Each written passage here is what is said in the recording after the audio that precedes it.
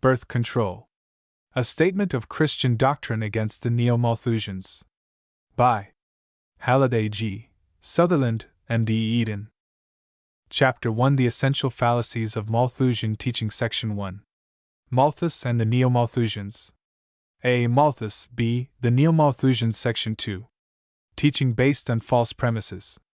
A. That population progresses geometrically. B. That food supply progresses arithmetically. C. That overpopulation is the cause of poverty and disease. Section 3. The root fallacy. Section 4. What overpopulation means. Section 5. No evidence of overpopulation. A. In the Suez Canal zone. B. In closed countries, like Japan. Section 6. A natural law checking fertility. Section 7. Overpopulation in the future. Section 8. How nations have perished. Section 9. Physical catastrophes. A. Disease. B. War. Section 10. Moral catastrophes. Chapter 2. The false deductions concerning poverty. Section 1. Birth rate and poverty. A. Famines. B. Abundance. C. Wages. Section 2. Poverty in Great Britain due to other causes. A. Underdevelopment. B. Severance of the inhabitants from the soil. Section 3. Causes of poverty in India. Section 4. Poverty in fact causes a high birth rate. A. Malthusianism is an attack on the poor. B. A hindrance to reform. C. A quack remedy for poverty. Section 5. Poverty in civilization. Chapter 3. High birth rates not the cause of high death rates. Section 1. Poverty as now existing. Section 2. High birth rate not the cause of high death rate. Proved from statistics. A. Canada. B. Connaught. Section 3. A low birth rate no guarantee of a low death rate. Section 4. Vital statistics of France. Section 5. Coefficients of correlation. Chapter 4. How religion affects the birth rate. Section 1. French statistics misinterpreted by Malthusians. Section 2. Evidence from Holland. Section 3. The United States of America. Section 4. The same results in England. Chapter 5. Is there a natural law regulating the proportion of births and deaths? Section 1. The theory of Thomas Doubleday revived. Section 2. Mr. Pell's generalizations criticized. Section 3. The law of decline. Section 4.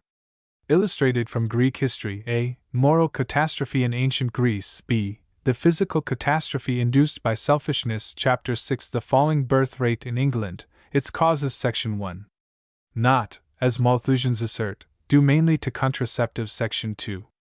Decline in fertility due to some natural law. Section 3. And to character of occupation. Section 4. Aggravated doubtless by Malthusianism. Chapter 7. The evils of artificial birth control. Section 1. Not a physical benefit.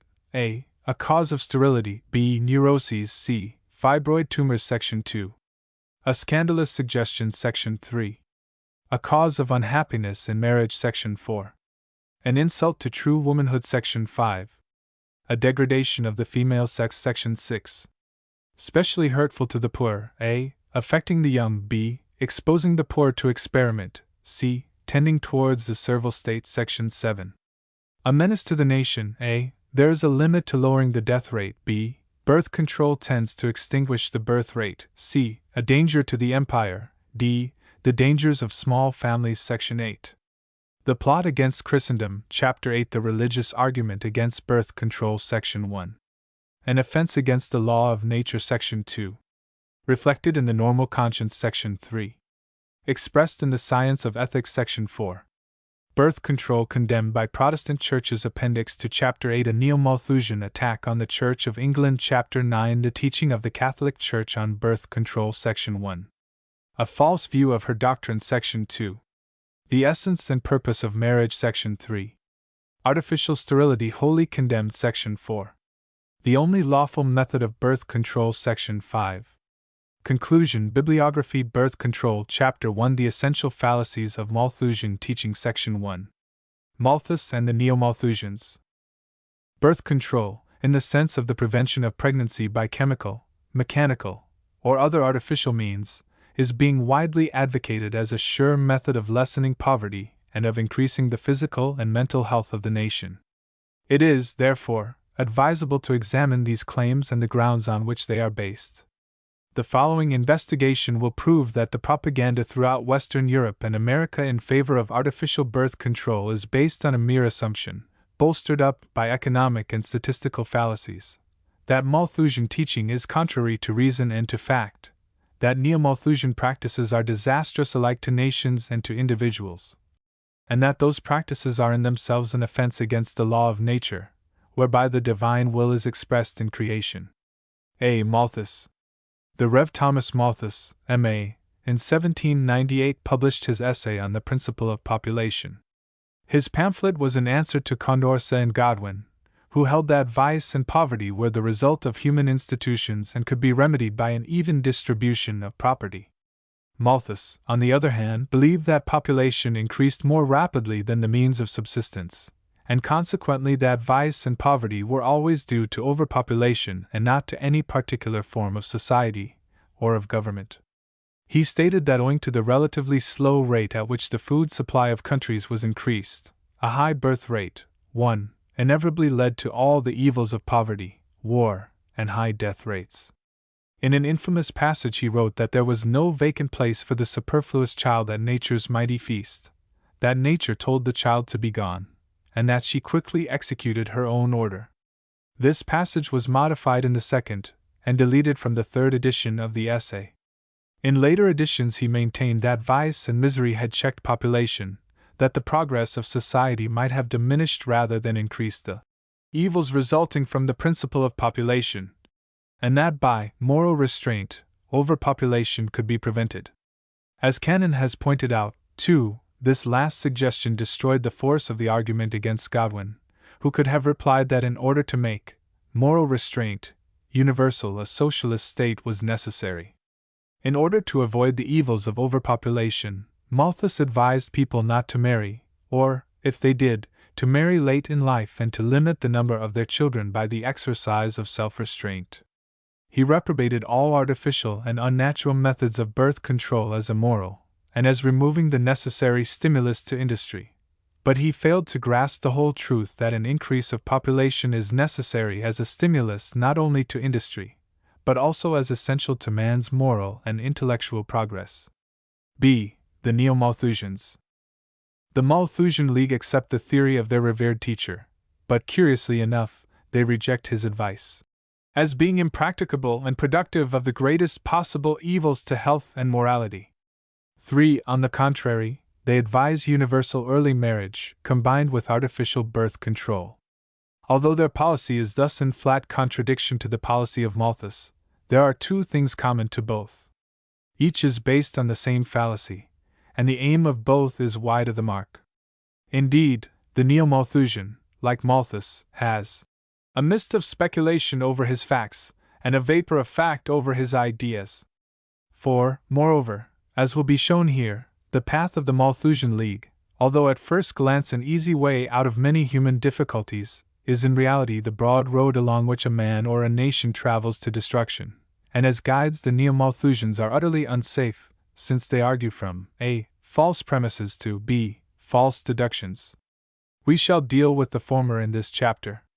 Section 2. Teaching based on false premises.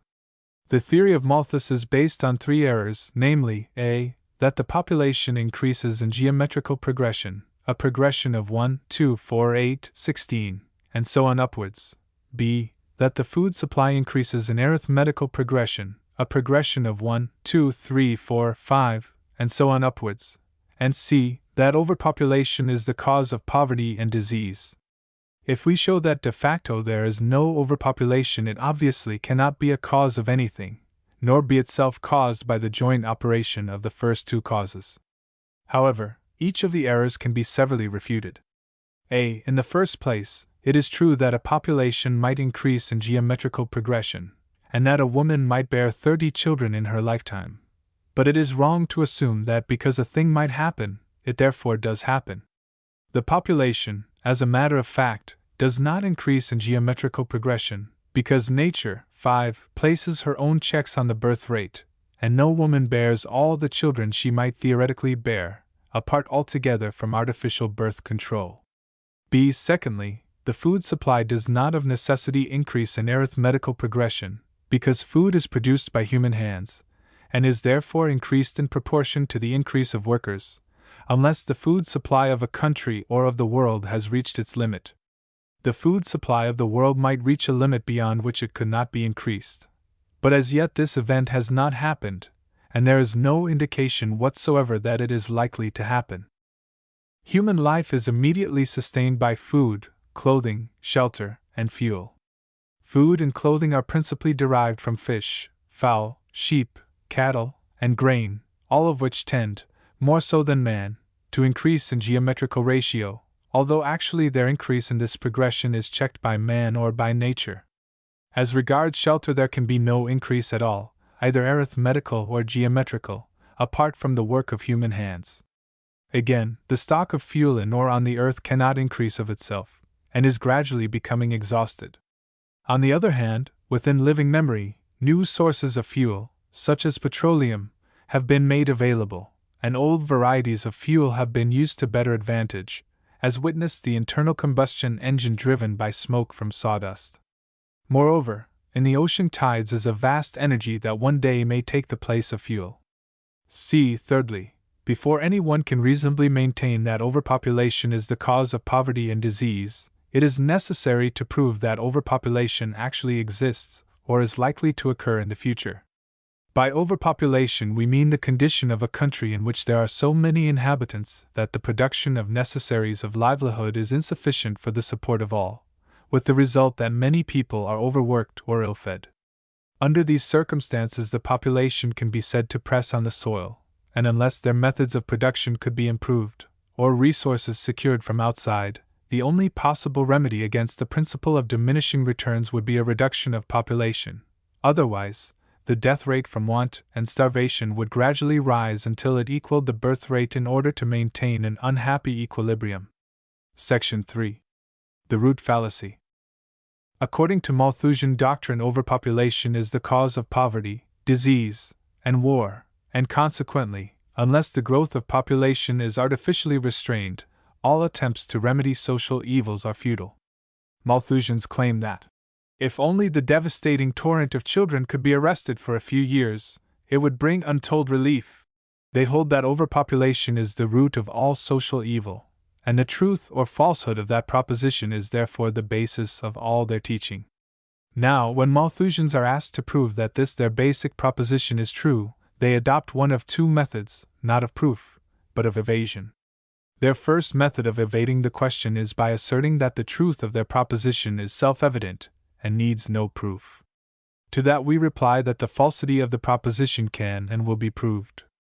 Their second device is to put up a barrage of facts which merely show that all countries, and indeed the earth itself, would have been overpopulated long ago if the increase of population had not been limited by certain factors, ranging from celibacy and late marriages to famines, diseases, wars, and infanticide. The truth of these facts is indisputable, but it is nevertheless a manifest breach of logic to argue from the fact of poverty, disease, and war having checked an increase of population, that therefore poverty, disease, and war are due to an increase of population. It would be as reasonable to argue that, because an unlimited increase of insects is prevented by birds and by climatic changes, therefore an increase of insects accounts for the existence of birds, and for variations of climate. Nor is it of any use for Malthusians to say that overpopulation might be the cause of poverty. They cannot prove that it is the cause of poverty, and, as will be shown in the following chapter, more obvious and probable causes are staring them in the face. For our present purpose it will suffice if we are able to prove that overpopulation has not occurred in the past, and is unlikely to occur in the future. Section 4. What overpopulation means. In the first place, the meaning of the word, overpopulation, should be clearly understood. The word does not mean a very large number of inhabitants in a country. If that were its meaning, the Malthusian fallacy could be disproved by merely pointing out that poverty exists both in thinly populated and in thickly populated countries. Now, in reality, overpopulation would occur whenever the production of the necessities of life in a country was insufficient for the support of all the inhabitants. For example, a barren rock in the ocean would be overpopulated, even if it contained only one inhabitant. It follows that the term, overpopulation, should be applied only to an economic situation in which the population presses on the soil. The point may be illustrated by a simple example. Let us assume that a fertile island of 100 acres is divided into 10 farms, each of 10 acres, and each capable of supporting a family of 10. Under these conditions, the island could support a population of 1,000 people without being overpopulated. If, however, the numbers in each family increased to 20, the population would press on the soil, and the island, with 2,000 inhabitants, would be an example of overpopulation and of poverty due to overpopulation. On the other hand, let us assume that there are only 1,000 people on the island, but that one family of 10 individuals has managed to gain possession of 8 farms, in addition to their own, and that the other 9 families are forced to live on one farm. Obviously, 900 people would be attempting to live under conditions of dire poverty, and the island, with its population of 1,000, would now offer an excellent example, not of overpopulation, but of human selfishness. My contentions are that poverty is neither solely nor indeed generally related to economic pressure on the soil, that there are many causes of poverty apart altogether from overpopulation, and that in reality overpopulation does not exist in those countries where Malthusians claim to find proofs of social misery due to a high birth rate. If overpopulation in the economic sense occurred in a closed country, whose inhabitants were either unable or unwilling to send out colonies, it is obvious that general poverty and misery would result. This might happen in small islands, but it is of greater interest to know what does happen. Section 5. No evidence of overpopulation. In a closed country, producing all its own necessities of life and incapable of expansion, a high birth rate would eventually increase the struggle for existence, and would lead to overpopulation, always provided that, firstly, the high birth rate is accompanied by a low death rate, and secondly, that the high birth rate is maintained. For example, although a birth rate was high, a population would not increase in numbers if the death rate was equally high. Therefore, a high birth rate does not of necessity imply that population will be increased or that overpopulation will occur. Again, if the birth rate fell as the population increased, the danger of overpopulation would be avoided without the aid of a high death rate. For a moment, however, let us assume that the Malthusian premise is correct, that a high birth rate has led to overpopulation, and that the struggle for existence has therefore increased. Then obviously the death rate would rise, the effect of the high birth rate would be neutralized, and beyond a certain point neither the population nor the struggle for existence could be further increased. On these grounds, Neo-Malthusians argue that birth control is necessary precisely to obviate that cruel device whereby nature strives to restore the balance upset by a reckless increase of births, and that the only alternative to frequent and premature deaths is regulation of the source of life. As a corollary to this proposition, they claim that, if the death rate be reduced, a country is bound to become overpopulated unless the births are artificially controlled. Fortunately, it is possible to test the truth of this corollary, because certain definite observations on this very point have been recorded. These observations do not support the argument of birth controllers. A. In the Suez Canal zone. In the Suez Canal zone there was a high death rate chiefly owing to fever. According to Malthus, it would have been a great mistake to lower this death rate, because, if social conditions were improved, the population would rapidly increase and exceed the resources of the country. Now, in fact, the social conditions were improved, the death rate was lowered, and the subsequent events, utterly refuting the above contention, are thus noted by Dr. Halford Ross, who was medical officer in that region. During the years 1901 to 1910, health measures in this zone produced a very considerable fall in the death rate, from 30.2 per thousand to 19.6 per thousand.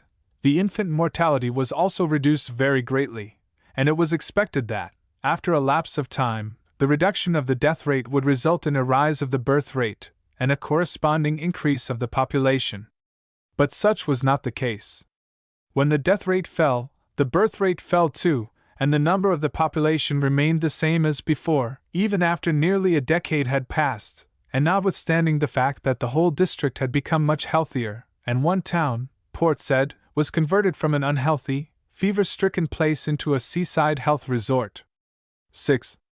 Moreover, Dr. Halford Ross has told me that artificial birth control was not practiced in this region, and played no part in maintaining a stationary population. The majority of the people were strict Mohammedans, amongst whom the practice of birth control is forbidden by the Quran. In closed countries, like Japan. But a much more striking example of the population in a closed country remaining stationary without the practice of birth control, thus refuting the contention of our birth controllers, is to be found in their own periodical, the Malthusian. 7. It would appear that in Japan from 1723 to 1846 the population remained almost stationary, only increasing from 26,065,422 to 26,907,625. In 1867 the shogunate was abolished, the emperor was restored, and Japan began to be a civilized power. Now from 1872 the population increased by 10,649,990 in 27 years, and, during the period between 1897 and 1907 the population received an increment of 11.6%, whereas the food-producing area increased by only 4.4%. According to Professor Morimoro, the cost of living is now so high in Japan that 98% of the people do not get enough to eat. From these facts certain obvious deductions may be made. So long as Japan was a closed country her population remained stationary. When she became a civilized industrial power the mass of her people became poorer, the birth rate rose, and the population increased, this last result being the real problem today in the Far East. In face of these facts it is sheer comedy to learn that our Malthusians are sending a woman to preach birth control amongst the Japanese. Do they really believe that for over 100 years Japan, unlike most semi-barbaric countries, practiced birth control, and that when she became civilized she refused, unlike most civilized countries, to continue this practice? There is surely a limit to human credulity. The truth appears to be that in closed countries the population remains more or less stationary, that nature herself checks the birth rate without the aid of artificial birth control, and that birth rates and death rates are independently related to the means of subsistence. Section 6. A natural law checking fertility. During the past century the population of Europe increased by about 160 million, but it is utterly unreasonable to assume that this rate of increase will be maintained during the present century. It would be as sensible to argue that because a child is 4 feet high at the age of 10 he will be 8 feet high at the age of 20. Moreover, there is evidence that, apart altogether from vice, the fertility of a nation is reduced at every step in civilization. The cause of this reduction in fertility is unknown. It is probably a reaction to many complex influences, and possibly associated with the vast growth of great cities. This decline in the fertility of a community is a natural protection against the possibility of overpopulation. But on the other hand, there is a point beyond which any further decline in fertility will bring a community within sight of depopulation and of extinction. Section 7. Overpopulation in the future. It is a fallacy to say that overpopulation is the cause of poverty and disease, and that for the simple reason that overpopulation has not yet occurred. For the growth of a nation we assume that the birth rate should exceed the death rate by from 10 to 20 per thousand, and it is obvious that in a closed country the evil of overpopulation might appear in a comparatively short time. The natural remedies in the past have been emigration and colonization. According to the birth controllers these remedies are only temporary, because sooner or later all colonies and eventually the earth itself will be overpopulated. At the British Association meeting in 1890 the population of the Earth was said to be 1,500 millions, and it was calculated that only 6,000 millions could live on the Earth. This means that if the birth rate throughout the world exceeded the death rate by only 8 per thousand, the Earth would be overpopulated within 200 years. It is probable that in these calculations the capacity of the Earth to sustain human life has been underestimated, that the Earth could support not 4 times but 16 times its present population, and that the latter figure could be still further increased by the progress of inventions. But apart altogether from the accuracy of these figures, the danger of overpopulation is nothing more or less than a myth. Indeed, the end of the world, a philosophic and scientific certitude, is a more imminent event than its overpopulation. Section 8. How Nations Have Perished. Before speculating on what might happen in the future, it is well to recollect what has happened in the past. The earth has been inhabited for thousands of years, and modern research has revealed the remains of many ancient civilizations that have perished. For example, there were the great nations of Cambodia and of Guatemala. In Crete, about 2000 BC, there existed a civilization where women were dressed as are this evening the women of London and Paris. That civilization perished, and even its language cannot now be deciphered. Why did these civilizations perish? Surely this momentous question should take precedence over barren discussions as to whether there will be sufficient food on the land or in the sea for the inhabitants of the world in 200 years' time. How came it about that these ancient nations did not double their numbers every 50 years and fill up the earth long ago? The answer is that they were overcome and annihilated by the incidence of one or other of two dangers that threaten every civilization, including our own. These dangers are certain physical and moral catastrophes, against which there is only one form of natural insurance, namely, a birth rate that adequately exceeds the death rate. They help to illustrate further the fallacy of the overpopulation scare. The following is a general outline of these dangers, and in a later chapter, page 70, see reference, dangers, I shall quote an example of how they have operated in the past. Section 9. Physical catastrophes. Deaths from famine, floods, earthquakes, and volcanic eruptions are confined to comparatively small areas, and the two physical catastrophes that may seriously threaten a civilization may be reduced to endemic disease and war. A. Disease. Disease, in the form of malaria, contributed to the fall of ancient Greece and Rome. In the 14th century, 25 million people, 1/4 of the population of Europe, were exterminated by plague, the Black Death, and in the 16th century, smallpox depopulated Spanish America. Although these particular diseases have lost much of their power owing to the progress of medical science, we have no right to assume that disease in general has been conquered by our civilization, or that a new pestilence may not appear. On the contrary, in 1805, a new disease, spotted fever, appeared in Geneva, and within half a century had become endemic throughout Europe and America. Of this fever during the Great War the late Sir William Osler wrote, "In cerebrospinal fever we may be witnessing the struggle of a new disease to win a place among the great epidemics of the world." There was a mystery about this disease, because, although unknown in the Arctic Circle, it appeared in temperate climates during the coldest months of the year. As I was able to prove in 1915, it is a disease of civilization. I found that the causal organism was killed in 30 minutes by a temperature of 62 degrees Fahrenheit. It was thus obvious that infection could never be carried by cold air. But in overcrowded rooms where windows are closed, and the temperature of warm, impure, saturated air was raised by the natural heat of the body to 80 degrees Fahrenheit or over, the life of the microorganism, expelled from the mouths of infected people during the act of coughing, was prolonged. Infection is thus carried from one person to another by warm currents of moving air, and at the same time resistance against the disease is lowered. Cold air kills the organism, but cold weather favors the disease. In that paradox, the etiology of cerebrospinal fever became as clear as the means of prevention. The story of spotted fever reveals the forces of nature fighting against the disease at every turn, and implacably opposed to its existence, while man alone, of his own will and folly, harbors infection and creates the only conditions under which the malady can appear. For example, during 2 consecutive winters cerebrospinal fever had appeared in barracks capable of housing 2,000 men.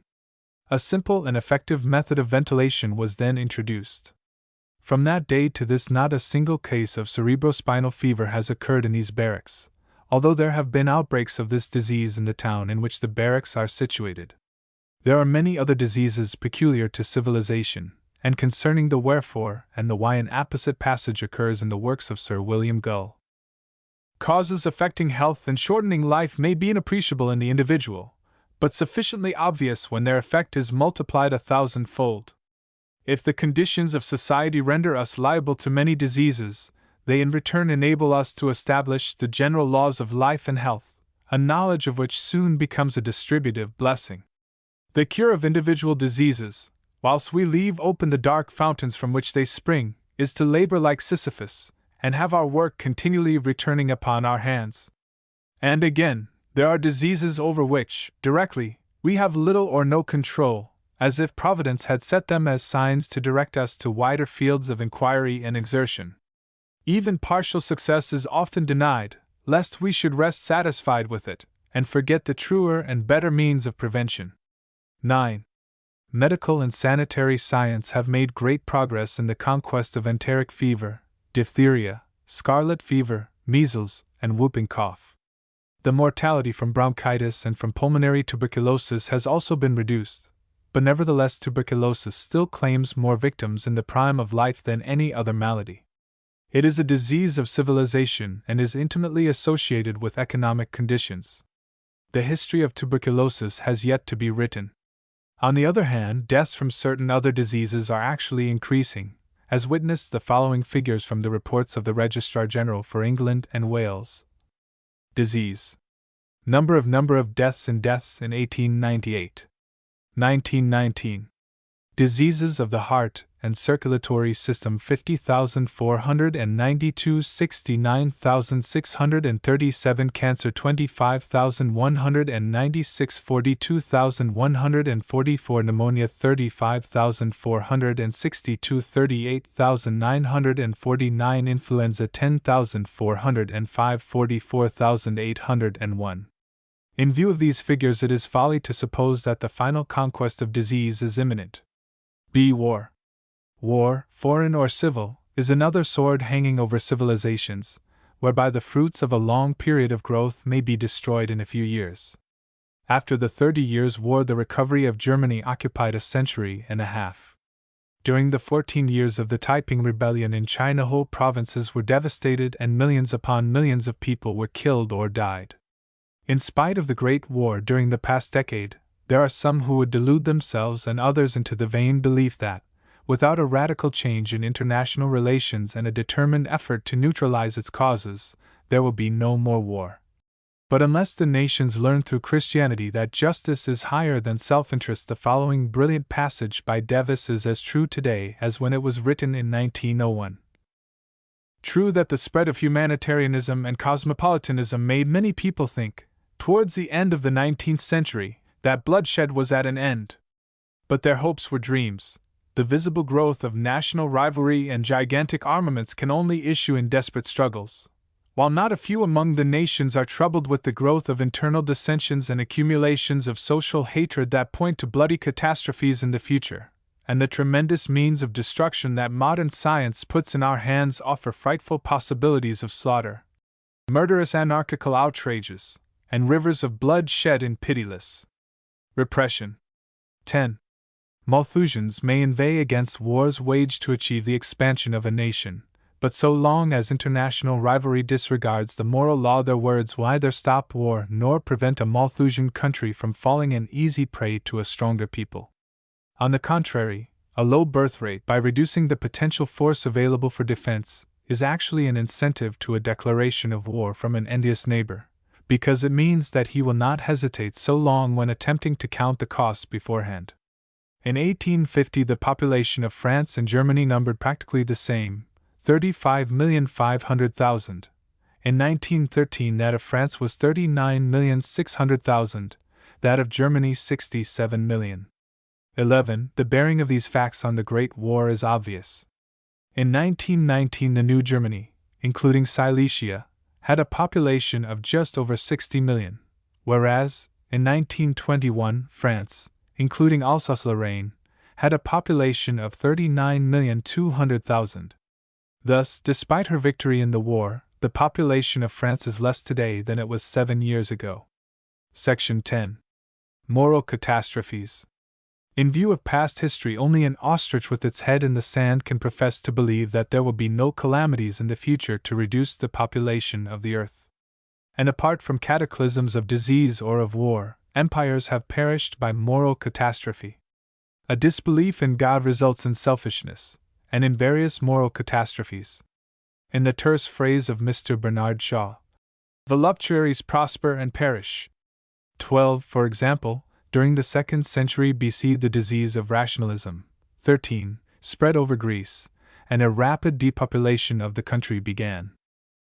The facts were recorded by Polybius, 14, who expressly states that at the time of which he is writing serious pestilences did not occur, and that depopulation was caused by the selfishness of the Greeks, who, being addicted to pleasure, either did not marry at all or refused to rear more than 1 or 2 children, lest it should be impossible to bring them up in extravagant luxury.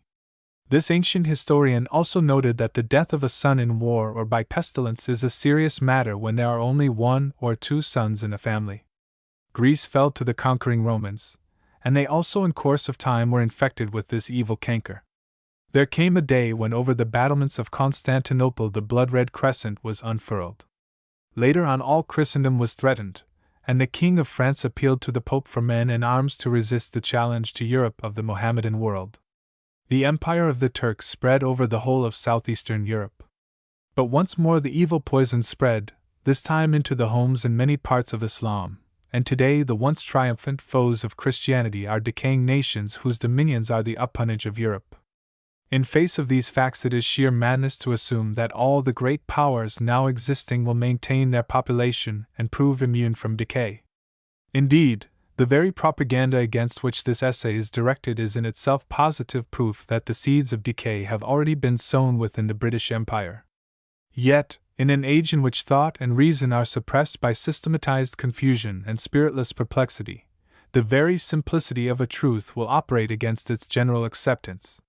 From the theological point of view, the myth of overpopulation is definitely of anti-Christian growth, because it assumes that, owing to the operation of natural instincts implanted in mankind by the Creator, the only alternative offered to the race is a choice between misery and vice, an alternative utterly incompatible with divine goodness in the government of the world.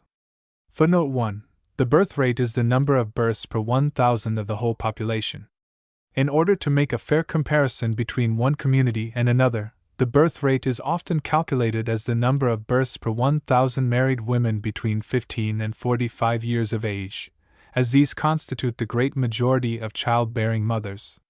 This is called the corrected birth rate. Footnote 2. Economic Review, January 1892. Footnote 3. So says the Secretary of the Malthusian League. Vide the Declining Birth Rate, 1916, page 88. Footnote 4. Badgett, Economic Studies, page 193. Footnote 5. To assign a personality to nature is, of course, a mere facon de parler. The believer holds that the course of nature is an expression of the mind and will of the Creator. Footnote 6. Problems of Population, page 382. Footnote 7. The Malthusian, July 15, 1921. Footnote 8. Lancet, 1915, Volume 2, page 862. Footnote 9. The New Sydenham Society, Volume Clavie, Section 8, page 12. Footnote 10. Charles S. Davis, Political Economy, 1901, page 191. Footnote 11. Revue pratique d'apologétique, September 15, 1914. Footnote 12. Man and Superman, page 195. Footnote 13. By rationalism we mean a denial of God and of responsibility for conduct to a higher being.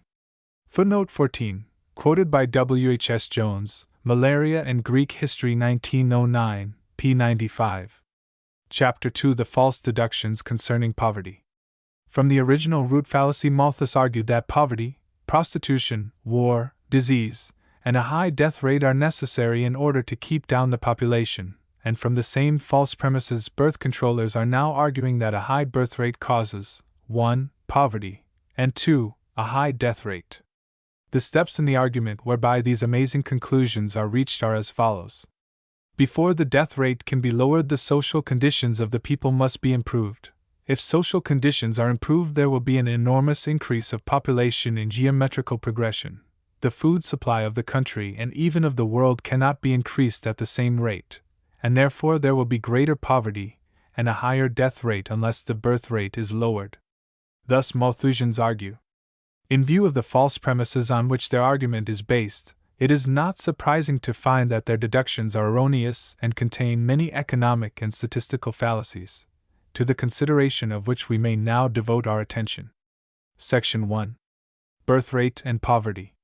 The first false deduction of birth controllers is that a high birth rate, by intensifying the struggle for existence, increases poverty. In order to bolster up this contention, Malthusians quote three arguments concerning A. famines, B. abundance, and C. wages, and each of these arguments is fallacious. A. famines. The prevalence of famines is quoted as a proof of reckless overpopulation. Now, a famine may occur from several different causes, some within and others beyond the control of man, but a failure of crops has never yet been caused by pressure on the soil.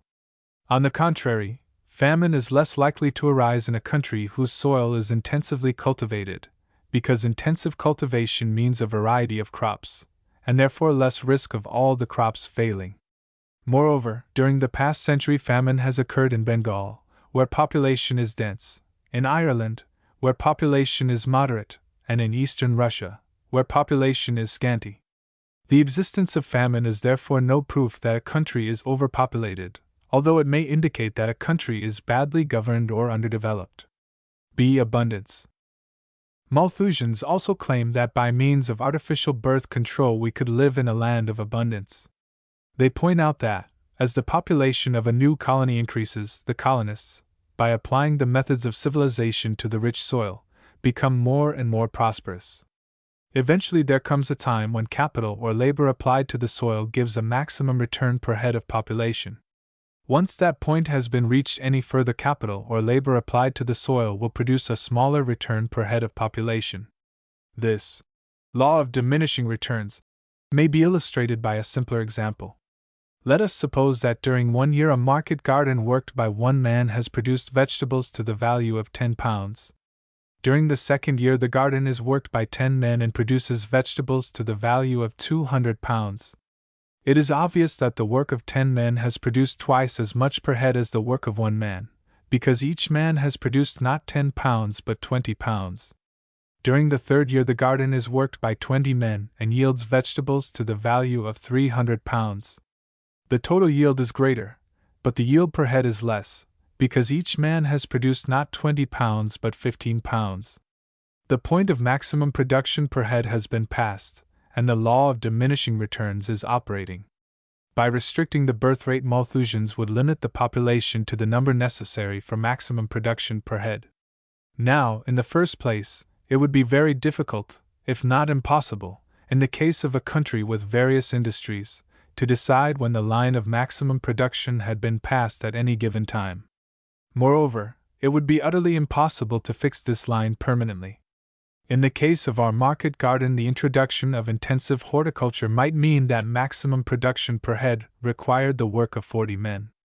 Again, the very phrase, maximum production per head, implies sterling moral qualities in the workers, and an absence of drones, and sterling moral qualities have never been prominent in any nation, once the practice of artificial birth control has been adopted. Lastly, the Christian ideal requires for its realization not a maximum, but an adequate supply of food, clothing, shelter, and fuel. Christianity teaches that to seek after the maximum enjoyment of material things is not the chief end of man, because the life of a man in this world is very short compared with his life in eternity. See wages.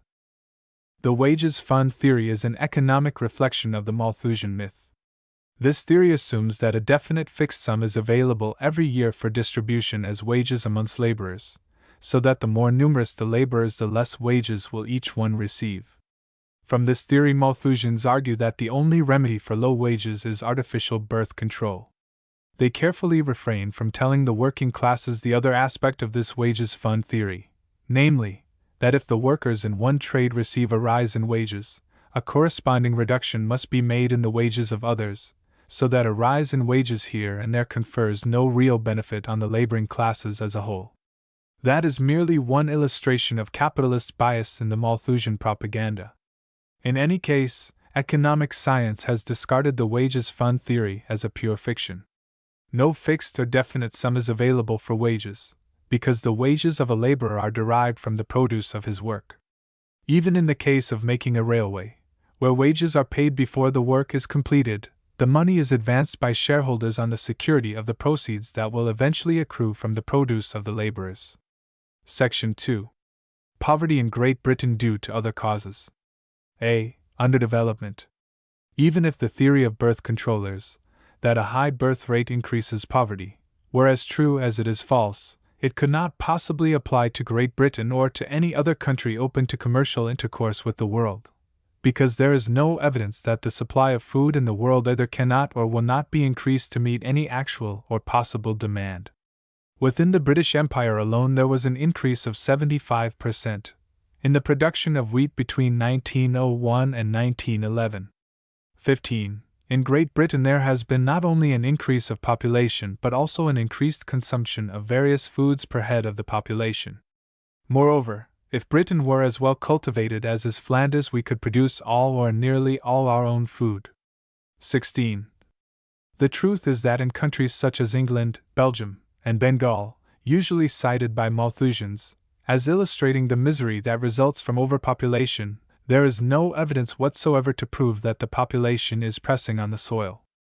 On the contrary, we find ample physical resources sufficient to support the entire population, and we also find evidence of human injustice, incapacity, and corruption sufficient to account for the poverty and misery that exist in these countries. This was especially so in Ireland during the first half of the 19th century. 17. Moreover, so far from high birth rates being the cause of poverty, we shall find that poverty is one of the causes of a high birth rate, page 69.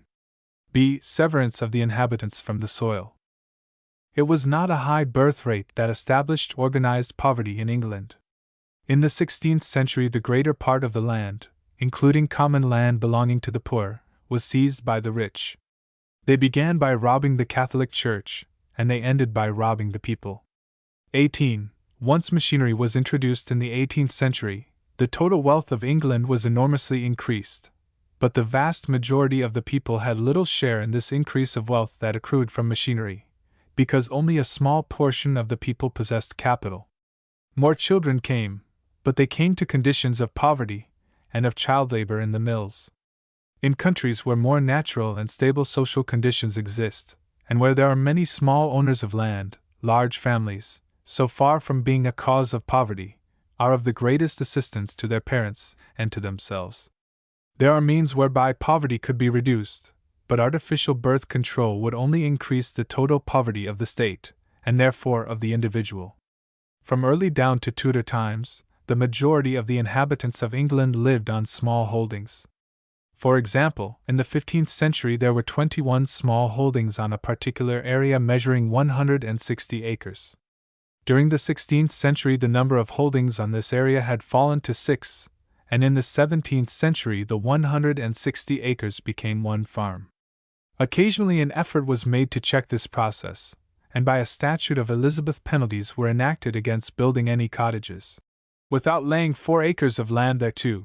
On the other hand, acres upon acres were given to the larger landowners by a series of acts for the enclosure of common land, whereby many laborers were deprived of their land. From the reign of George I to that of George III nearly 4,000 enclosure bills were passed. These wrongs have not been righted. To urge, wrote Professor Bain, that there is sufficient poverty and toil in the world without bringing in more to share it than can be provided for, implies either begging the question at issue, a direct imputation that the world is at present very badly managed, or that all persons should take it upon themselves to say how much poverty and toil will exist in any part of the world in the future, or limit the productiveness of any race, because inadequate means of feeding, clothing, or employing them may be adopted in that part of time sometimes called unborn eternity. As a rule, the result usually has been, limit the increase of population without adequate cause, and the reaction causes deterioration or annihilation. 19. Lastly, there is evidence that poverty has existed in thinly populated countries. Richard Cobden, writing in 1836 of Russia, states, "The mass of the people are sunk in poverty, ignorance, and barbarism, scarcely rising above a state of nature, and yet it has been estimated that this country contains more than 750,000 square miles of land, of a quality not inferior to the best portions of Germany, and upon which a population of 200 million might find subsistence. 20. Section 3. Causes of poverty in India. In reality, chronic poverty exists both in the thickly peopled and in the thinly peopled regions of India, and therefore the overpopulation theory is an inadequate explanation. Moreover, there are certain obvious and admitted evils sufficient in themselves to account for the chronic poverty of India, and of these 4 are quoted by Davis. 21. 1. The grave discouragement to all rural improvement, and in particular to the sinking of deep wells, by the absence outside Bengal of fixity of tenure, the landholder having the prospect of his assessment being raised every 15 or 30 years. 2. Through most of India the unchecked oppression of usurers, in whose toils many millions of landholders are so bound as to lack means or motive for the proper cultivation of the soil. 3. A system of law and police totally unfit for small cultivators, witness the plague of litigation, appeals as 250 to 1 in England, habitual perjury, manufactured crime, and blackmailing by corrupt native police, all destructive of rural amity, cooperation, and industry. 4. Taxation oppressive both in quantity and quality, demanded, on pain of eviction and imprisonment, to be paid punctually and rigidly in cash, instead of optionally or occasionally in kind, or flexible, according to the variations of the seasons. Moreover, levied on salt, raising the price of this necessity of life at least 10 times, often much more, when precisely an abundant supply of salt, with the climate and diet of India, is a prime need for men and cattle. Section 4. Poverty in fact causes a high birth rate. As will be shown in Chapter 5, poverty is generally the cause and not the result of a high birth rate.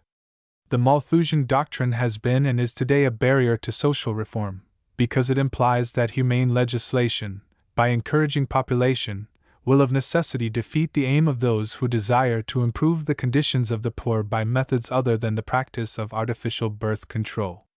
To a very great extent, Malthusian teaching was responsible for the Poor Law of 1834, the most severe in Europe, the demoralizing laxity of the old Poor Law being replaced by degrading severity. Again, as recently as 1899, a Secretary of State reiterated the Malthusian doctrine by explaining that great poverty throughout India was due to the increase of population under the Pax Britannica. Now the truth is that if the social conditions of the poor were improved, we have every reason to believe that their birth rate would be reduced, because as civilization in a community progresses there is a natural decline in fertility. Hence, Malthusianism is an attack on the poor. Both the supporters and the opponents of Malthus are often mistaken in considering his greatest achievement to be a policy of birth control. Malthus did a greater and a more evil thing. He forged a law of nature, namely, that there is always a limited and insufficient supply of the necessities of life in the world. From this false law he argued that, as population increases too rapidly, the newcomers cannot hope to find a sufficiency of good things, that the poverty of the masses is not due to conditions created by man, but to a natural law, and that consequently this law cannot be altered by any change in political institutions. This new doctrine was eagerly adopted by the rich, who were thus enabled to argue that nature intended that the masses should find no room at her feast, and that therefore our system of industrial capitalism was in harmony with the will of God. Most comforting dogma! Most excellent anodyne for conscience against acceptance of those rights of man that, being ignored, found terrible expression in the French Revolution. Without discussion, without investigation, and without proof, our professors, politicians, leader writers, and even our well-meaning socialists have accepted as true the bare falsehood that there is always an insufficient supply of the necessities of life, and today this heresy permeates all our practical politics. In giving this forged law of nature to the rich, Malthus robbed the poor of hope. Such was his crime against humanity. In the words of Thorold Rogers, Malthusianism was part and parcel of a conspiracy, conceived by the law and carried out by parties interested in its success, to cheat the English workman of his wages, to tie him to the soil, to deprive him of hope, and to degrade him into immediate poverty. When Malthusians enter a slum for the purpose of preaching birth control, it is right that the people should be told what is written on the passports of these strangers. B. A hindrance to reform. The teaching of birth control amongst the poor is in itself a crime, because, apart from the evil practice, the people are asked to believe a lie, namely, that a high birth rate is the cause of poverty, and that by means of birth control their circumstances will be improved. By one advocate of birth control, this weak reasoning and inconsequential sentimentality have actually been crowded into the compass of a single sentence. We must no longer be content to remain indifferent and idle witnesses of the senseless and unthinking procreating of countless wretched children, whose parents are diseased and vicious. 22. It is true that disease, vice, and wretched children are the saddest products of our industrial system. It is also true that a helpless baby never yet was guilty of expropriating land, of building slums, of underpaying the workers, or of rigging the market. Therefore, instead of preventing the birth of children, we should set about to rectify the evil conditions which make the lives of children and adults unhappy. Like many other policies advocated on behalf of the poor, birth control is immoral if only on this account, that it distracts attention from the real causes of poverty. In Spain, birth control is not practiced. I do not say there is no poverty in that country, but there is no poverty that resembles the hopeless grinding poverty of the English poor. For that strange disease, artificial birth control is a worthless remedy, and it were far better that we should turn our attention to the simple words of Cardinal Manning.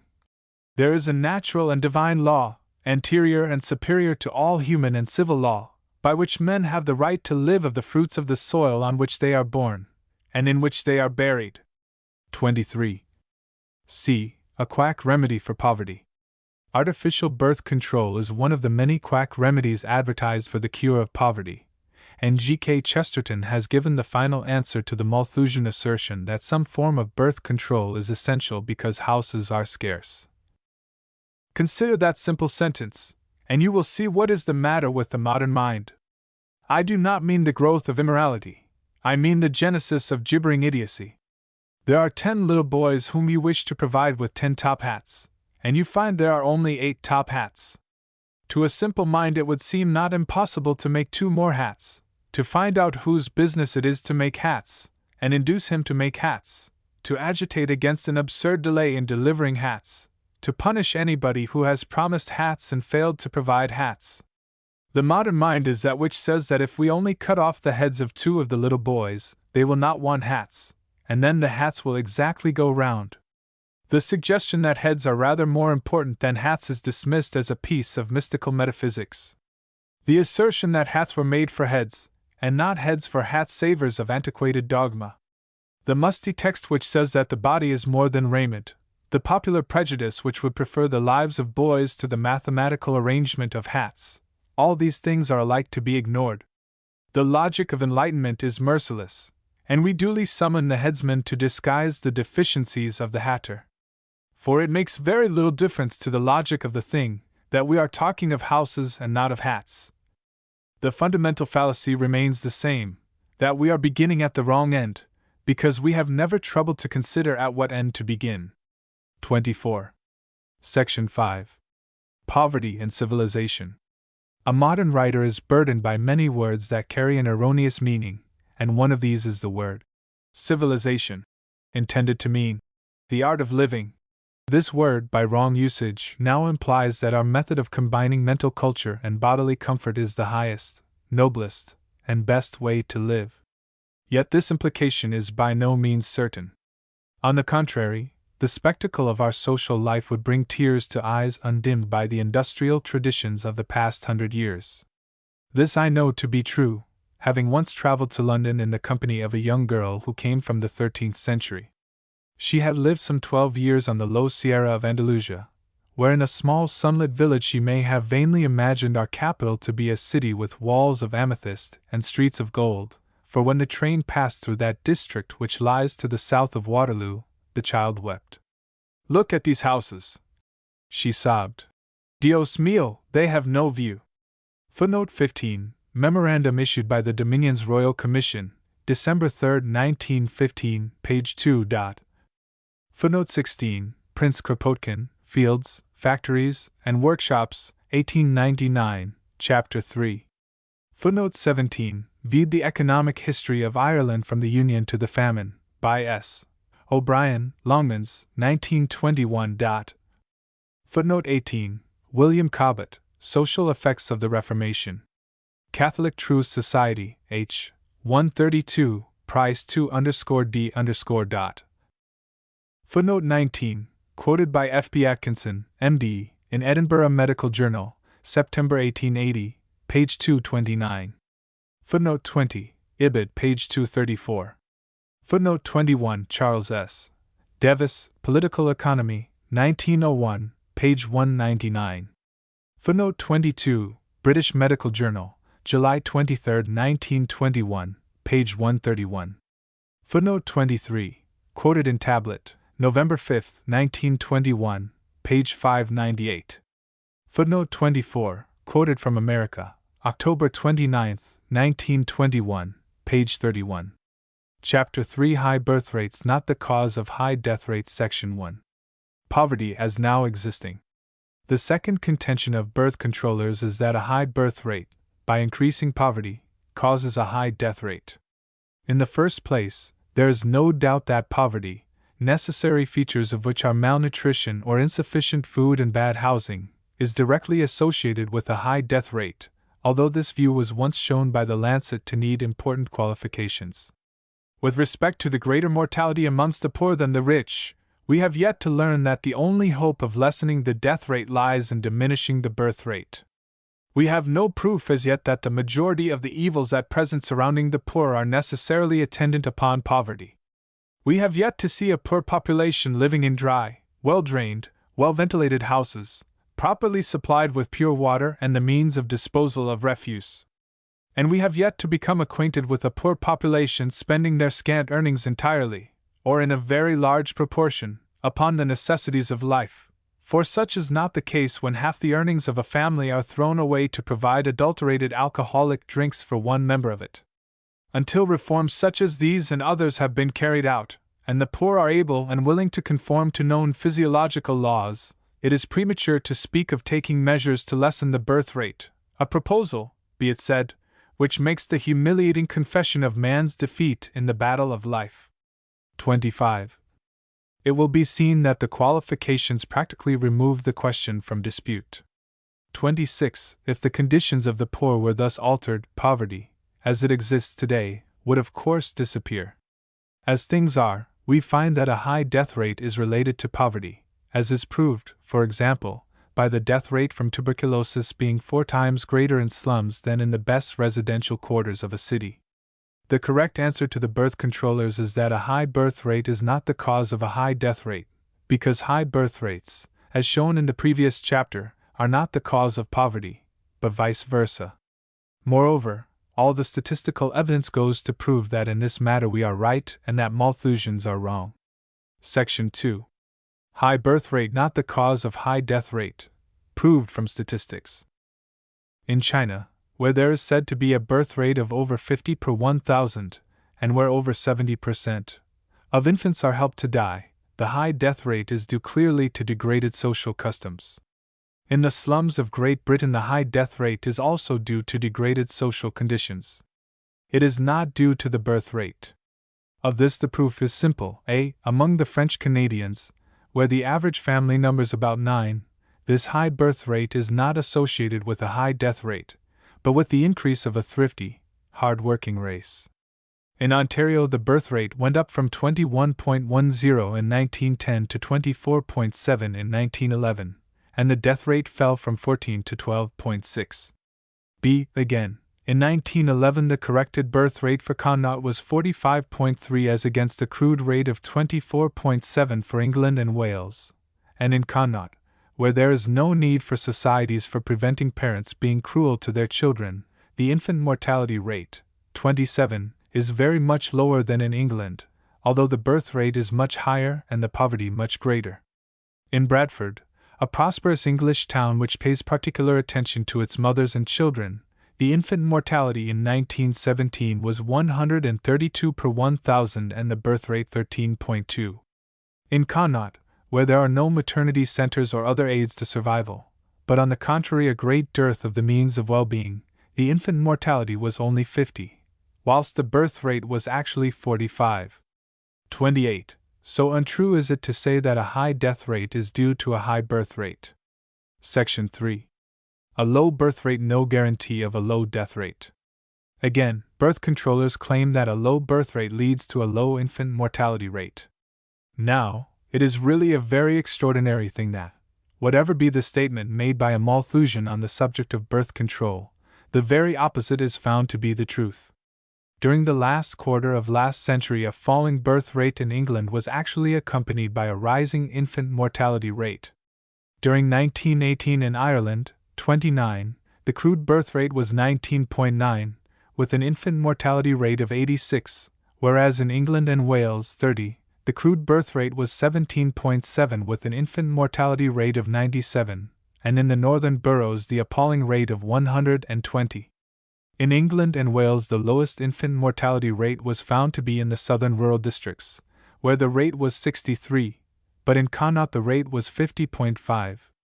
This means that in England a low birth rate is associated with a high infant mortality rate, whereas in Ireland a high birth rate is associated with a low infant mortality rate. 31. These cold figures prove that in this matter at least the poorest Irish peasants are richer than the people of England. Section 4. Vital statistics of France.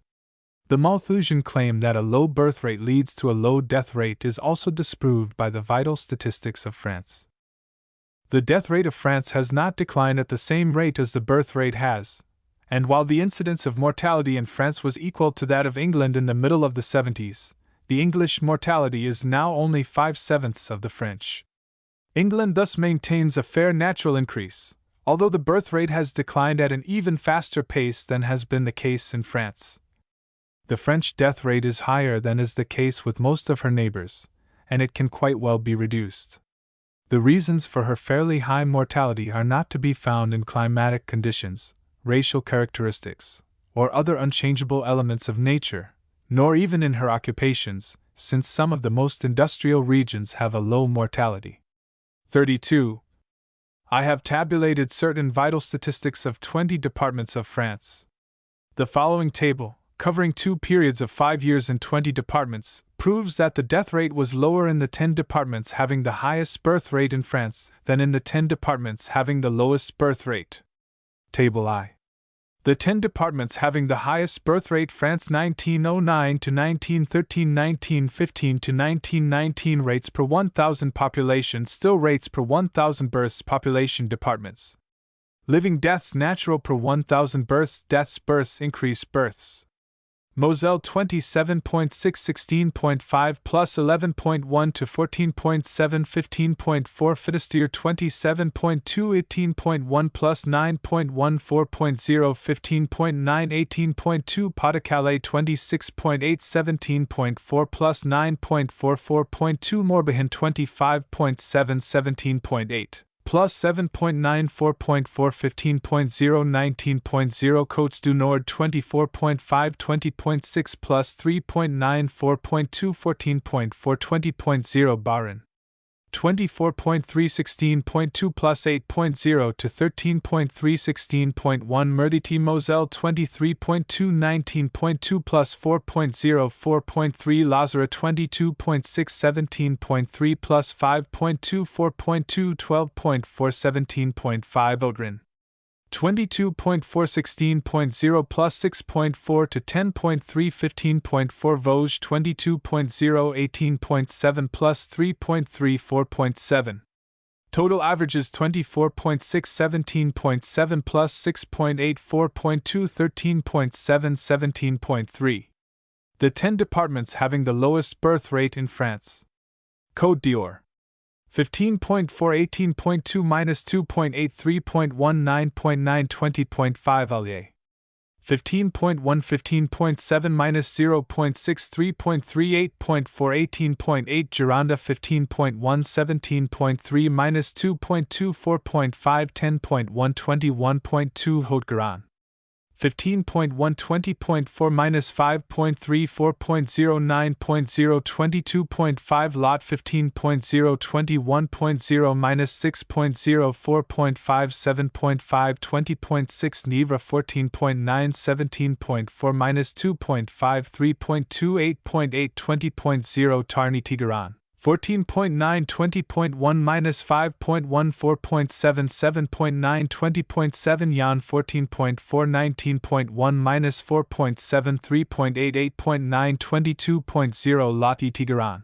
13.7 19.1 minus 5.44.4 7.4 20.1 Jers 13.2 19.2 minus 6.04.1 6.8 19.8 Total averages 14.6 18.7 minus 4.0 3.98.4 20.6. Moreover, the figures show that, prior to 1914, the departments with the lowest birth rate were becoming depopulated. On the other hand, the enormous fall in the birth rate throughout the country from 1915 to 1919 is a memorial, very noble, to the heroism of France in the Great War, and to her 1,175,000 dead. Certain other facts should also be noted. In France, the regulations permit that, when a child has died before registration of the birth, this may be recorded as a stillbirth, and for that reason the proportion of stillbirths appears higher than in most other countries. Malthusian claims are thus refuted by the vital statistics of France. But it should be clearly understood that these figures do not prove that the reverse of the Malthusian theory is true, namely, that a high birth rate is the cause of a low death rate. There is no true correlation between birth rates and death rates. Section 5. Coefficients of correlation. As birth controllers rely very much upon statistics, and as figures may very easily mislead the unwary, it is necessary to point out that the Malthusian contention that a high birth rate is the cause of a high death rate is not only contrary to reason and to facts, but is also contrary to the very figures which they quote. A high birth rate is often associated with a high death rate, but a general or uniform correspondence between birth rates and death rates has never been established by modern statistical methods. To these methods brief reference may be made. A coefficient of correlation is a number intended to indicate the degree of similarity between two things, or the extent to which one moves with the other. If this coefficient is unity, or 1, it indicates that the two things are similar in all respects, while if it be 0, or 0, it indicates that there is no resemblance between them. The study of correlation is a first step to the study of causation, because, until we know to what extent two things move together, it is useless to consider whether one causes the movement of the other. But in itself a coefficient of correlation does not necessarily indicate cause or result. Now in this country, between 1838 and 1912 the birth rate and the death rate show a correlation of 0.84. But if that period be split into two, the correlation from 1838 to 1876, when the birth rate was fluctuating, is minus 0.12, and in the period after 1876 the correlation is plus 0.92. This means that the whole of the positive correlation is due to the falling of the death rate, and that birth rates and death rates do not of necessity move together. 33. After a careful examination of the vital statistics for France, Nudstemmen concludes as follows. In France no clear correlation exists between the birth rate and the death rate in the various departments.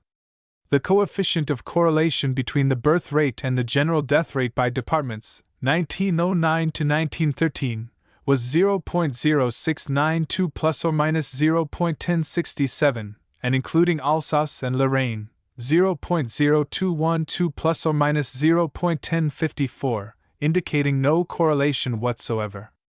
A somewhat different and more interesting table is obtained when the correlation is made with the mortality at each age class. Table 2.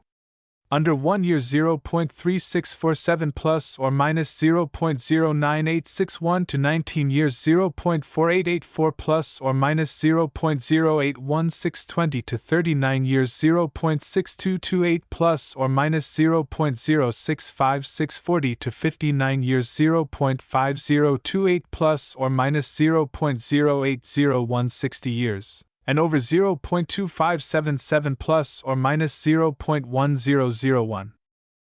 A peculiar configuration is observed in these coefficients in that a quite pronounced positive correlation exists at the central age group, but disappears with some regularity towards both extremities of life. If the mortality has any influence upon the natality, this cannot be in the form of replacement of lost infants and deceased old people. Therefore, as has frequently been suggested. That a high death rate at the childbearing age should be conducive to increased fertility is absurd. Either does it seem likely that a large number of children should make the parents more liable to diseases which are prevalent at this period of life. The reasons must, then, be looked for in a common factor.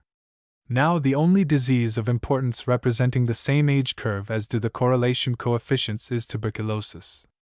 This disease causes in France 2% of the deaths under 1 year, 24% of the deaths from 1 to 19 years of age, not less than 45%, from 20 to 39, 18%, at ages 40 to 59, and less than 2%, at the ages over 60. Will a high tuberculosis mortality, then, be conducive to great fertility, or do we have to fear that a decrease of the natality will be the result of energetic measures against tuberculosis? Hardly. The death rate may be reduced, then, without detrimental effects upon the birth rate. What can the factor be which influences both the tuberculosis incidence and the birth rate? We know that the prevalence of tuberculosis is conditioned principally by poverty and ignorance of hygiene. The Parisian statistics, as compiled by Dr. Berthelon and recently by Professor L. Hirsch, show a much higher birth rate in the poor wards than in the richer districts, and the high birth rates may be furnished largely by the poorer elements of the population. A comfortable degree of wealth does not imply a low birth rate, as is abundantly shown elsewhere, and one of the important questions which suggest themselves to the French statistician and sociologist is evidently the following: how can the intellectual and economic standard of the masses be raised without detriment to the natality? We believe that the time is opportune for solving this question. The past half-century has been lived under the shadow of defeat and with a sense of limitations, and of impotence against fate. This nightmare is now thrown off, and the doors to the world being open and development free, the French people will learn that new initiative has its full recompense, and that a living and a useful activity can be found for all the sons and daughters they may get. The habit of homestaying is broken by the war, and new and great undertakings are developing in the ruined Northeast as well as in the sunny South. 34. Footnote 25, The Lancet, 1879, Volume 2, page 703. Footnote 26. Poverty is a term of wide import admitting many degrees according as the victim is deprived more or less completely of the ordinary necessities in the matters of food, clothing, housing, education, and recreation. As used by Malthusians and spoken of here, it means persistent lack of one or more of these necessary requisites for decent living. V. Parkinson, Primer of Social Science, 1918, pages 225 SQQ. Footnote 27. The infant mortality rate is the number of deaths of infants under 1 year old per 1,000 births in the same year. Footnote 28. C. Salibi, The Factors of Infant Mortality, edited by Corey Bigger. Report on the Physical Welfare of Mothers and Children, Volume 4, Ireland, Carnegie UK Trust, 1918.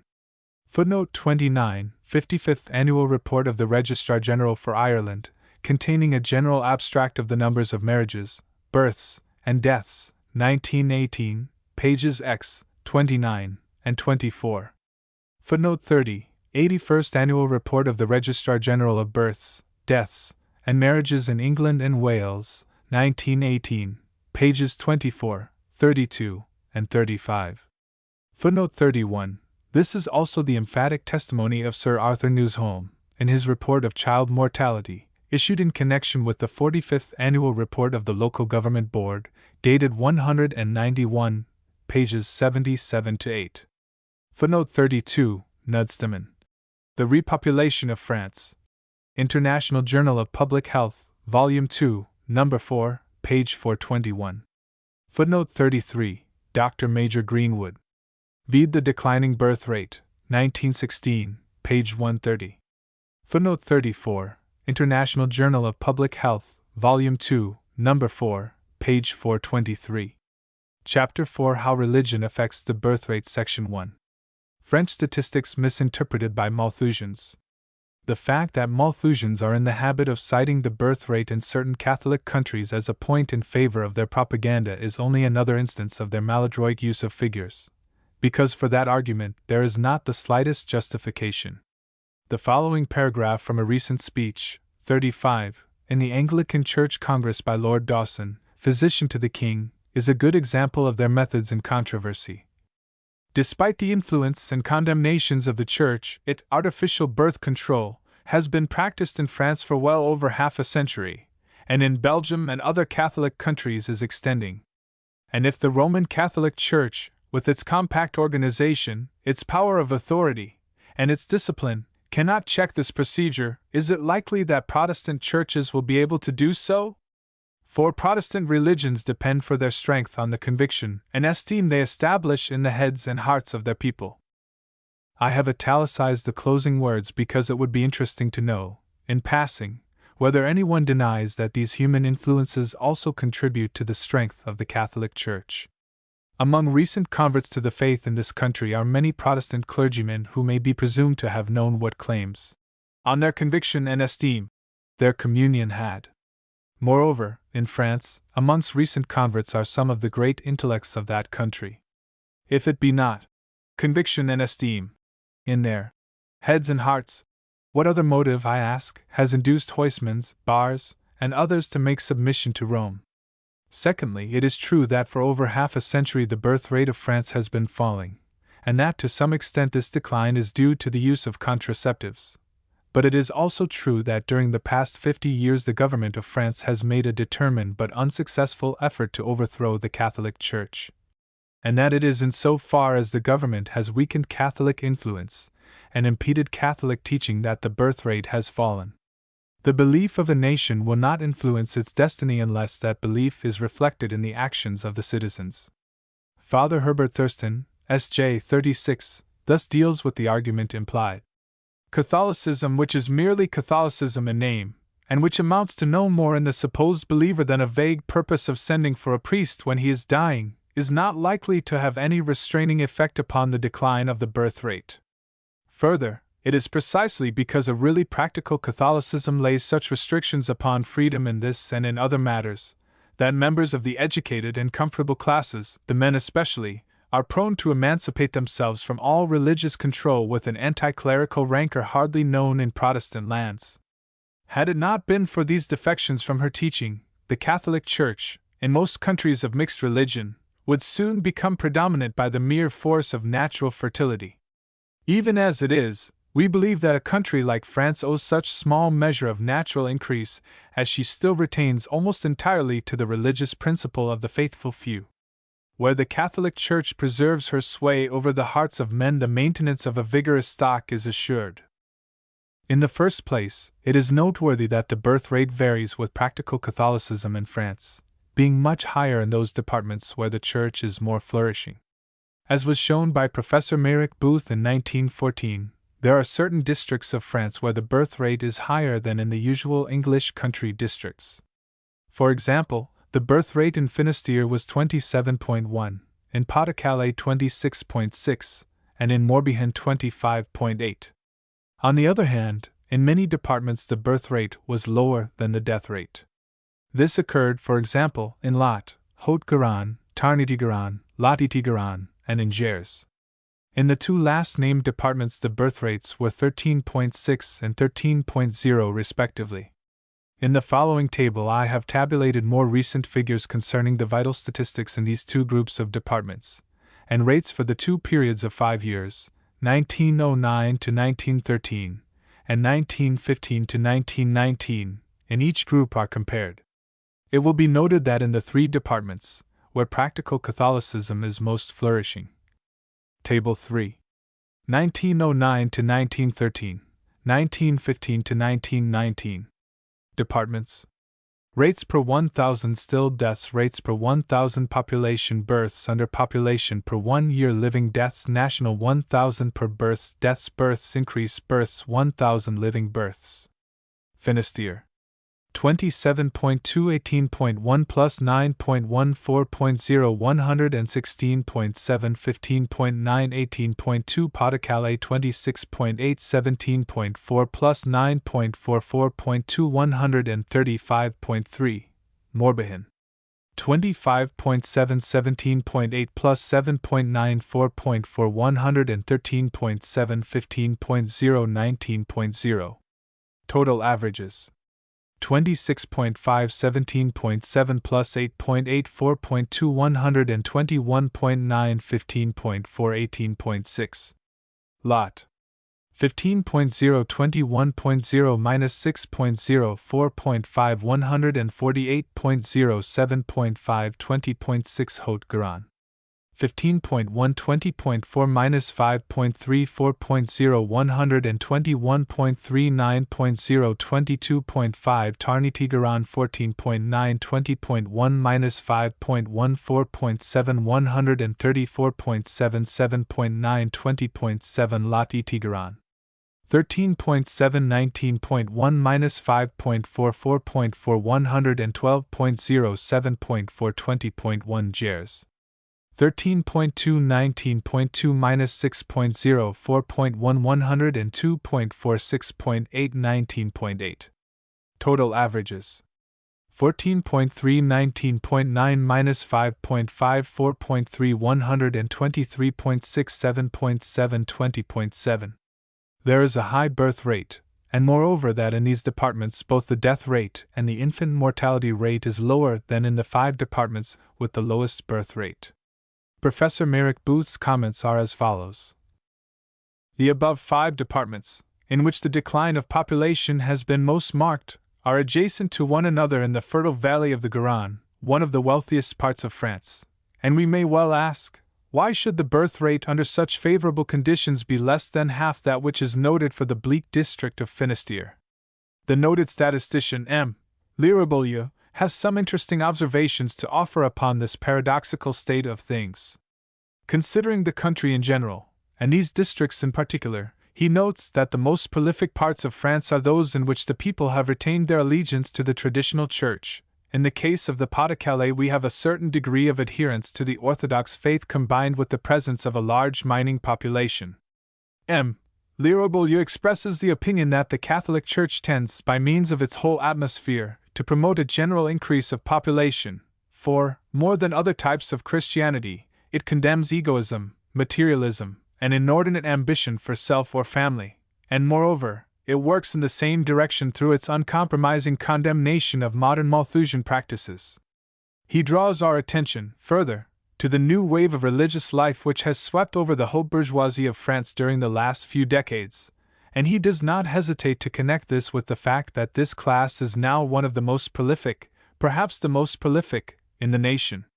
Space forbids my taking up this subject in detail, but it appears from a considerable body of figures which have been collected that, while the average number of children born to each marriage in the English Protestant upper middle class is not more than about 2.0 to 2.5, the number born to each marriage in the corresponding class in France is between 3.0 and 4.0.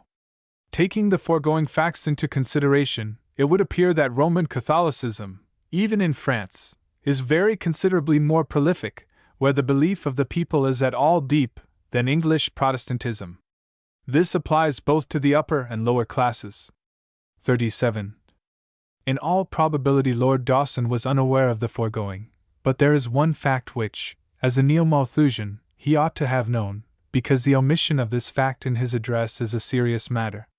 When referring to France as a country where birth control had come to stay, Lord Dawson did not tell his audience that the government of France has now suppressed the only Malthusian periodical in that country, and has proposed a law whereby those who engage in birth control propaganda shall be imprisoned. Section 2. Evidence from Holland. As regards other countries, Holland is usually described as the Mecca of Malthusians, being the only country where Neo-Malthusianism has been given the opportunity of diminishing the excessive birth rate on eugenic lines, i.e., in the reduction of the fertility of the poorest classes. 38. And where a considerable rise in the wages and general prosperity appears to have taken place side by side with an unprecedented increase of population. When we come to investigate this claim, we find that of the 11 provinces of Holland, 2 are almost entirely Catholic, these being North Brabant, with 649,000 inhabitants, and Limburg, with 358,000 inhabitants. On the other hand, in Friesland, with 366,000 inhabitants, not more than 8% are Catholics. The vital statistics for 1913 are quoted by Father Thurston S.J. We find that in Limburg the crude birth rate is 33.4, in North Brabant it is 32.5, but in Friesland it is 24.3. Of course, this is not the beginning and end of the matter. In North Brabant the death rate is 16.36, in Limburg it is 15.28, in Friesland it is only 11.21, but the fact remains that in the two Catholic provinces the natural increase is 16.17 and 18.15, while in the non-Catholic province of Friesland it is 13.15. Further, no one can doubt that in such densely populated districts as North and South Holland and Gelderland the Catholics, who number more than 25% of the inhabitants, exercise a perceptible influence in raising the birth figures for the whole kingdom. The results would be very different if the entire country adopted Neo-Malthusian principles. 39. Section 3. The United States of America. As was proved by the Census of Religions in 1906, the United States of America is becoming a great stronghold of the faith. In Massachusetts, the Catholic Church numbered 1,100,000 members, whereas the total membership of all the Protestant churches was 450,000. In Illinois, there were about 300,000 Methodists and 1 million Catholics. There were 2,300,000 Catholics in the state of New York, and about 300,000 Methodists, while no other Protestant church numbered more than 200,000. The New England states, once the home of American Puritanism, are now great centers of Catholicism. Professor Merrick Booth, 40, explains this remarkable change as being due to two causes: 1. The influx of large numbers of European Catholics, who cling tenaciously to their religion; 2. The greater fertility of these stocks as compared with the native population. Moreover, he has tabulated the following statistics. Table 4. State. Population, chief religious bodies, births and birth, 1906, deaths rate per B and D, 1,000. Indiana 2,700,000 Methodist 233,000 B, 36,013.0 Prot. Episcopalian 102,000 D, 36,500 Disciples 118,000 RC 175,000 Iowa 2,224,000 Methodist 164,000 B, 36,016.0 Lutheran 117,000 D, 20,000 Presbyterians 60,000 RC 207,000 Maryland 1,295,000 Methodist 137,000 B, 19,015.0 Prot. Episcopalian 35,000 D, 20,000 Baptist and smaller, about 100,000 RC 167,000 California 2,377,000 RC 354,000 B, 32,114.0 Prot.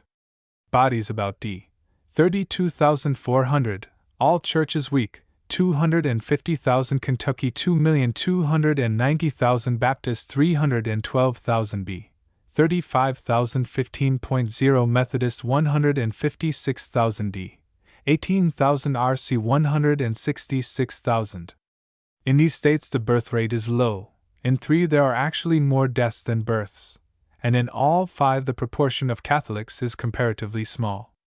These states may be compared with 5 others, in which the Catholic and the foreign elements are well represented. Table V. State. Population, chief religious birth and birth rate, 1910, bodies, deaths per 1,000. New York. 9,113,000 RC 2,280,000 B, 213,022.0 Jews, 1 million D, 147,000 Methodist 300,000 Presbyterian 200,000. Rhode Island 540,000 RC 160,000 B, 13,024.0 Baptist 20,000 D, 8,000 Prot.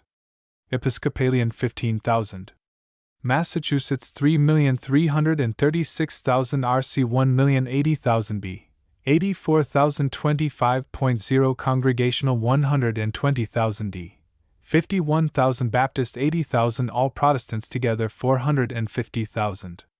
Michigan 2,800,000 RC 490,000 B, 64,023.0 Methodist 128,000 D, 36,000 Lutheran 105,000. Connecticut 1,114,000 RC 300,000 B, 27,024.0 Congregational 66,000 D, 17,000 Prot. Episcopalian 37,000. In these states the birth rate is very much higher than in the former. Furthermore, a New York paper, 40, investigated the birth rate in that city with special reference to religious belief, and concluded that the different bodies could be graded as follows with respect to the number of children per marriage: 1. Jews, 2. Catholics, 3. Protestants, Orthodox, 4. Protestants, Liberal, and 5. Agnostic. Professor Merrick Booth, who is himself a Protestant, concludes his survey of the evidence as follows. Looking at the situation as a whole, there is good reason to think that the Protestant Anglo-Saxons are not only losing ground relatively, but must, at any rate in the East and Middle East, be suffering an actual decrease on a large scale. For it has been shown by more than one sociologist, see, for example, the statement in The Family and the Nation, that no stock can maintain itself with an average of less than about 4 children per marriage, and from all available data, it has not been found possible to obtain definite figures for most of the western and southern states. We must see that the average fertility of each marriage in this section of the American people falls far short of the requisite 4 children. Judging by all the figures at hand, the modern Anglo-Saxon American, with his high standard of comfort, his intensely individualistic outlook on life, and his intellectual and emancipated but child-refusing wife, is being gradually thrust aside by the upgrowth of new masses of people of simpler tastes and heartier and more natural habits. And what is of peculiar interest to us, this new population will carry into ascendancy those religious and moral beliefs which have molded its type of life. The victory will be, not to those religious beliefs which most closely correspond to certain requirements of the abstract intellect, but to those which give rise, in practice, to a mode of life that is simple, natural, unselfish, and adequately prolific, in other words, to a mode of life that works, that is Lebensfähig. 41. As things are, the original Protestant stock of America is being swamped by the growth of the Catholic, the Jewish, and the Negro population. Moreover, the United States is faced by the grave problem of a rapidly increasing colored race. Despite this fact, the American Malthusians are now demanding that a national bureau should be established to disseminate information regarding contraceptives throughout their country. And what of the other reformers? They also are very busy. They have already abolished those cheering beverages from grapes and grain, or rather they have made alcohol one of the surreptitious privileges of the rich. They are seeking to enforce the Sabbath as a day of absolute rest, not for the glory of God but in order that tired wage slaves may have their strength renewed for another week of toil in the factories and the mills. Again, they would uproot from the homely earth that pleasant weed whose leaves have made slaves of millions since the days of Sir Walter Raleigh. All these things would they do. There are some things the reformers have not done, and these things are recounted by an American writer, Dr. Anthony M. Benedict. The divorce peril, the race suicide evil, the greed for ill-gotten gold, things like these the reformers touch not. And these things it is which harm the soul. Abolishing the use of alcoholic drinks and of tobacco, putting the blue laws into effect, suppressing all rough sports, may make a cleaner, more sanitary, more hygienic, a quieter world. And yet there keep recurring to mind those words of the Master of mankind, "What doth it profit a man if he gain the world and suffer the loss of his soul? What worthy exchange can a man make for his soul?" 42. On the other hand, it is good to read that the governor of New York has recently signed a bill making it a misdemeanor for landlords to refuse to rent apartments to families in which there are children. In that state, children thus regain equal rights with dogs, cats, and canaries. Is it too much to ask of the House of Commons that they should pass a similar law? We shall see. The dangers of birth control were apparent to that great American, Theodore Roosevelt, when he said, "The greatest of all curses is the curse of sterility, and the severest of all condemnations should be that visited upon willful sterility. The first essential in any civilization is that the man and the woman shall be the father and the mother of healthy children, so that the race shall increase and not decrease." 43. Section 4. The same results in England. On a smaller scale, the position is the same in England and Wales, where Catholicism has probably checked to some extent the general decline of the birth rate. In 1919, there were only 6 towns in England, 44, with a birth rate of over 25 per 1,000, these being St. Helens, 25.6, Gateshead, 25.9, South Shields, 26.9, Sunderland, 27.1, Tynemouth, 25.9, and Middlesbrough, 26.7. Now in these towns the Catholic element is very strong. During the same year in the 4 registration counties in which these towns are situated, a larger proportion of marriages were celebrated according to the rites of the Church of Rome than in the other counties of England and Wales. 45. The actual proportion of Catholic marriages per 1,000 of all marriages in these 4 counties was Lancashire 116, Durham 99, Northumberland 92, and the North Riding of Yorkshire 92. That gives a fair index of the strength of the Catholic population. Again in 1919 we find that Preston, a textile town, has a birth rate of 17.1, whereas 2 other textile towns, Bradford and Halifax, have rates of 13.4 and 13.1 respectively, and there can be little doubt that the relative superiority of Preston is mainly owing to her large Catholic population. The actual birth rate amongst Catholics in England may be estimated from information contained in the Catholic Directory for 1914. As that work gives the Catholic population and the number of infant baptisms during the previous year in each diocese of Great Britain, and as Catholic children are always baptized soon after birth, it is possible to estimate the birth rate of the Catholic population. Working on these figures, Professor Merrick Booth, 46, has published the following table. Table 6. Diocese. Birth rate per 1,000 of the Roman Catholic population. Menevia, Wales, 45.2, Middlesbrough 38.0, Leeds 42.0, Liverpool 40.0, Newport 53.0, Northampton 33.0, Plymouth 26.0, Shrewsbury 38.0, Southwark 39.0, Westminster 36.0, average 38.6. During the same period, the general birth rate amongst the whole population of England and Wales was about 24 per 1,000.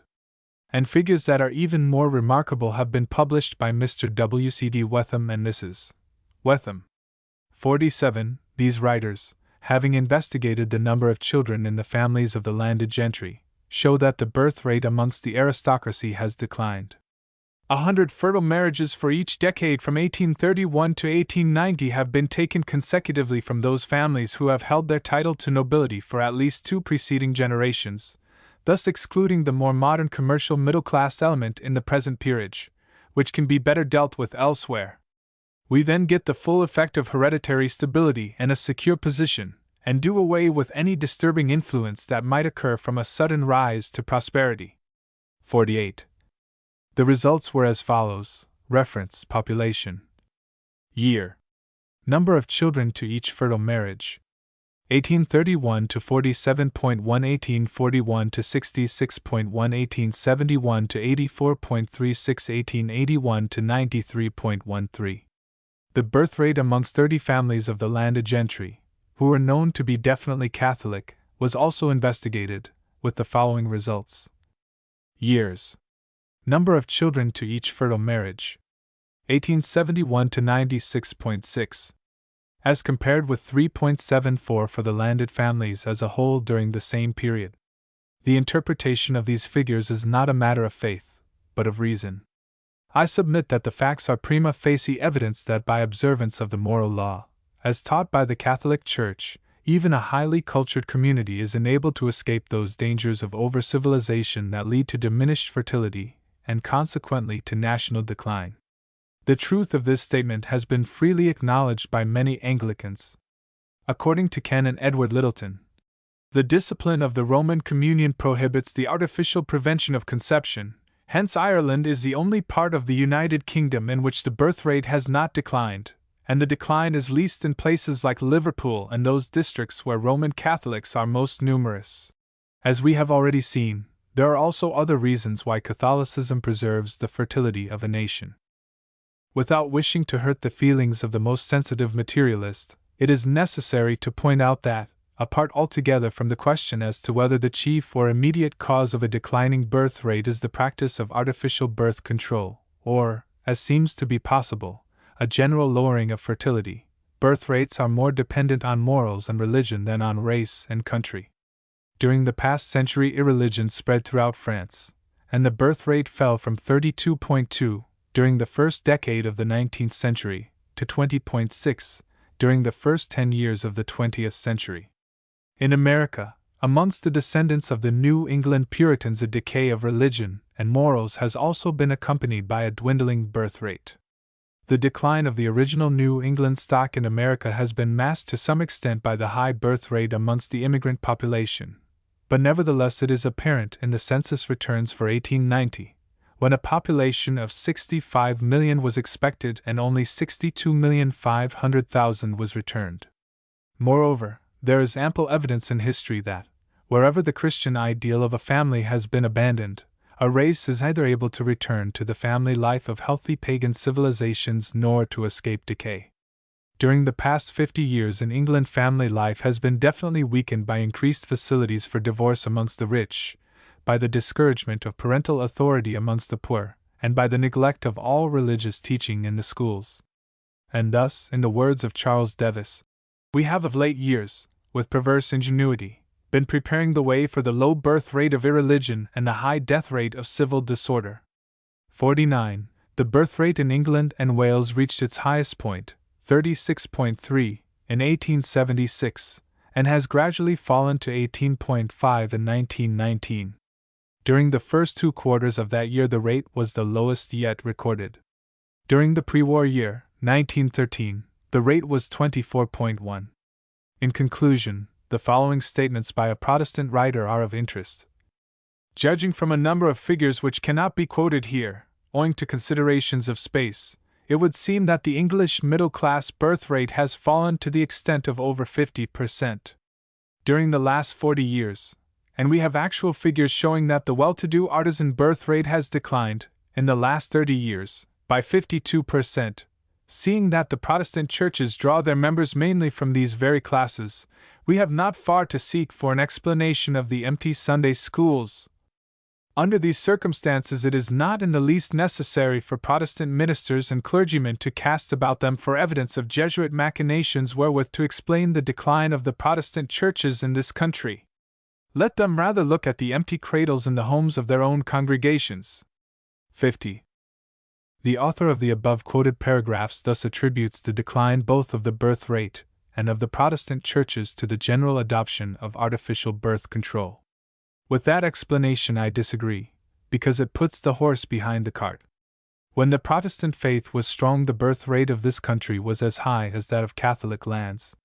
The Protestant churches have now been overshadowed by a rebirth of rationalism, a growth for which they themselves prepared the soil, and diminished fertility is the natural product of a civilization tending towards materialism. Although the practice of artificial birth control must obviously contribute towards a falling birth rate, it is neither the only nor the ultimate cause of the decline. The ultimate causes of a falling birth rate are more complex, and the decline of a community is but the physical expression of a moral change. That is my thesis. Footnote 35, Evening Standard, October 12, 1921. Footnote 36. The declining birth rate. In the month, August 1916, page 157, reprinted by CTS Price 2_D_. Footnote 37. Religious belief as affecting the growth of population. The Hibbert Journal, October, 1914, page 144. Footnote 38. The Secretary of the Malthusian League. Vide the Declining Birth Rate, 1916, page 99. Footnote 39. The month, August 1916, page 157, CTS 2_D_. Footnote 40, The Hibbert Journal, October 1914, page 147. Footnote 41, The Hibbert Journal, October 1914, page 150. Footnote 42, Race Suicide and Dr. Bell, America, October 29, 1921, page 31. Footnote 43, Daily Chronicle, April 25, 1910. Footnote 44, 82nd Annual Report of the Registrar General of Births, Deaths, and Marriages in England and Wales, 1919, page 89. Footnote 45, Ibid, page 26. Footnote 46, The Hibbert Journal, October 1914, page 141. Footnote 47, The Family in the Nation, 1909, pages 139, 142. Footnote 48, quoted in Universe, October 22, 1921. Footnote 49, Charles S. Davis, Political Economy, 2nd edition, 1901, page 193. Footnote 50, Merrick Booth, B.Sc. Ph.D., The Hibbert Journal, October 1914, pages 142 and 152. Chapter 5, Is there a natural law regulating the proportion of births and deaths? Section 1. The theory of Thomas Doubleday revived. In 1837, Thomas Doubleday, 51, maintained that the rising birth rate of his own time was closely connected with the fall in the standard of living, and his argument implied that, in order to check the excessive birth rate, it was necessary to improve the condition of the mass of the people. 4 years later, he published The True Law of Population, wherein he stated that when the existence of a species is endangered, a corresponding effort is invariably made by nature for its preservation and continuance by an increase of fertility, and that this especially takes place whenever such danger arises from a diminution of proper nourishment or food, so that consequently the state of depletion or the deplethoric state is favorable to fertility, and that, on the other hand, the plethoric state, or state of repletion, is unfavorable to fertility in the ratio of the intensity of each state. By a series of experiments on plants, Doubleday discovered that, whatever might be the principle of manure, an overdose of it invariably induced sterility in the plant. Although his formula is deficient in that food is selected as the one factor in environment which influences fertility, and although it may be an overstatement to claim that fertility varies in exact proportion to abundance or to scarcity, nevertheless his formula contains an important truth which literally knocks the bottom out of the whole Malthusian case. It is a sad reflection that, while the falsehoods of Malthus have been blindly accepted for the greater part of a century, the work of Doubleday was almost lost in oblivion. His shade has now been recalled to the full center of the stage, and for this the credit is due to Mr. C. Pell.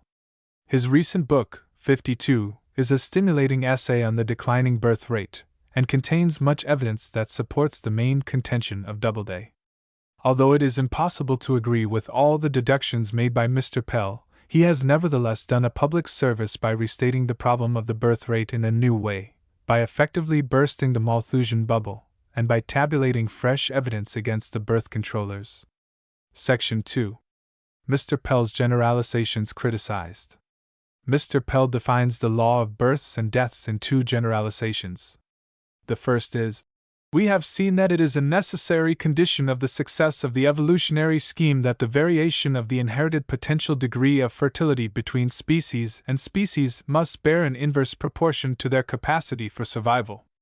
53. At first glance, this statement appears hard to be understood, but it is obviously true, because it means that a species that is well adapted to its environment can survive with a low degree of fertility, whereas a species that is not well adapted to its environment requires a high degree of fertility in order to survive. Mr. Pell considers that a capacity for survival is synonymous with nervous energy, but, as our total knowledge of nervous energy is limited to the fact that it is neither matter nor any known force, the change in words does not mark a real advance in knowledge. The second generalization is that the variation of the degree of animal fertility in response to the direct action of the environment shall bear an inverse proportion to the variation of the survival capacity under that environment. 54. Here Mr. Pell and I part company. I have already, Chapter 3, disputed the causal connection between birth rate and death rate which Mr. Pell here asserts. His generalization is made by assuming that birth rates and death rates rise and fall together, that conditions which produce a high death rate will also produce a high birth rate, and that conditions which cause a low death rate will also cause a low birth rate, that the increase or decline of a population is due to the direct action of the environment, and finally that the actual degree of fertility is decided by the direct action of the environment. 55. On that last rock Mr. Pell's bark sinks. The mistake here is analogous to the old Darwinian fallacy, abandoned by Huxley and by Romanes, that natural selection is a creative cause of new species. Even if the hypothesis of evolution, and it is merely a hypothesis, be accepted, the only view warranted by reason is that variation of species and their actual degree of fertility may be produced, not by the direct action of environment, but by the reaction of species to their environment, a very different story. There is no statistical evidence to prove a uniform correspondence between birth rates and death rates, and it is improbable that there should be a physical law of nature whose operations cannot be demonstrated by mathematical proof. Moreover, we know that the same conditions which cause a high birth rate may cause a low death rate. In the case of the first settlers in a new country, the death rate is low because the diseases of civilization are absent and the settlers are usually young, whereas the birth rate is high. If 50 young married couples settle on the virgin soil of a new country, it is probable that for many years an enormous birth rate, of over 100, will coexist with a low death rate. In reality, a high birth rate may coexist with a low death rate, or with a high death rate. For example, there is a difference between natural and artificial poverty, the first being brought about by God, or, if any reader prefers to have it so, by nature, and the second being made by man. Under conditions of natural poverty, small groups of people in an open country are surrounded by land not yet cultivated, whereas artificial poverty means a population overcrowded and underfed, living in dark tenements or in back-to-back houses, breathing foul air in ill-ventilated rooms seldom lit by the sun, working long hours in gaslit workshops for a sweated wage, buying the cheapest food in the dearest market, and drugged by bad liquor. In either case their existence is threatened, although for very different reasons, and the birth rate rises. But under conditions of natural poverty the death rate is low, whereas in slums the death rate is high. Section 3. The Law of Decline. It would appear, then, that under conditions of hardship the birth rate tends to rise, and that in circumstances of ease the birth rate tends to fall. If the existence of the inhabitants in a closed country is threatened by scarcity, the birth rate tends to rise. For example, in some of the remote parts of the country, Orkney and Shetland, the population remained practically stationary between the years 1801 and 1811, and in the next 10 years, still years of great scarcity, it increased 15%. 56. The governing principle may be expressed in the following generalization. When the existence of a community is threatened by adversity, the birth rate tends to rise. But when the existence of a community is threatened by prosperity, the birth rate tends to fall. By adversity I mean war, famine, scarcity, poverty, oppression, an untilled soil, and disease, and by prosperity I mean wealth, luxury, idleness, a diet too rich, especially in flesh meat, and over-civilization, whereby the physical laws of nature are defied. Now the danger of national decline owing to prosperity can be avoided by a nation that observes the moral law, and this is the most probable explanation of the fact that in Ireland, although the general prosperity of the people has rapidly increased since George Wyndham displaced landlordism over a large area by small ownership, the birth rate has continued to rise. Moreover, the danger to national existence, as we have already indicated, Chapter 1, Section 10, is greater from moral than from physical catastrophes, and when both catastrophes are threatened, the ultimate issue depends upon which of the two is the greater. Furthermore, it would appear that moral catastrophes inevitably lead to physical catastrophes. This is best illustrated by the fate of ancient Greece. Section 4. Illustrated from Greek history, reference, dangers. The oppositeness of this illustration arises from the fact that ancient Greece reached a very high level of material and intellectual civilization, yet perished owing to moral and physical disasters. A moral catastrophe in ancient Greece. The evidence of the moral catastrophe is to be found in the change that occurred in the Greek character most definitely after the 4th century before Christ. Of this Mr. W. H. S. Jones has given the following account. Gradually the Greeks lost their brilliance, which had been as the bright freshness of early youth. This is painfully obvious in their literature, if not in other forms of art. Their initiative vanished, they ceased to create and began to comment. Patriotism, with rare exceptions, became an empty name, for few had the high spirit and energy to translate into action man's duty to the state.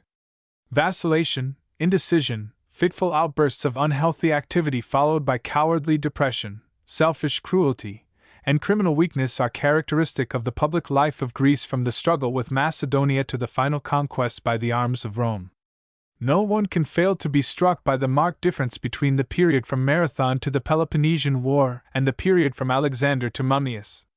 Philosophy also suffered, and became deeply pessimistic even in the hands of its best and noblest exponents. Absence of feeling, absence of care, such were the highest goals of human endeavor. How far this change was due to other causes is a complicated question. The population may have suffered from foreign admixture during the troubled times that followed the death of Alexander. There were, however, many reasons against the view that these disturbances produced any appreciable difference of race. The presence of vast numbers of slaves, not members of households, but the gangs of toilers whom the increase of commerce brought into the country, pandered to a foolish pride that looked upon many kinds of honorable labor as being shameful and unbecoming to a free man. The very institution that made Greek civilization possible encouraged idleness, luxury, and still worse vices. Unnatural vice, which in some states seems to have been positively encouraged, was prevalent among the Greeks to an almost incredible extent. It is hard not to believe that much physical harm was caused thereby. Of the loss to moral strength and vigor there is no need to speak. The city-state, again, however favorable to the development of public spirit and a sense of responsibility, was doomed to fail in a struggle against the stronger powers of Macedon and Rome. The growth of the scientific spirit destroyed the old religion. The more intellectual tried to find principles of conduct in philosophy. The ignorant or half-educated, deprived of the strong moral support that always comes from sharing the convictions of those abler and wiser than oneself, fell back upon degrading superstitions. In either case there was a serious loss of that spirit of self-sacrifice and devotion which a vigorous religious faith alone can bestow. Without such a spirit, as history proves conclusively, no nation or people can survive. 57. B. The physical catastrophe induced by selfishness. One of the physical catastrophes that probably most accelerated the fall of Greek civilization was malarial fever. The parasite of this disease is carried from man to man by anopheline mosquitoes. These insects, during the stage of egg, larva, and nympha, live in water, and afterwards, as developed insects, in the air. The breeding grounds, where the eggs are laid, are shallow pools of stagnant water. For that reason the disease is most common in marshy country, and tends to disappear when the land is properly drained. Of this we have an example in England, whence malaria disappeared as the marshes were drained. In Homer there is a disputed reference to malaria, but it is not possible to ascertain whether the disease was present during the rise of Greek civilization, and there are no references to this disease in the literature from 700 BC to 550 BC, 58. From this date references to malaria gradually become more frequent, and Hippocrates stated that those who live in low, moist, hot districts, and drink the stagnant water, of necessity suffer from enlarged spleen. They are stunted and ill-shaped, fleshy and dark, bilious rather than phlegmatic. Their nature is to be cowardly and adverse from hardship, but good discipline can improve their character in this respect. 59. After an exhaustive study of the literature, Mr. Jones concludes that malaria was endemic throughout the greater part of the Greek world by 400 BC. Concerning the causes of a malarial epidemic, Sir Ronald Ross writes, 60. Suppose that the Anophelines have been present from the first, but that the number of infected immigrants has been few. Then, possibly, some of these people have happened to take up their abode in places where the mosquitoes are rare. Others may have recovered quickly. Others may not have chanced to possess parasites in suitable stages when they have been bitten. Thus, the probability of their spreading infection would be very small. Or, supposing even that some few new infections have been caused, yet by our rough calculations in Section 12, unless the mosquitoes are sufficiently numerous in the locality, the little epidemic may die out after a while, for instance, during the cool season. The italics are mine, because some writers have suggested that the decline of Greece was due to malaria, whereas I submit, as the more logical interpretation of the facts, that a moral catastrophe led to the neglect of agriculture, whereby the area of marshy land became more extensive, mosquitoes more numerous, and the fever more prevalent. In view of the foregoing facts, the following Malthusian statement, although groundless, is nevertheless an amusing example of the errors that arise from lack of a little knowledge. The difficulty of providing for a high birth rate in a settled community was appreciated by the ancient Greeks, notably by Plato and Aristotle, but their conclusions were swept aside by the warlike spirit of Rome and the sentimentality of Christianity, so that only a few isolated thinkers showed any appreciation of them. 61. Footnote 51, quoted in The Law of Births and Deaths, by Charles Edward Pell, 1921, Chapter 12. Footnote 52, The Law of Births and Deaths, 1921. Footnote 53, Ibid, page 40. Footnote 54, The Law of Births and Deaths, 1921, page 41. Footnote 55, Ibid, page 40. Footnote 56, Dr. John Brownlee, The Declining Birth Rate, page 156. Footnote 57, Malaria and Greek History, 1909, pages 102 etc. Footnote 58, Ibid, page 26. Footnote 59, Ibid, page 85. Footnote 60, Report on the Prevention of Malaria in Mauritius, page 51. Footnote 61, C.V. Drysdale, OBED, SC, The Malthusian Doctrine and Its Modern Aspects, page 3. Chapter 6, The Falling Birth Rate in England, Its Causes.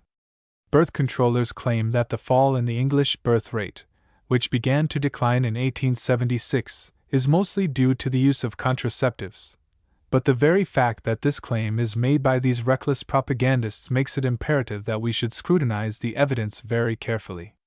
Section 1. Not, as Malthusians assert, due mainly to contraceptives. In support of the Malthusian contention, Dr. C.V. Drysdale, who is not a doctor of medicine but a doctor of science, has published the following statements. We might note that a recent investigation of the records of the Quakers, the Society of Friends, reveals the fact that family limitation has been adopted by them to a most astonishing extent. Their birth rate, stood at 20 per thousand in 1876, and has now actually fallen to about 8 per thousand. The longevity of Quakers is well known, and the returns of deaths given by their society show that the great majority lived to between 70 and 90 years. Infantile mortality is practically unknown among them, although none of the special steps so dear to most social reformers have been taken for the protection of infant life. The Quakers are well known to be very earnest Christians, and to give the best example of religious morality.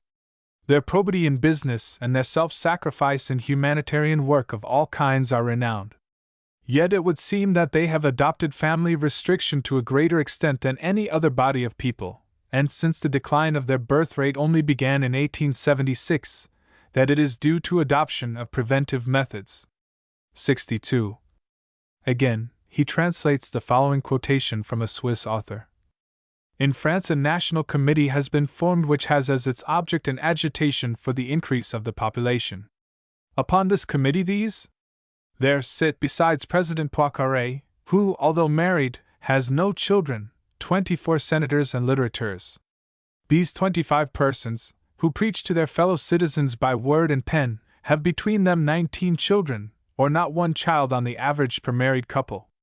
Similarly, a Paris journal, Intransigent, August and September, 1908, had the good idea of publishing 445 names of the chief Parisian personalities who are never tired of lending their names in support of opposition to the artificial restriction of families.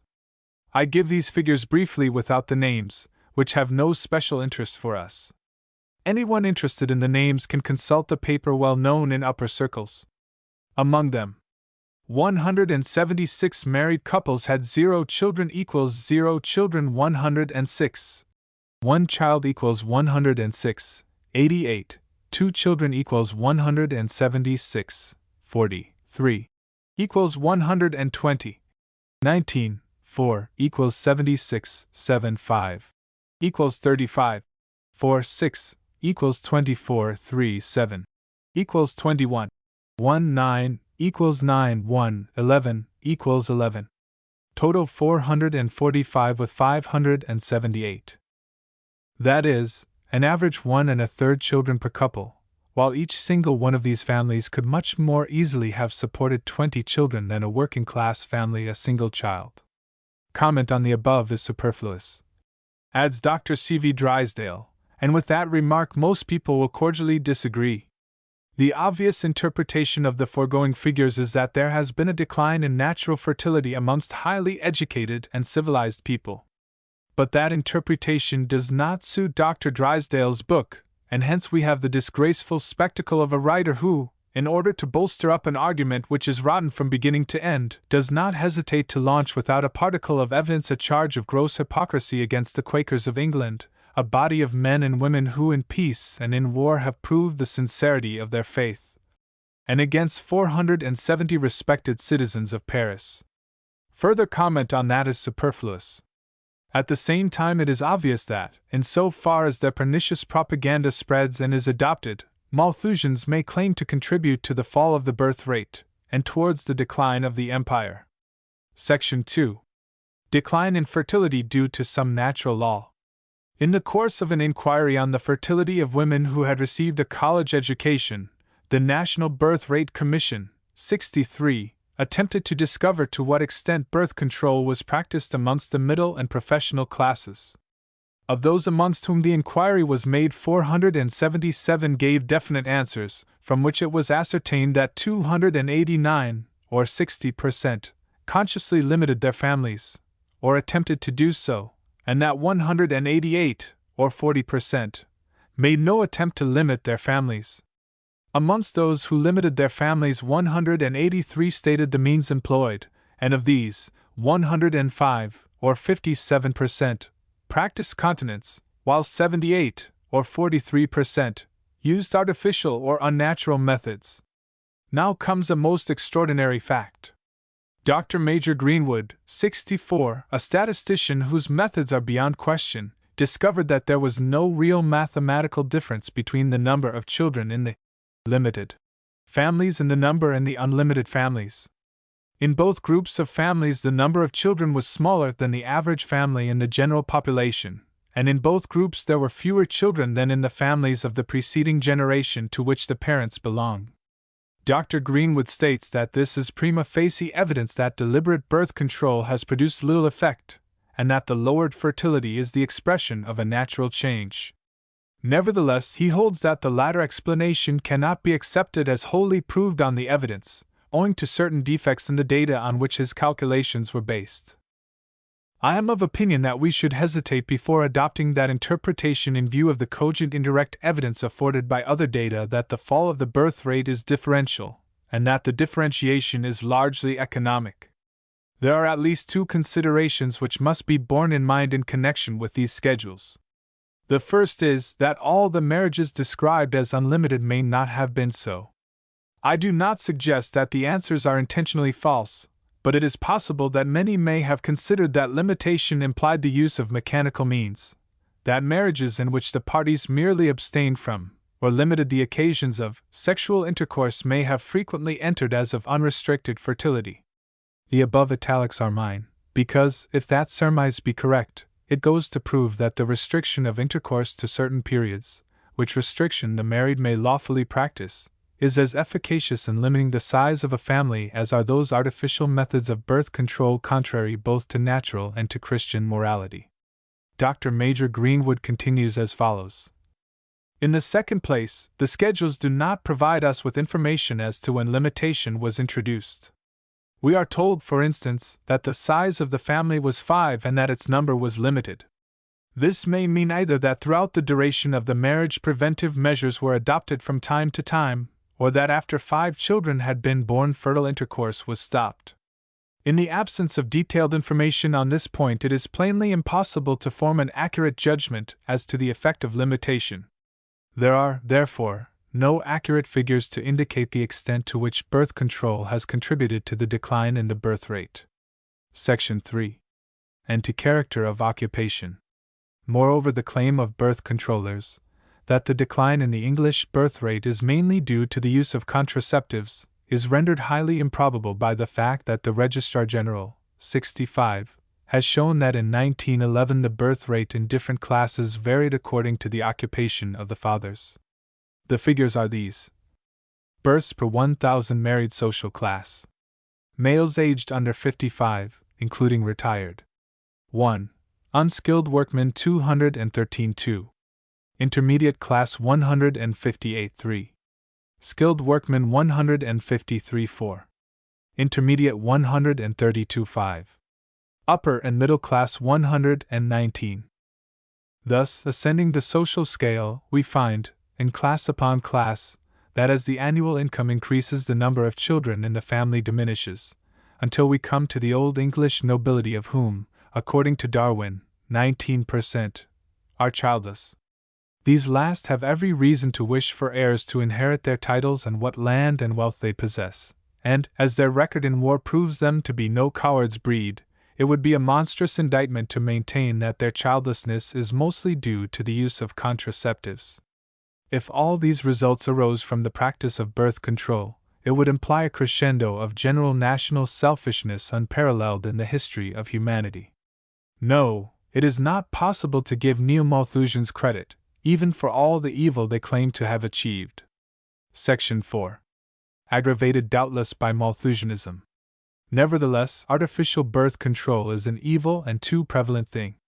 My contention is that the primary cause of our falling birth rate is over-civilization, one of the most evil products of this over-civilization, whereby simple, natural, and unselfish ideals, based on the assumption that national security depends on the moral and economic strength of family life, have been replaced largely by a complicated, artificial, and luxurious individualism. And that diminished fertility, apart from the practice of artificial birth control, is a result of luxurious individualism. Even if it be so, one of the most evil products of over-civilization is the use of contraceptives, because this practice, more than any other factor in social life, hastens, directly and indirectly, the fall of a declining birth rate, and artificial birth control, to the extent to which it is practiced, therefore aggravates the consequences of a law of decline already apparent in our midst. I have already said that restriction of intercourse, as held lawful by the Catholic Church, is possibly as efficacious in limiting the size of a family as are artificial methods. If any man shall say that therefore there is no difference between these methods, let him read the fuller explanation given in another connection on page 153. See reference. Explanation. The method which reason and morality alike permit is devoid of all those evils, moral, psychological, and physiological, that follow the use of contraceptives. Footnote 62. The Small Family System, pages 195 and 160, New York, 1917. Footnote 63. The Declining Birth Rate, page 323. Footnote 64. The Declining Birth Rate, page 324. Footnote 65. The Declining Birth Rate, page 9. Chapter 7. The Evils of Artificial Birth Control, Section 1. Not a physical benefit. Birth control is alleged to be beneficial for men and women, and these benefits are no less amazing than the fallacies on which this practice is advocated. At the obstetrics section of the Royal Society of Medicine in 1921, the leading physicians on diseases of women condemned the use of contraceptives. 66. A cause of sterility. Dr. R. A. Gibbons, physician to the Grosvenor Hospital for Women, said that nowadays it was common for a young married woman to ask her medical man for advice as to the best method of preventing conception. The test of relative sterility was the rapidity with which conception takes place. He had made confidential inquiries in 120 marriages. In 100 cases, preventive measures had been used at one time or another, and the number of children was well under 2 per marriage. In Paris some time ago, the birth rate was 104 per 1,000 in the poorer quarters and only 34 in a rich quarter of the city. In London, comparative figures had been given as 195 and 63 in poor and in rich quarters. These and similar figures showed that women living in comfort and luxury did not want to be bothered with confinements. It had been said that the degree of sterility could be regarded as an index to the morals of a race. Congenital sterility was rare, but the number of children born in England was decreasing. It had been estimated that 1/3 of the pregnancies in several great cities abroad aborted. Dr. Gibbons then quoted figures given by Douglas White and Amand Routh to show the high percentage of abortions and stillbirths. In his opinion, it was the duty of medical men to point out to the public that physiological laws could not be broken with impunity. It had been observed that if the dough were withheld from the buck at estrous periods, atrophy of the ovary took place. In this connection, Dr. Gibbons recalled a large number of patients who had used contraceptives in early married life, and subsequently had longed in vain for a child.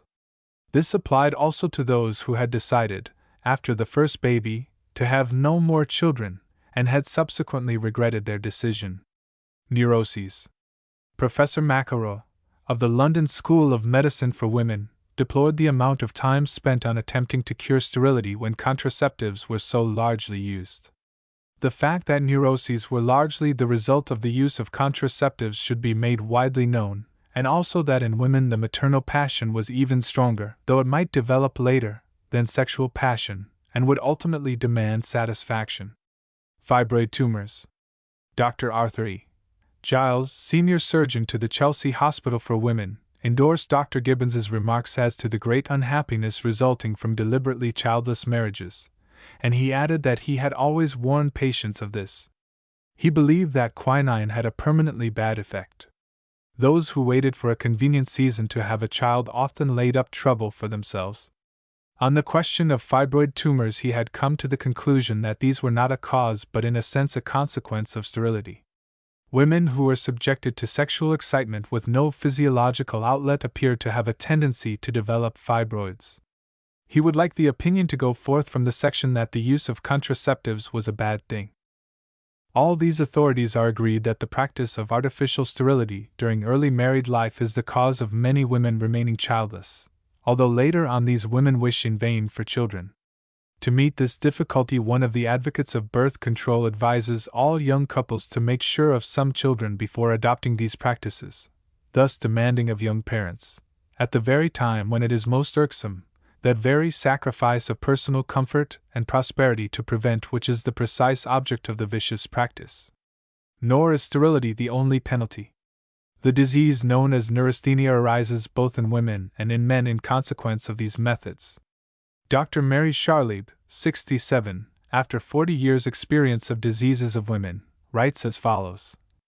Now, on the surface of things, it would seem as if a knowledge of how to prevent the too rapid increase of a family would be a boon to overprolific and heavily burdened mothers.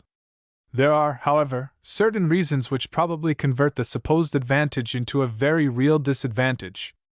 An experience of well over 40 years convinces me that the artificial limitation of the family causes damage to a woman's nervous system. The damage done is likely to show itself in inability to conceive when the restriction voluntarily used is abandoned because the couple desire offspring.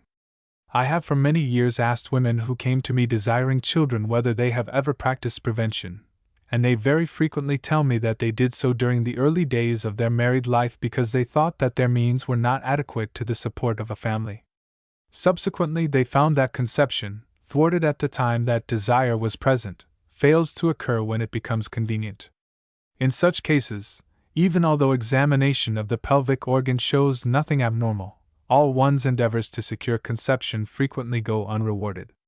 Sometimes such a woman is not only sterile, but nervous, and in generally poor health, but the more common occurrence is that she remains fairly well until the time of the change of life, when she frequently suffers more, on the nervous side, than does the woman who has lived a natural married life. The late Dr. F. W. Taylor, president of the British Gynecological Society, wrote as follows in 1904. Artificial prevention is an evil and a disgrace. The immorality of it, the degradation of succeeding generations by it, their domination or subjection by strangers who are stronger because they have not given way to it, the curses that must assuredly follow the parents of decadence who started it, all of this needs to be brought home to the minds of those who have thoughtlessly or ignorantly accepted it. For it is to this undoubtedly that we have to attribute not only the diminishing birth rate, but the diminishing value of our population. It would be strange indeed if so unnatural a practice, one so destructive of the best life of the nation, should bring no danger or disease in its wake, and I am convinced, after many years of observation, that both sudden danger and chronic disease may be produced by the methods of prevention very generally employed. The natural deduction is that the artificial production of modern times, the relatively sterile marriage, is an evil thing, even to the individuals primarily concerned, injurious not only to the race, but to those who accept it. That was the opinion of a distinguished gynecologist, who also happened to be a Christian. The reader may protest that the latter fact is entirely irrelevant to my argument, and that the value of a man's observations concerning disease is to be judged by his skill and experience as a physician, and not by his religious beliefs. A most reasonable statement. Unhappily, the Neo-Malthusians think otherwise. They would have us believe that because this man was a Christian his opinion, as a gynecologist, is worthless. C.V. Drysdale, OBED, SC, after quoting Dr. Taylor's views, adds the following footnote. I have since learnt that Dr. Taylor was a very earnest Christian, and the author of several sacred hymns and of a pious work, The Coming of the Saints. 68. Furthermore, in 1905, the Southwestern branch of the British Medical Association passed the following resolution.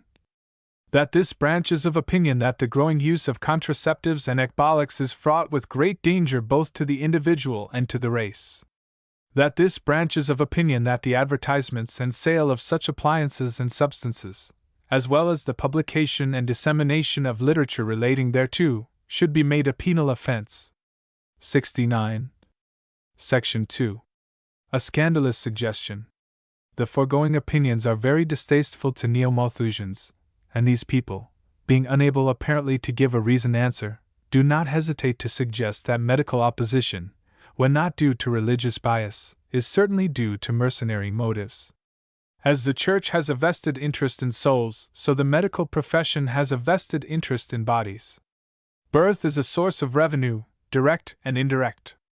It means maternity fees first. It generally presupposes preliminary medical treatment of the expectant mother, and it provides a new human being to be a patient to some member of the profession, humanly certain to have its share of infantile diseases, and likely, if it survives them, to produce children of its own before the final death-bed attendance is reached.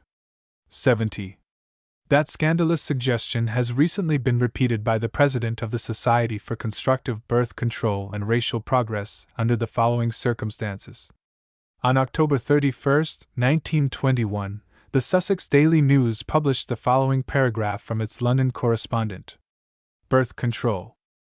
Reverberations of Lord Dawson's recent sensational address to the Church Congress on birth control are still being felt as well in medical as in clerical circles. Indeed, the subject has been discussed by the lawyers at Gray's Inn. The London Association of the Medical Women's Federation had so animated a discussion on it that it was decided to continue it at the next meeting. It is quite evident that Lord Dawson did not speak for a united medical profession. Indeed, quite a number of doctors of all creeds are attacking the new Birth Control Society. A London physician has a pamphlet on the subject in the press, and the controversy rages fiercely in the neighborhood of birth control clinics.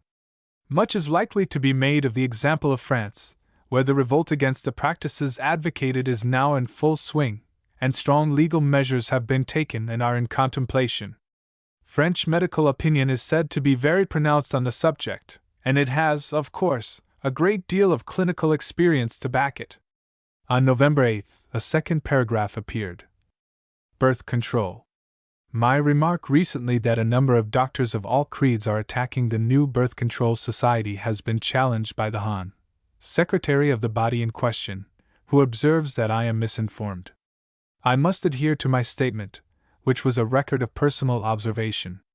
Many doctors have spoken to me on the subject, and their opinions on the ethics of birth control differ widely, but I can only remember one who did not attack this particular society. The secretary suggests that I am confusing what his society advocates with something else. As a matter of fact, the whole question of birth control has been discussed more than once by medical bodies. A doctor who attended one such discussion shortly after the opening of the clinic in Holloway told me that, while there was division of opinion on the general subject, the feeling of the meeting was overwhelming against the particular teaching given at the clinic, as undesirable and actively mischievous. The subject is controversial, and I profess to do no more than record such opinions as are current. On November 17th, the Sussex Daily News published the following letter. Constructive Birth Control. Sir, your recent paragraph of opinions about the Mothers' Clinic and the Society for Constructive Birth Control and Racial Progress is not only extremely unrepresentative, but grossly misleading. Your writer says that he can only remember one doctor who did not attack this particular society. This implies that the medical profession is against it, which is absolutely untrue, as is quite evident from the fact that we have 3 of the most distinguished medical men in Great Britain on our list of vice presidents, 4 others, also very distinguished, on our research committee, and that Dr. E.B. Turner, in a press interview after the recent Church Congress, singled out constructive birth control as the only control which was not mischievous.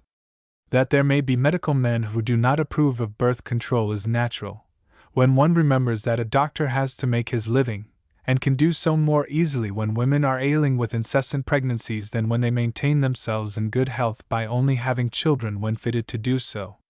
Opinions of medicals, therefore, must be sifted. The best doctors are with us, the self-seeking and the biased may be against us. Details about the society, including the manifesto signed by a series of the most distinguished persons, can be obtained on application to the Honorary Secretary at London, N.19. Yours, etc. Marie C. Stopes, President Society for Constructive and Racial Progress. The italics are mine, and they draw attention to a disgraceful statement concerning the medical profession. As the reader is aware, certain members of our profession approve of artificial birth control.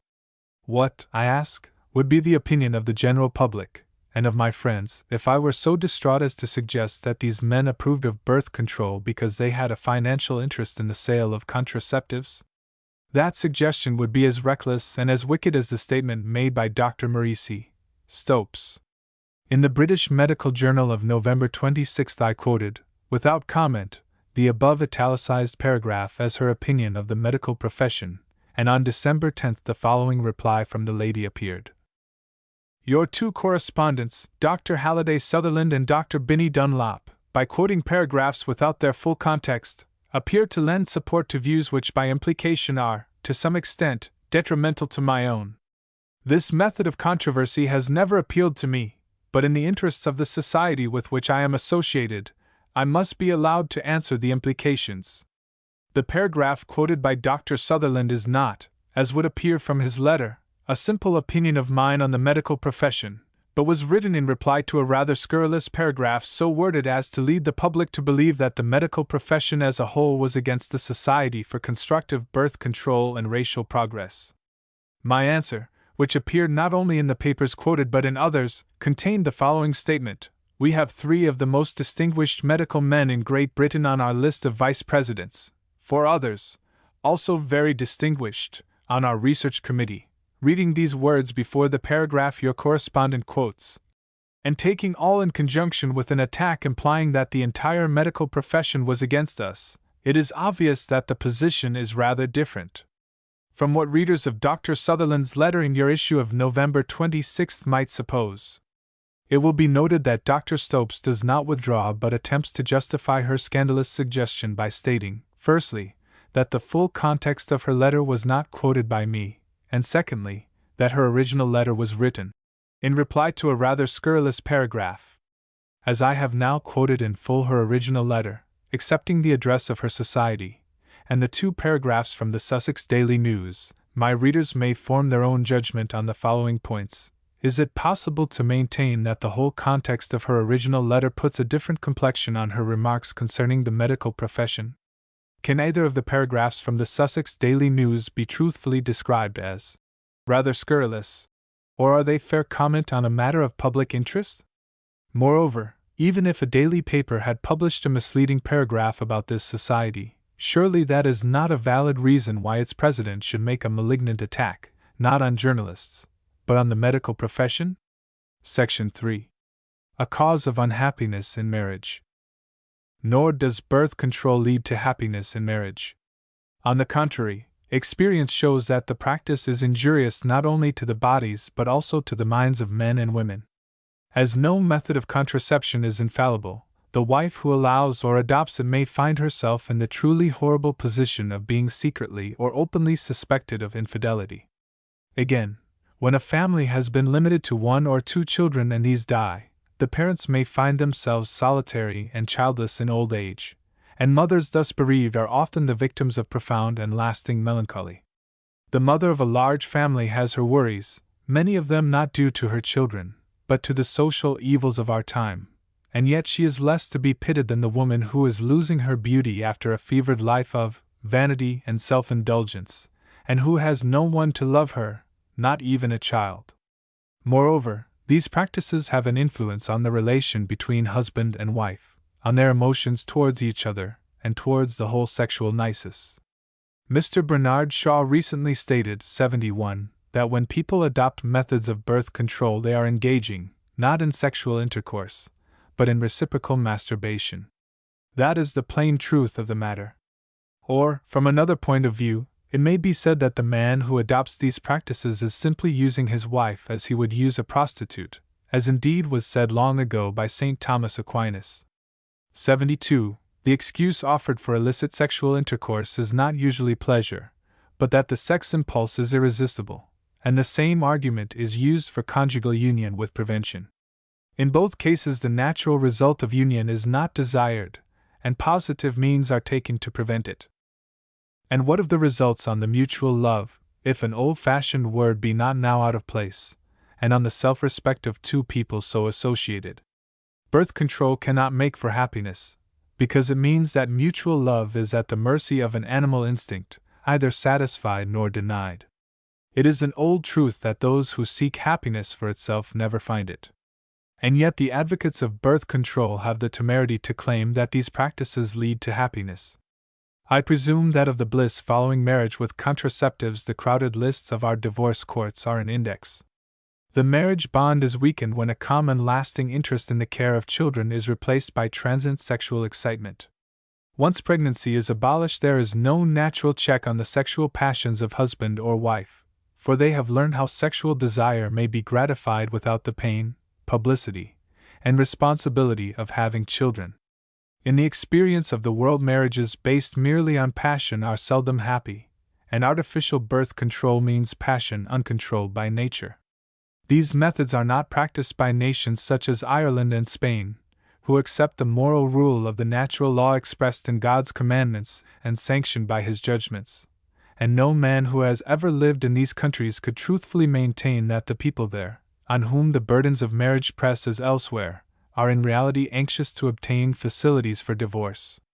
On the other hand, there are many who allege that the people of England are shouting out for greater facilities for divorce than they now possess.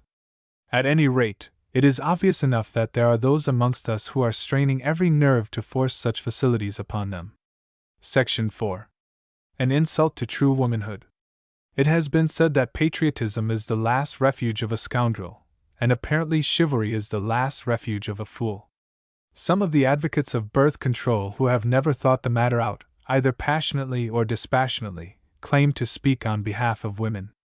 They protest that many women of the educated classes revolt against the drudgery, anxieties, inconveniences, disease, and disfigurements which attend the yearly childbearing advocated by the moralist. 73. What moralist? Who ever said it? Again, they plead for women who revolt from the disfigurement of the gestation period. The great artist Botticelli did not think this was disfigurement. What true women do? Are they not those of whom Kipling writes, as pale and as stale as a bone? And if so, are these unworthy specimens of their sex worth tears? The vast majority of women bear the discomforts of gestation and the actual perils and pangs of birth with exemplary fortitude, and it is a gross slander for anyone to maintain that a few cowardly and degenerate individuals really represent that devoted sex. But these writers are indeed well out of the ruck of ordinary humanity, because they tell us that, whatever the means employed, and whether righteous or not, the propensity to limit the highest form of life operates silently and steadily amongst the more thoughtful members of all civilized countries. And yet add that it is not perhaps good taste to consider the means employed to this end. While they thus approve and commend the practice of birth control as natural to the more thoughtful members, they nevertheless question the good taste of discussing the very methods of which they approve, even in the columns of a medical journal. Again, they tell us that, assuredly, continence is not, and never will be, the principal method. That may be possibly true, so long as Christianity is more professed than practiced. God knows we are all lacking enough in self-control. And yet throughout the ages moralists have preached the advantages of self-control, and we ordinary men and women know that we could do better, and that others who have gone before us have done better. But it is the self-styled, thoughtful members who proclaim to the world that self-control in matters of sex is an impossibility, and therefore not to be even attempted. They are no common people, these Epicureans, selfish even in their refinement. In addition to losing their morals, they have certainly lost their wits. Section 5. A degradation of the female sex. In the Neo-Malthusian propaganda there is yet another fact which should be seized by every married woman, because it is a clear indication of a tendency to reduce women to degrading subjection. No recommendations of limited intercourse or of self-restraint according to the dictates of reason or of affection are to be found in the writings of birth controllers. Unrestrained indulgence, without the risk of consequences, is their motto. To this end they advocate certain contraceptive methods, and the readers should note that these methods require precautions to be taken solely by the woman.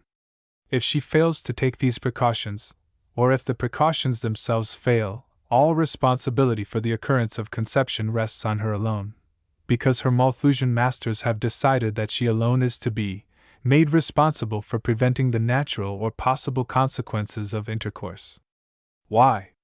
That is a very interesting question, and one to which a leading Neo-Malthusian has given the answer. In 1854 there was published Physical, Sexual and Natural Religion, by a graduate of medicine. In the third edition the title was altered to The Elements of Social Science, and the author's pseudonym to a doctor of medicine. This book, which contains over 600 pages of small type, may be truthfully described as the Bible of Neo-Malthusians, and includes, under the curious heading Sexual Religion, a popular account of all venereal and other diseases of sex. In the preface to the first edition, 74, the anonymous author states, "Had it not been the fear of causing pain to a relation, I should have felt it my duty to put my name to this work, in order that any censure passed upon it should fall upon myself alone." The relation appears to have had a long life, because anonymity was preserved for 50 years, presumably out of respect for his, or her, feelings, and he, or she, must have lived as long as the author, who died in 1904 at the age of 78. Because the author's name was not revealed until a posthumous edition, the 35th, appeared in 1905, from which we learn that the book was written by the late Dr. George Drysdale, brother of the first president of the Malthusian League, and uncle of the present incumbent. The last edition, in recompense for its smudgy type, contains a most welcome announcement by the publisher. Publisher's note. It is due alike to the reader and the publisher to explain why the present edition is printed, in the main, from stereotypes that have seen 50 years' service. The cost of resetting the work would be prohibitive on the basis of present, and probable future, sales. To some extent the plates have been repaired, but such an expedient can do no more than remove the worst causes of offense. but the fact with which I am at present concerned is that in every edition all contraceptive methods that apply to the male are condemned for the following reasons. The first of these modes, coitus interruptus, is physically injurious, and is apt to produce nervous disorder and sexual enfeeblement and congestion, from the sudden interruption it gives to the venereal act, whose pleasure moreover it interferes with. The second, namely the sheath, dulls the enjoyment, and frequently produces impotence in the man and disgust in both parties, so that it also is injurious. Page 349. Any preventive means, to be satisfactory, must be used by the woman, as it spoils the passion and the impulsiveness of the venereal act if the man have to think of them. Page 350. The italics are mine, but the following comments are by a woman, who was moreover the first woman to qualify in medicine, the late Dr. Elizabeth Blackwell. Here, in this chief teacher of the Neo-Malthusians, the cloven foot is fully revealed. This popular author, who in many parts of his book denounces marriage as the enslavement of men and women, who sneers at continence, and rages at Christianity as a vanishing superstition, all under a special pretense of benevolence and desire for the advancement of the human race, here clearly shows what he is aiming at, and what his doctrines lead to. Male sexual pleasure must not be interfered with. Male lust may be indulged in to any extent that pleasure demands, but woman must take the entire responsibility, that male indulgence be not disturbed by any inconvenient claims from paternity. Whatever consequences ensue, the woman is to blame, and must bear the whole responsibility. A doctrine more diabolical in its theory and more destructive in its practical consequences has never been invented. This is the doctrine of Neo-Malthusianism. 75. Section 6. Specially hurtful to the poor. A. Affecting the young. There are three special and peculiar evils that attend the teaching of birth control amongst the poor. Of the first a doctor has written as follows. Morally, the doctrine is indefensible. It follows the line of least resistance, and sacrifices the spirit to the flesh. Materially, it is fraught with grave danger to the home and to our national existence. It is proposed to disseminate a knowledge of contraceptive methods throughout the overcrowded homes of the ill-fed, ill-clad poor.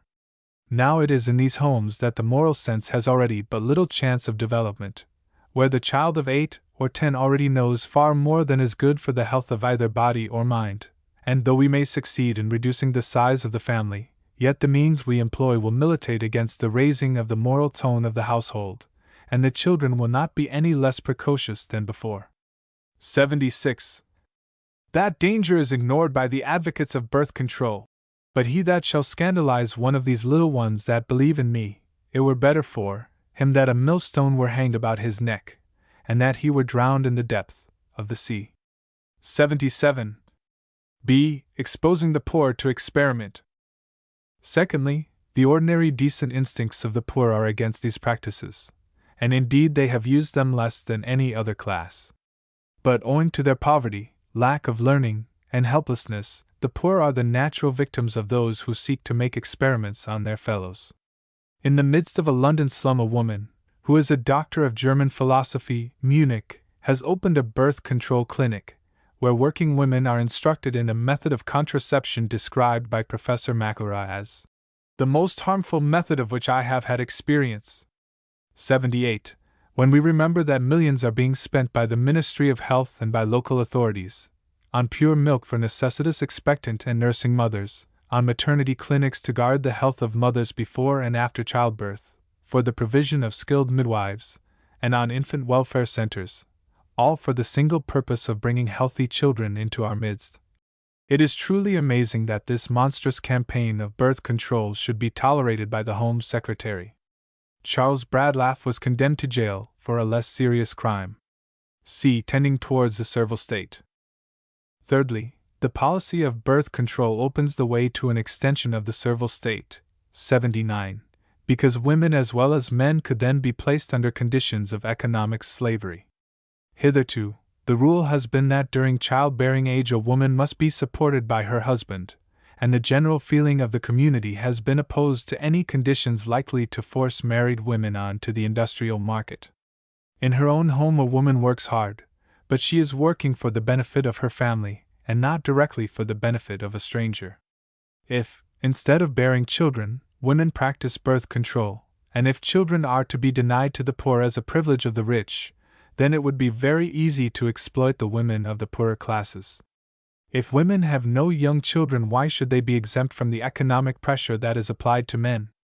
And indeed, where birth control is practiced, women tend more and more to supplant men, especially in ill-paid grades of work. One of the birth controllers has suggested that young couples, who otherwise could not afford to marry, should marry but have no children, and thus continue to work at their respective employments during the day. As the girl would have little time for cooking and other domestic duties, this immoralist is practically subverting the very idea of a home. The English poor have already lost even the meaning of the word property, and if the birth controllers had their way, the meaning of the word home would soon follow. The aim of birth control is generally masked by falsehood, but the urging of this policy on the poor points unmistakably to the servile state.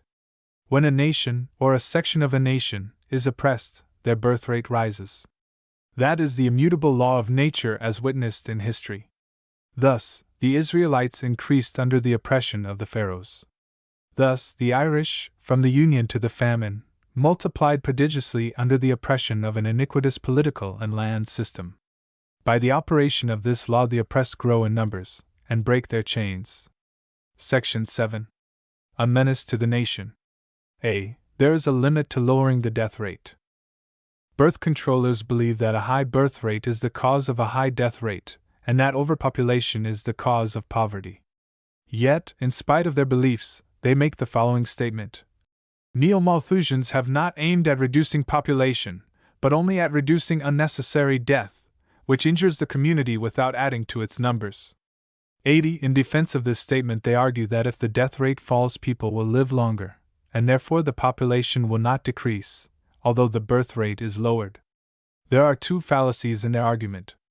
They overlook the fact that every one of us must die, and that therefore there is a limit beyond which a death rate cannot possibly fall, whereas there is no limit, except zero, to the possible fall in a birth rate. If a birth rate fell to nothing and no children were born, it is obvious that the population would eventually vanish. The second fallacy is that a low birth rate will permanently lower the death rate. At first, a falling birth rate increases the proportion of young adults in the population, and, as the death rate during early adult life is relatively low, the total death rate tends to fall for a time. Sooner or later, there is an increase in the proportion of old people in the population, and, as the death rate during old age is high, the total death rate tends to rise. That is now happening in England, and these are the actual facts as recorded by the Registrar General. It may be pointed out that, though the effect of the fall in the birth rate has hitherto been in a sense advantageous in that it has increased the proportions living at the working ages, a tendency to the reversal of this fact has already set in, and may be expected to develop as time goes on. The general characteristics of the figures indicate very clearly the effects of the long-continued decline in the birth rate of this country, and show, by the example of France, the type of age distribution which a further continuance of the decline is likely to produce. The present age distribution of the English population is still favorable to low death rates, but is becoming less so than it was in 1901. The movements along the curve of the point of maximum heaping up population, referred to on page 61, see reference, population, has shifted this from age 20 to 25 to a period 10 years later, when mortality is appreciably higher. Census of England and Wales, 1911. General Report, with appendices, pages 62 and 65. Of these facts the birth controllers would appear to be ignorant. That is a charitable assumption, but in view of the vital importance of this question their ignorance is culpable. B. Birth control tends to extinguish the birth rate. Whatever may be the nebulous aim of birth controllers, the actual results of birth control are quite definite. We have no accurate information regarding the extent to which birth control is practiced, for, needless to say, the Malthusians can provide us with no exact figures bearing on this question, but we do know that birth control, when adopted, is mostly practiced amongst the better paid artisans and wealthier classes. After full examination of the evidence, the National Birth Rate Commission were unanimously agreed. That the greater incidence of infant mortality upon the less prosperous classes does not reduce their effective fertility to the level of that of the wealthier classes. 81. It is probable that this commission overestimated the extent to which birth control has contributed to the declining birth rate. But, even so, this does not alter the obvious fact that artificial birth control, when adopted, reduces fertility to a lower level than nature intended. If language has any meaning, birth control means a falling birth rate, and a falling birth rate means depopulation. Here and there this evil practice may increase the material prosperity of an individual, but it lowers the prosperity of the nation by reducing the number of citizens. Moreover, as birth control is not a prevailing vice among semi-civilized peoples, the adoption of this practice by civilized nations means that the proportion of civilized to uncivilized inhabitants of the world will be reduced.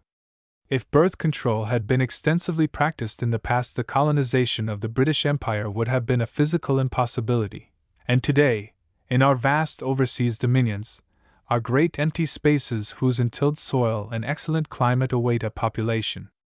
Is that population to be white or yellow? A question which today fills the Australian with apprehension. C. A danger to the empire. Many people are honestly perplexed by neo-Malthusian propaganda, and are honestly ignorant of the truth concerning the population and the food supply of the British Empire. They think that if the population is increasing faster than the food supply, there is at least one argument in favor of artificial birth control from a practical, although possibly not from an ethical, point of view. They apply to that propaganda the ordinary test of the world, namely, will it work, rather than that other test which asks, is it right? The question I would put to people who reason in that way, and they are many, is a very simple one. If it can be proved that neo-Malthusian propaganda is based on an absolute falsehood, will it not follow that the chief argument in favor of artificial birth control has been destroyed? Let us put this matter to the proof. Neo-Malthusians state that the population of the empire is increasing more rapidly than the food supply. That is a definite statement. It is either true or false. To discover the truth, it is necessary to refer to the memorandum of the Dominion's Royal Commission, and it may be noted that publications of that sort are not usually read by the general public to whom the neo-Malthusians appeal. The public are aware that the staff of life is made from wheat, but they are not aware of the following facts, which prove that in this matter, at any rate, neo-Malthusian statements are absolutely false. In foreign countries, the increase of the wheat area is proceeding at practically the same rate as the increase of population. Within the British Empire, the wheat area is increasing more rapidly than the population. Between 1901 and 1911, the percentage increase of the wheat area was nearly 7 times greater than the increase of population, and the percentage increase in the actual production of wheat was nearly 12 times greater than the increase of population. As these facts alone completely refute the neo-Malthusian argument, it is advisable to reproduce here the official statistics. 82.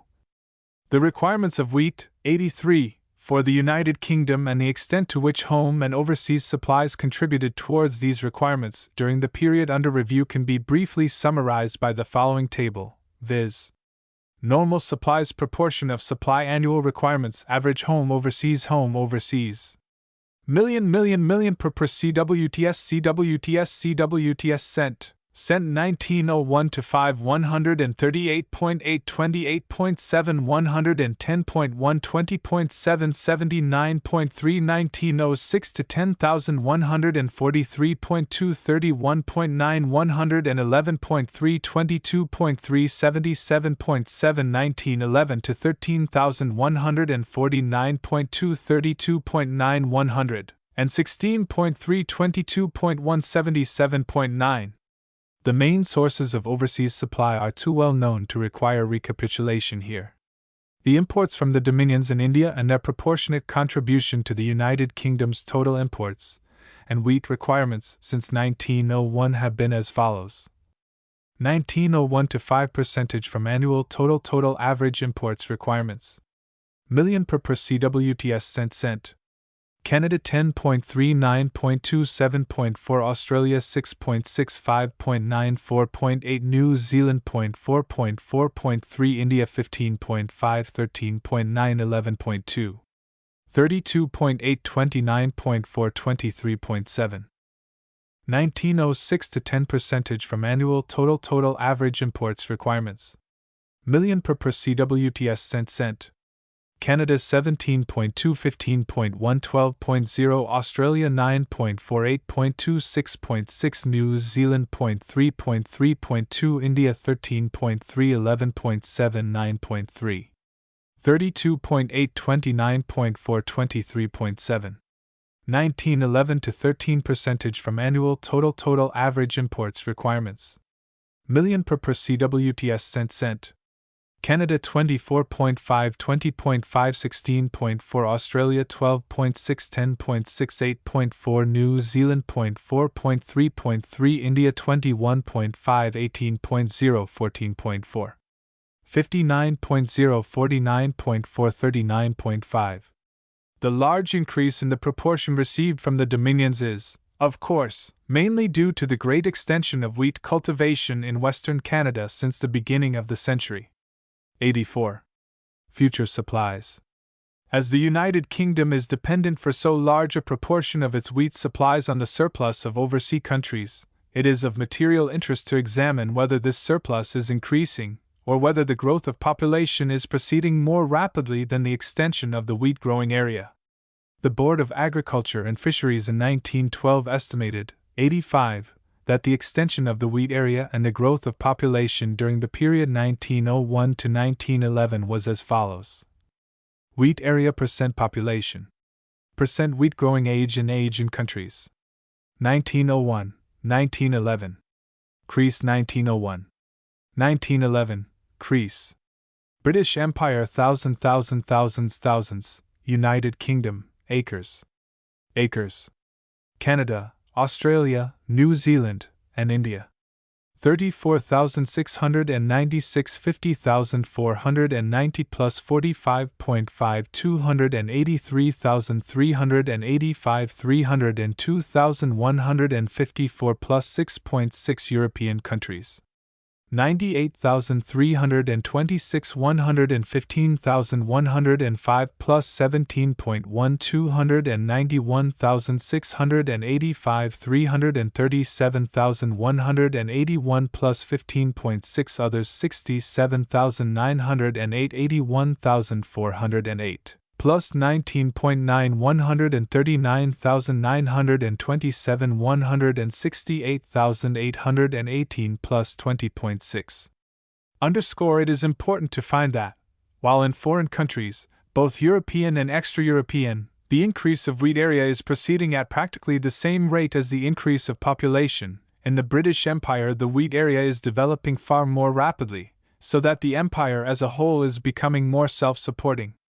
The total production of wheat within the British Empire, which was 227,500,000 CWTS in 1901, had risen to 399,700,000 CWTS in 1911, an increase of 75%. Underscore. The relative yield per acre in 1911 was as follows. Yield per acre. Average for 5 years, 1906 to 10. 1911, bushels. Bushels.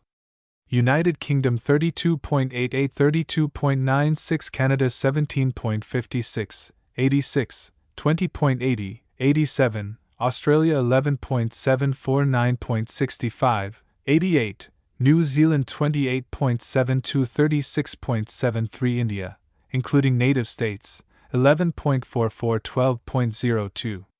The foregoing facts destroyed the chief neo-Malthusian argument, and, as birth control tends to extinguish the birth rate, this neo-Malthusian propaganda is a menace to the empire. In fact, the danger is very great for the simple reason that the proportion of white people within the empire is very small. The British Empire's share of the world's people is very large, but it mainly consists, it should be remembered, of Asiatics and African natives.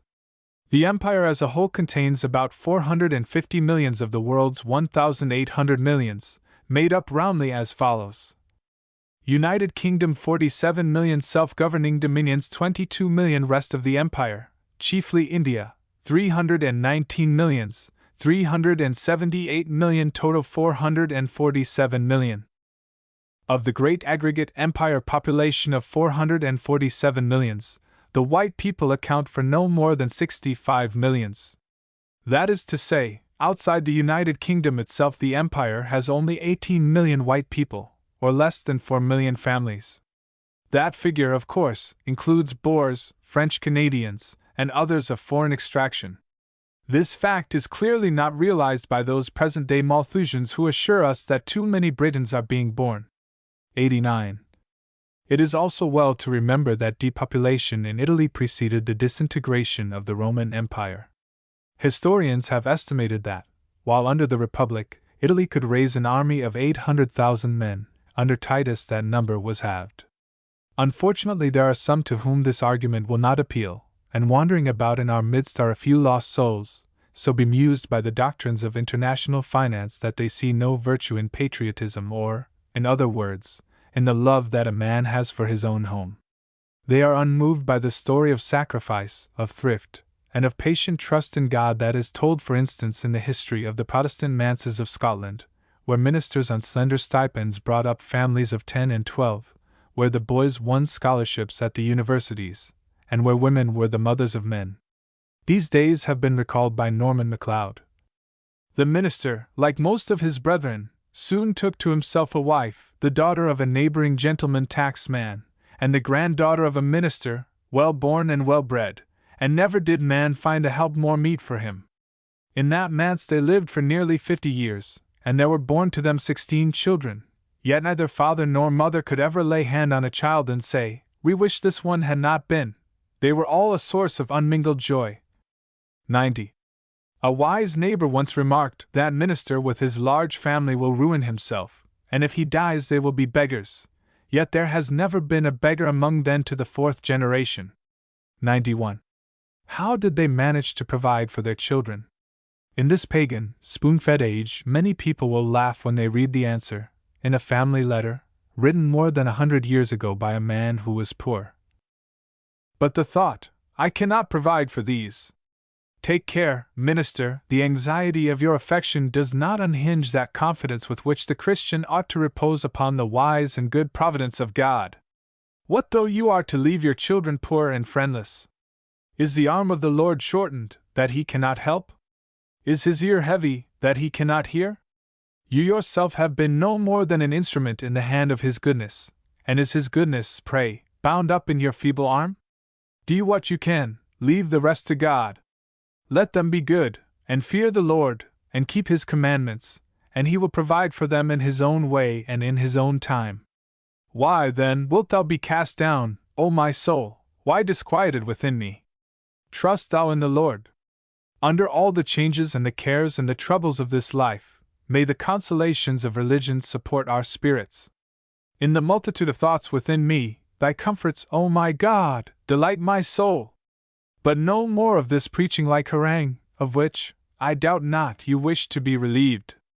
Let me rather reply to your letter, and tell you my news. 92. That letter was written by Norman MacLeod, ordained in 1774, and minister of the Church of Scotland in Morven for some 40 years. His stipend was £40, afterwards raised to £80. He had a family of 16. One of his sons was minister in Campbelltown, and later in Glasgow. He had a family of 11. His eldest son was chaplain to Queen Victoria, and wrote the reminiscences of a Highland parish. The birth controllers ask why we should bring up children at great cost and trouble to ourselves, and they have been well answered by a non-Catholic writer, Dr. W. E. Home. 93. One of my acquaintances refuses to have a second child because he could not then play golf. Is there, then, no pleasure in children which shall compensate for the troubles and expenses they bring upon you? I notice that the penurious Roman Catholic French Canadian farmers are spreading out of Quebec and occupying more and more of Ontario. I fancy these hard-living parents would think their struggles to bring up their large, 10 to 20, families worthwhile when they see how their group is strengthening its position. If a race comes to find no instinctive pleasure in children, it will probably be swept away by others more virile. One man will live where another will starve. Prudence and selfishness are not identical. In her book, The Strength of a People, Mrs.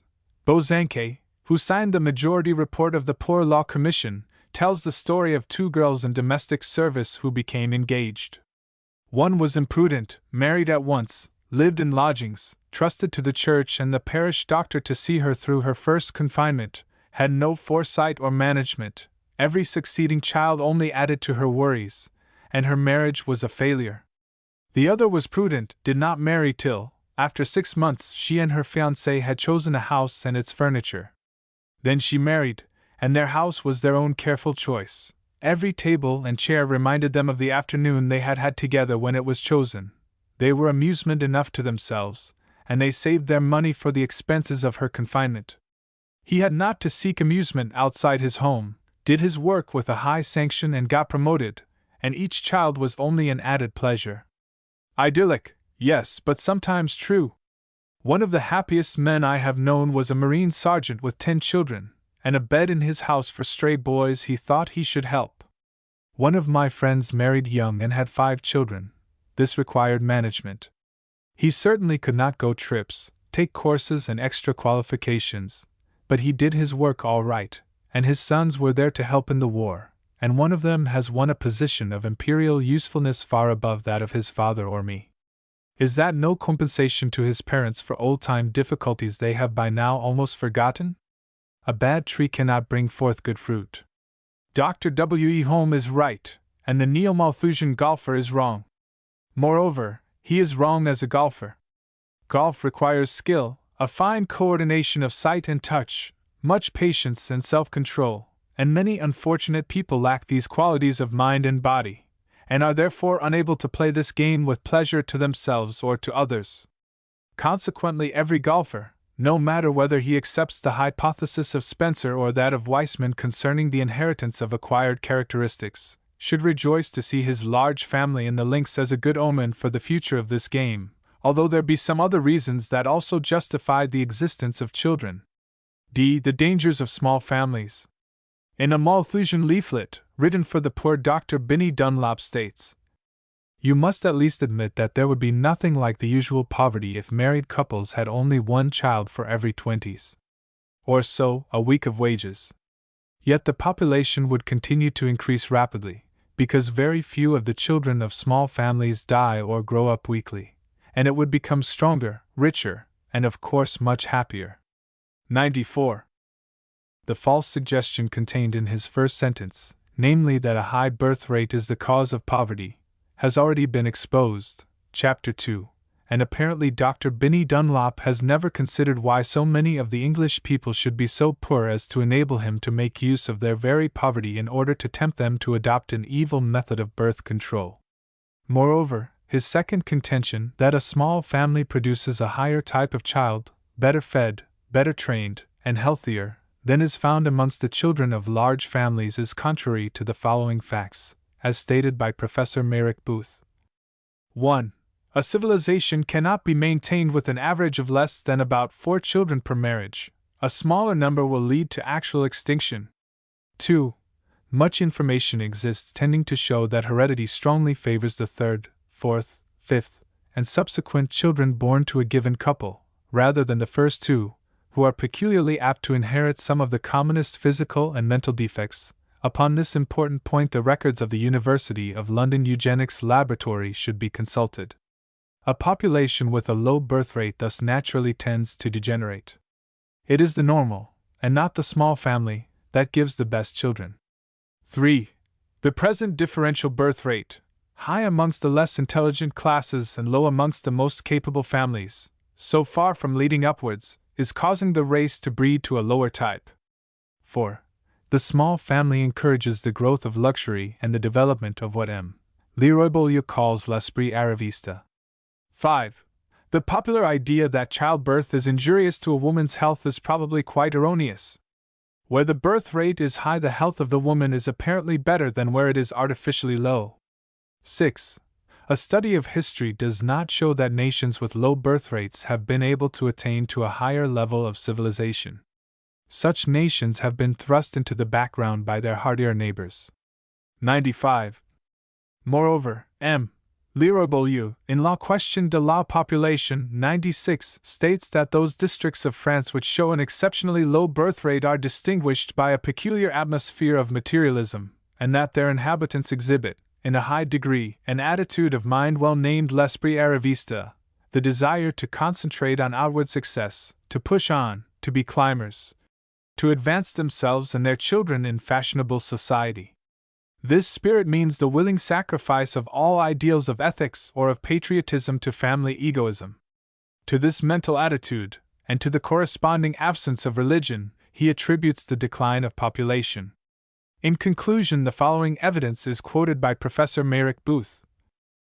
The Revue des Deux Mondes for July 1911 contains a valuable account, by a doctor resident in Gascony, of the state of things in that part of France, where, it will be remembered, the birth rate is especially low.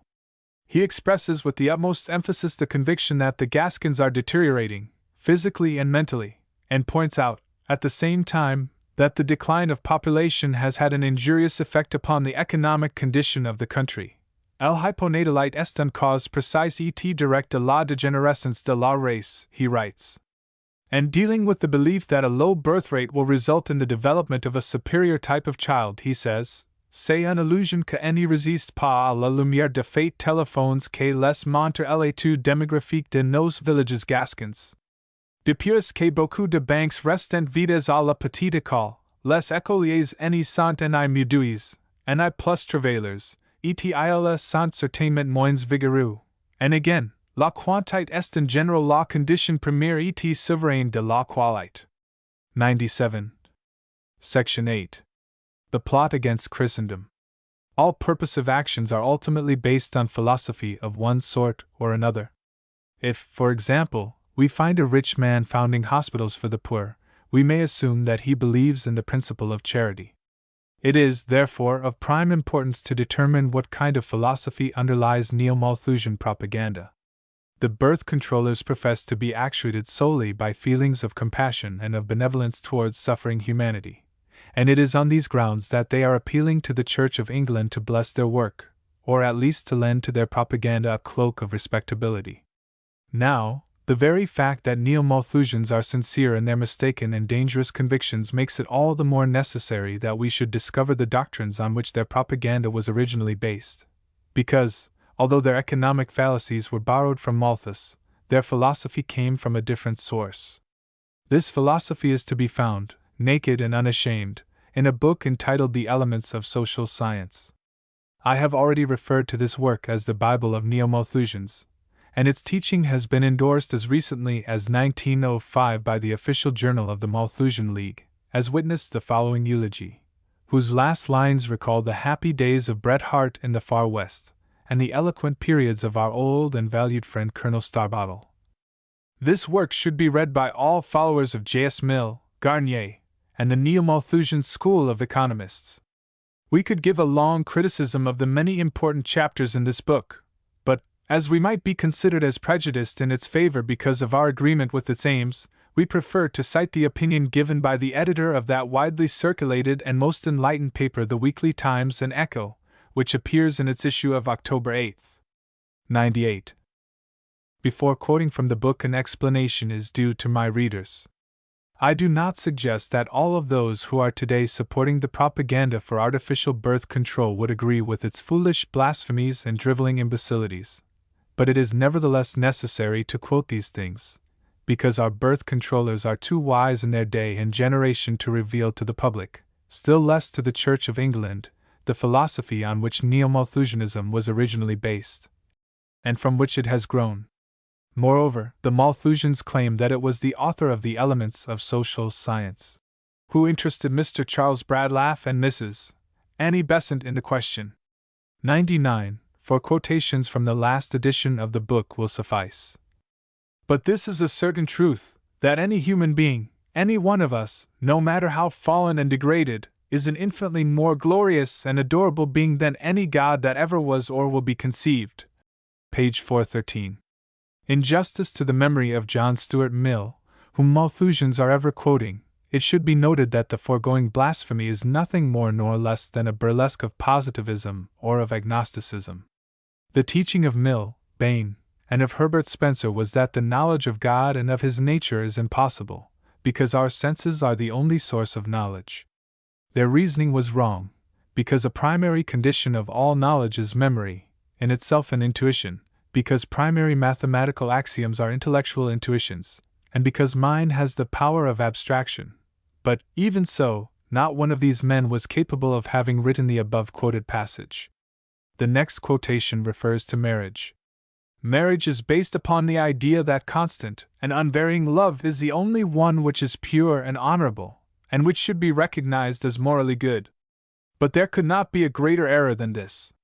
Love is, like all other human passions and appetites, subject to change, deriving a great part of its force and continuance from variety in its objects, and to attempt to fix it to an invariable channel is to try to alter the laws of its nature. Page 353.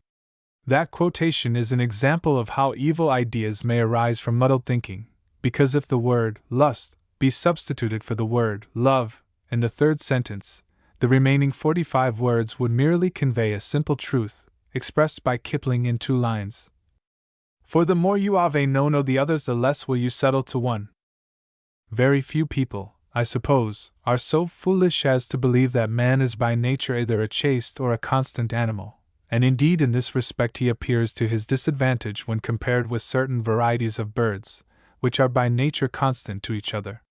On the other hand, millions of people believe that man is able to overcome his animal nature, and for the past 2,000 years the civilized races of the world have held that this is a goal towards which mankind should strive. In the opinion of Christendom, chastity and marriage are both morally good, but, according to the philosophy of our Neo-Malthusian author, they are morally evil. Chastity, or complete sexual abstinence, so far from being a virtue, is invariably a great natural sin. Page 162. Is it not obvious that to the writers of such passages love is synonymous with animalism, with lust? It is by no means necessary to go to saints or to moralists for a refutation of this Neo-Malthusian philosophy. Does any decent ordinary man or woman agree with it? Ask the man in the street. Turn the pages of our literature. Refer to Chaucer or Spencer, to Shakespeare or Milton, refer to Fielding or Burns or Scott or Tennyson. Some of these men were very imperfect, but they all knew the difference between lust and love, and it is because they can tell us at least something of that which is precious, enduring, ethereal, and divine in love that we read their pages and honor their names. Not one of these men could have written the following sentence: Marriage distracts our attention from the real sexual duties, and this is one of its worst effects. Page 366. Now it is certain that if the real sexual duties are represented by promiscuous fornication, then both marriage and chastity are evil things. That philosophy is very old. From time immemorial, it has been advocated by one of the most powerful intelligences in the universe. Such is the soil on which the Neo-Malthusian fungus has grown, a soil that would rot the foundations of Europe. Footnote 66, The Lancet, May 14, 1921, page 1024. Footnote 67, British Medical Journal, 1921, volume 2, page 93. Footnote 68, The Small Family System, 2nd edit, page 2. Footnote 69, Supplement to the British Medical Journal, March 18, 1905, page 110. Footnote 70, Common Sense on the Population Question, by Teresa Billington Gregg, page 4. Published by the Malthusian League. Footnote 71, Medical Legal Society, July 7, 1921. Footnote 72, Supply Chew. 49 Art. 6. Voluptates meretricious vir in uxor quoret quando nihil alieninae attendit quam quod in mere trice attenderit. A husband seeks from his wife harlot pleasures when he asks from her only what he might ask from a harlot. Quoted by the Rev. Vincent McNabb, O.P., The Catholic Gazette, September 1921, page 195. Footnote 73, British Medical Journal, 1921, volume 2, page 169. Footnote 74, reproduced in 4th edition, 1861. Footnote 75, Essays in Medical Sociology, 1899, revised and printed for private circulation, page 95, copy in Library of Royal Society of Medicine. Footnote 76, British Medical Journal, August 20th, 1921, page 302. Footnote 77, St. Matt. 18, 6. Footnote 78, Proceedings of the Medical Legal Society, July 7, 1921. Footnote 79. That arrangement of society in which so considerable a number of the families and individuals are constrained by positive law to labor for the advantage of other families and individuals as to stamp the whole community with the mark of such labor we call the servile state. Hilaire Belloc, The Servile State, 1912, page 16. Footnote 80. The Secretary of the Malthusian League. Vide the Declining Birth Rate, 1916, page 89. Footnote 81. The Declining Birth Rate, 1916, page 37. Footnote 82. Dominion's Royal Commission, Memorandum and Tables relating to the food and raw material requirements of the United Kingdom, prepared by the Royal Commission on the Natural Resources, Trade, and Legislation of certain portions of His Majesty's Dominions. November, 1915, pages 1 and 2, my italics, HGS. Footnote 83. i.e. grain, wheat meal, and flour. Footnote 84. For particulars of this increase see Canada Year Book 1913, page 144. Footnote 85. See pages 387-8 of CD 6588. Footnote 86. Average for period 1907 to 1910 and excluding British Columbia, where the yield per acre in 1911, the only year for which figures are available, averaged 29 to 37 bushels. Footnote 87, including British Columbia. Footnote 88, below the average. The yield per acre in 1912 was 12.53 bushels, and in 1913 11.18. Footnote 89, The Observer, NOV. 11, 1921. Footnote 90, Reminiscences of a Highland Parish, by Norman MacLeod, D.D., 1876, page 27. Footnote 91, Ibid, page 34. Footnote 92, Ibid, page 91. Footnote 93, British Medical Journal, August 13, 1921, page 261. Footnote 94, Leaflet of the Malthusian League. Footnote 95, The Hibbert Journal, October 1914, page 153, my italics. HGS. Footnote 96, quoted by Professor Merrick Booth, The Hibbert Journal, October 1914, page 153. Footnote 97, The Hibbert Journal, October 1914. Footnote 98, The Malthusian, November 1905, page 84. Footnote 99, C.V. Drysdale, OBED, SC, The Small Family System, 1918, page 150. Chapter 8, The Religious Argument Against Birth Control, Section 1. An offense against the law of nature. Birth control is against the law of nature, which Christians believe to be the reflection of the divine law in human affairs, and any violation of this law was held to be vicious even by the ancient pagan world. To this argument an advocate of birth control has made answer. We interfere with nature at every point. We shave, cut our hair, cook our food, fill cavities in our teeth, or wear artificial teeth, clothe ourselves, wear boots, hats, and wash our faces, so why should birth alone be sacred from the touch and play of human molding? 100. Why? For a very simple reason. Birth control belongs to the moral sphere. It essentially affects man's progress and good, whereas all the other things that he mentions have no more moral significance than has the practice of agriculture. Regarded in the light of the law of nature, they are neutral actions, either good nor bad in themselves, raising no question of right or wrong, and having no real bearing on the accomplishment of human destiny. To make no distinction between the merely physical law of nature, expressed in the invariable tendency of everything to act according to its kind, and the natural moral law which governs human conduct, is to pronounce oneself a materialist. Yet even a materialist ought to denounce the practice of birth control, as it violates the laws of nature which regulate physical well-being. But, says the materialist, It is not possible for anyone to act against nature, because all actions take place in nature, and therefore every act is a natural act. Quite so, in that sense murder is a natural act, even unnatural vice is a natural act. Will anyone defend them? There is a natural law in the physical world, and there is a natural law in conscience, a law of right conduct. Certain actions are under the control of the human will, which is able to rebel against the moral law of nature, and the pagan poet Aeschylus traces all human sorrow to the perverse human will omnipresent. As birth control means the deliberate frustration of a natural act which might have issued in a new life, it is an unnatural crime, and is stigmatized by theologians as a sin akin to murder.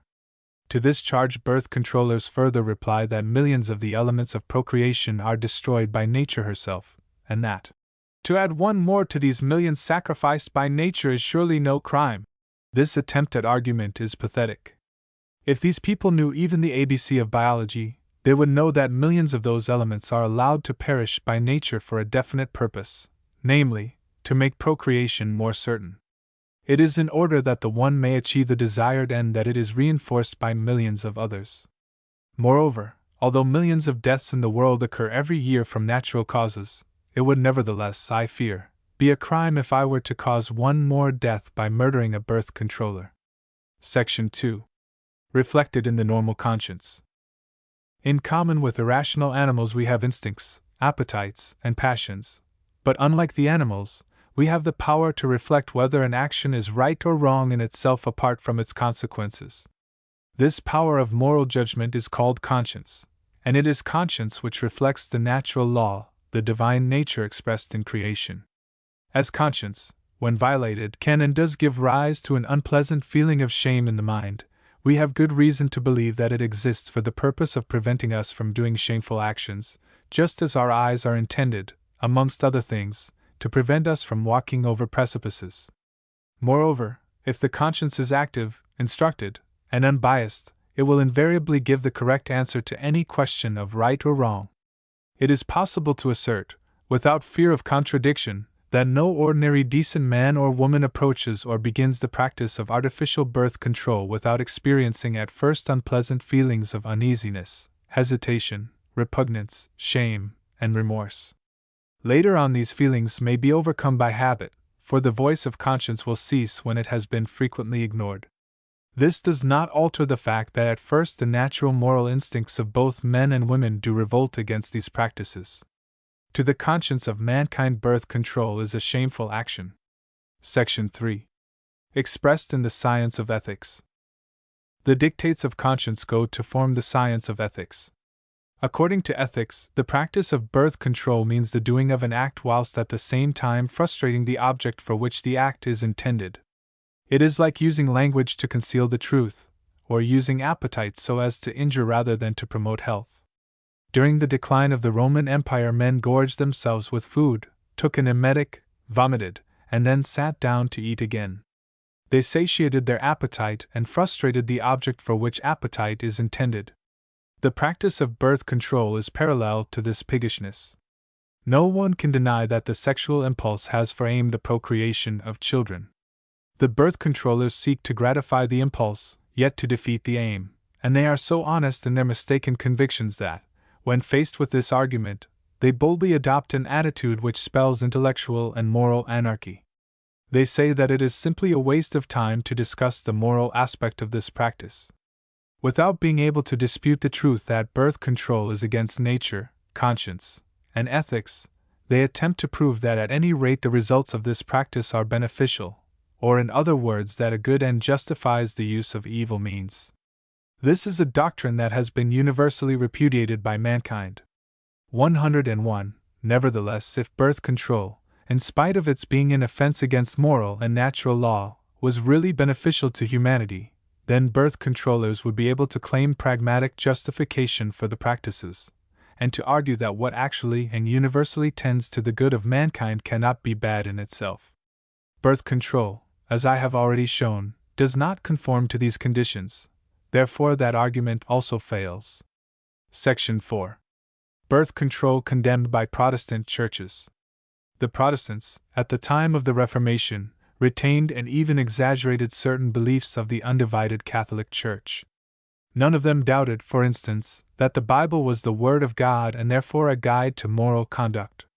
They knew that artificial birth control is forbidden by the Bible, and that in the Old Testament the punishment for that sin was death. 102. In 1876, when Charles Bradlaugh advocated in a notorious pamphlet the practice of birth control, his views were denounced from every Protestant pulpit in the land, and were widely repudiated by the upper and middle classes of England. But it would seem that Protestant morality is now disappearing with the spread of indifferentism, and the Protestant churches have no longer the same influence on the public and private life of the nation. Protestantism has lasted for 400 years, but though it has lasted longer than any other form of belief which took rise in the 16th century, it is now also dying. In 1919, the number of people over 7 years of age in England who professed belief in any church was 10,833,795, out of 40 million, and the church attendance equaled 7 million, or about 1 out of every 5 people. 103. Again, a commission appointed by the Protestant churches to inquire into the religious beliefs held in the British armies of the Great War has endorsed the following statements. Everyone must be struck with the appalling ignorance of the simplest religious truths. Probably 80% of these men from the Midlands had never heard of the sacraments.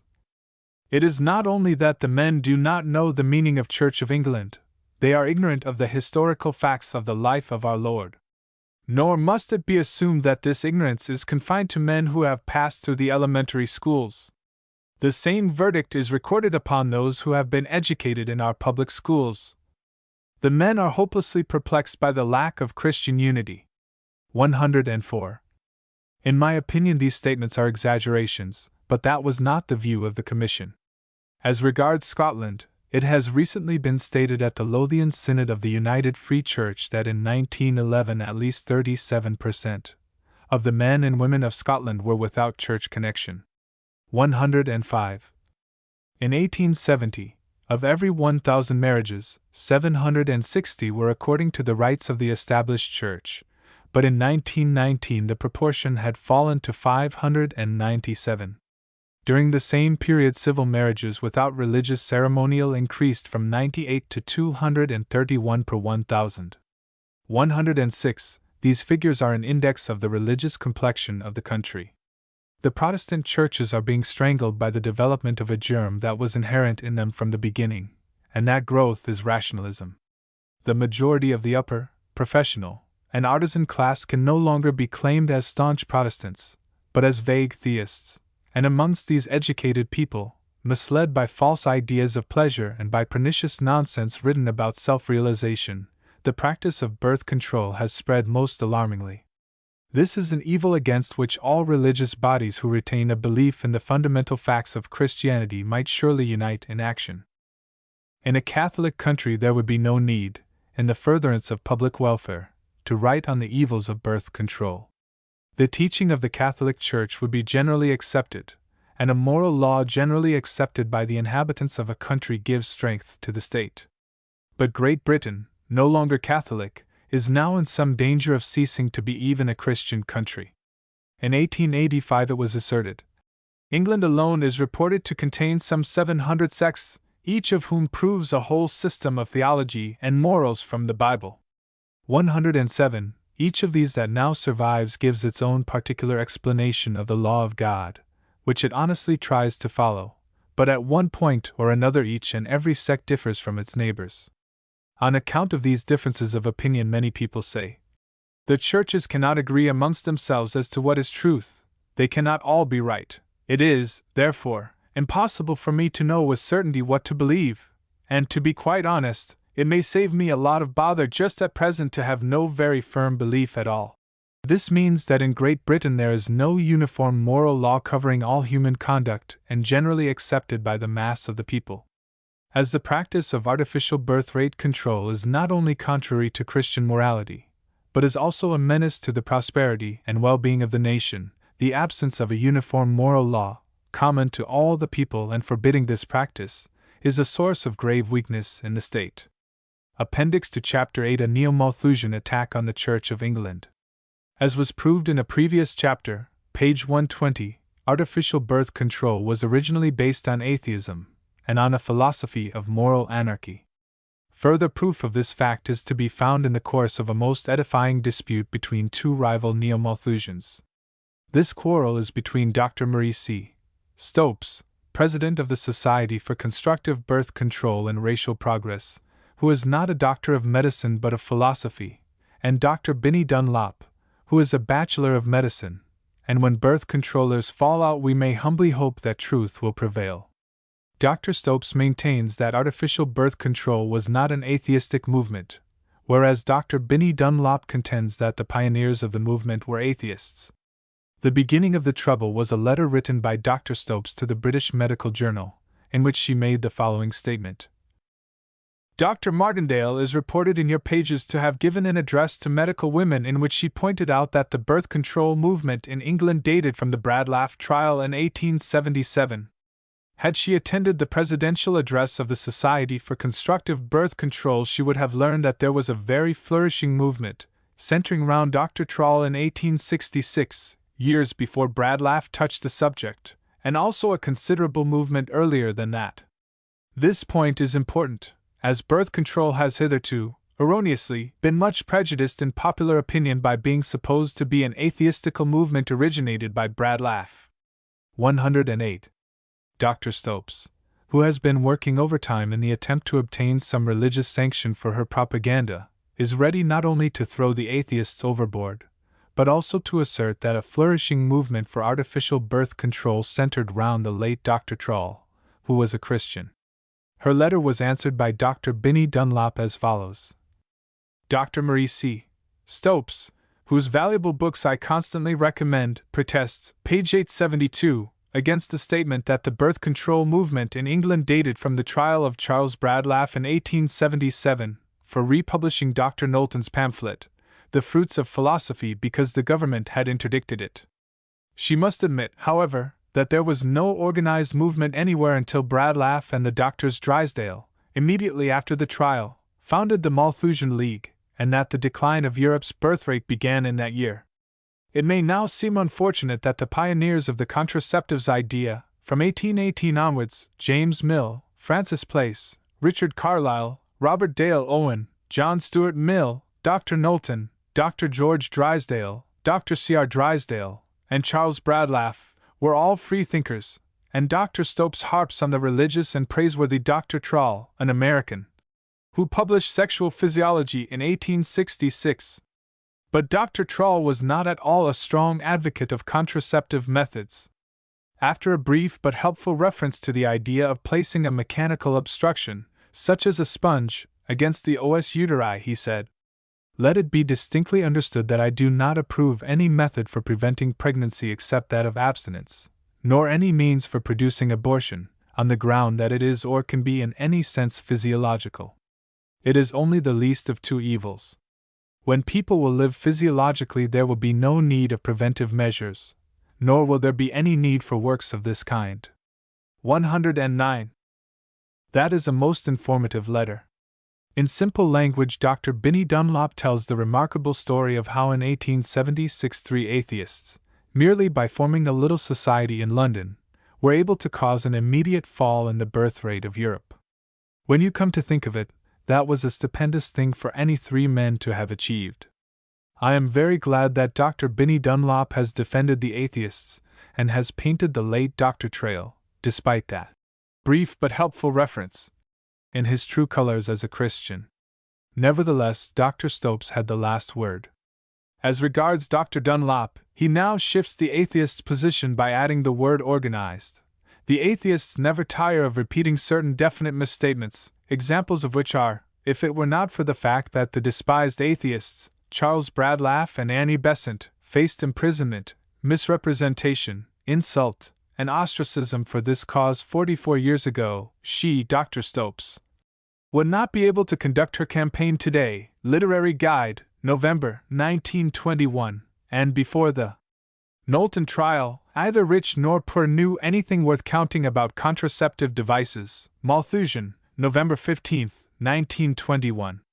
Variations of these statements have been incessantly made, and I dealt with their contentions in the presidential address for the CBC. Meanwhile, to them I reply that there has never been in this country any law against the dissemination of properly presented birth control information, and before, during, and after the Bradlaugh trial, properly presented information on birth control was extending its range with full liberty.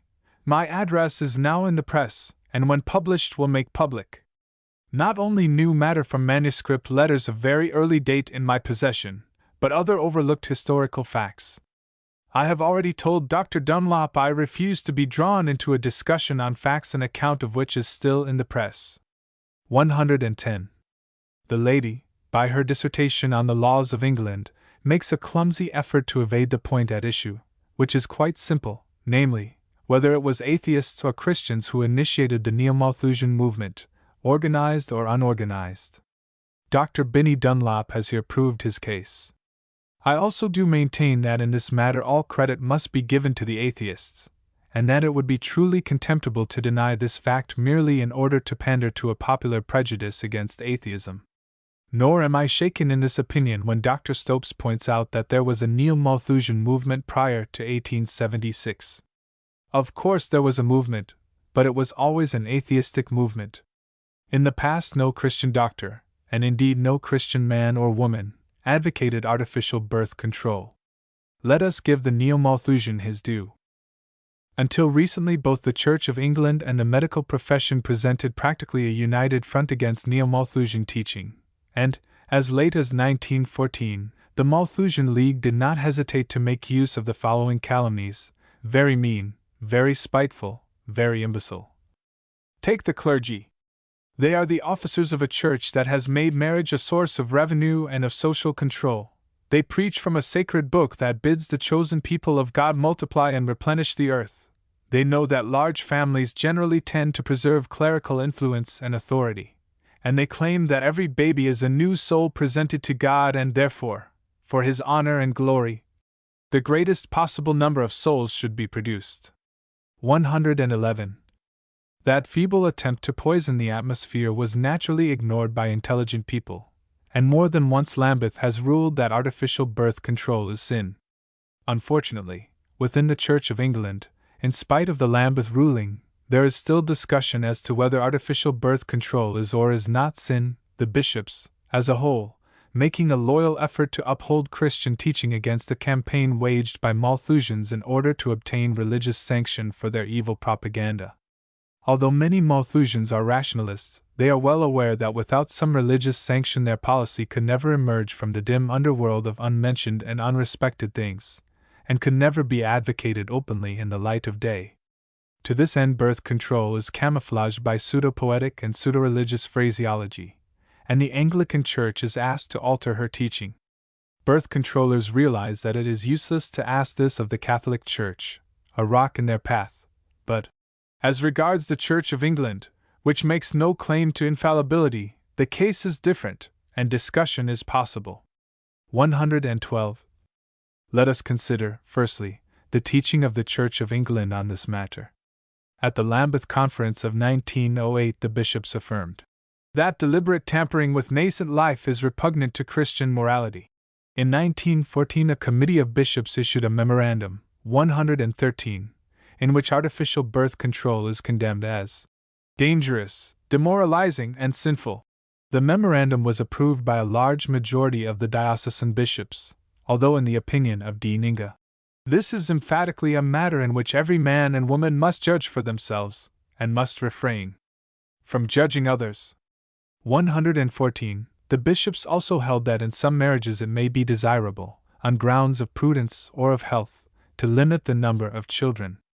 In these circumstances they advised the practice of self-restraint, and, as regards a limited use of marriage, they added the following statement: it seems to most of us only a legitimate application of such self-restraint that in certain cases, which only the party's own judgment and conscience can settle, intercourse should be restricted by consent to certain times at which it is less likely to lead to conception.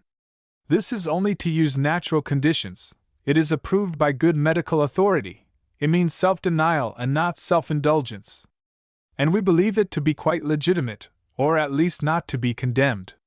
A small minority of bishops held that prolonged or even perpetual abstinence from intercourse is the only legitimate method of limiting a family. Finally, in Resolution 68 of the Lambeth Conference in 1920, the bishops stated that, "We utter an emphatic warning against the use of unnatural means for the avoidance of conception, together with the grave dangers, physical, moral, and religious, thereby incurred, and against the evils with which the extension of such use threatens the race." In opposition to the teaching which, under the name of science and religion, encourages married people in the deliberate cultivation of sexual union as an end in itself, we steadfastly uphold what must always be regarded as the governing consideration of Christian marriage. One is the primary purpose for which marriage exists, namely, the continuation of the race through the gift and heritage of children. The other is the paramount importance in married life of deliberate and thoughtful self-control. 115. And the Committee on Problems of Marriage and Sexual Morality felt called upon to utter an earnest warning against the use of any unnatural means by which conception is frustrated. 116. If Resolution 68 be read in conjunction with the Memorandum of 1914, the teaching of the Church of England is plain to any sane man or woman. It is one with the teaching of the Church Catholic. Artificial birth control is condemned as sin, but under certain circumstances, the limitation of a family by continence or by restricted intercourse is permitted. As this teaching forbids neo-Malthusian practices, birth controllers have tried to make the Church alter her teaching to suit their opinions. Although their methods in controversy against the Church must be condemned by everyone who values intellectual honesty, the reader, of His Charity, should remember that Malthusians are unable to defend their policy, either on logical or on moral grounds. Without attempting to prove that the teaching of the Church is wrong, birth controllers began the attack by a complete misrepresentation of what that teaching actually is. This unenviable task was undertaken by Lord Dawson of Penn, at the Birmingham Church Congress of 1921. After quoting Resolution 68, Lord Dawson said, "Now the plain meaning of this statement is that sexual union should take place for the sole purpose of procreation, that sexual union as an end in itself, not, mind you, the only end, there we should all agree, but sexual union as an end in itself is to be condemned. That means that sexual intercourse should rightly take place only for the purpose of procreation. Quite a large family could easily result from quite a few sexual unions. For the rest, the couple should be celibate. Any intercourse not having procreation as its intention is sexual union as an end in itself, and therefore by inference condemned by the Lambeth Conference. Think of the facts of life. Let us recall our own love, our marriage, our honeymoon.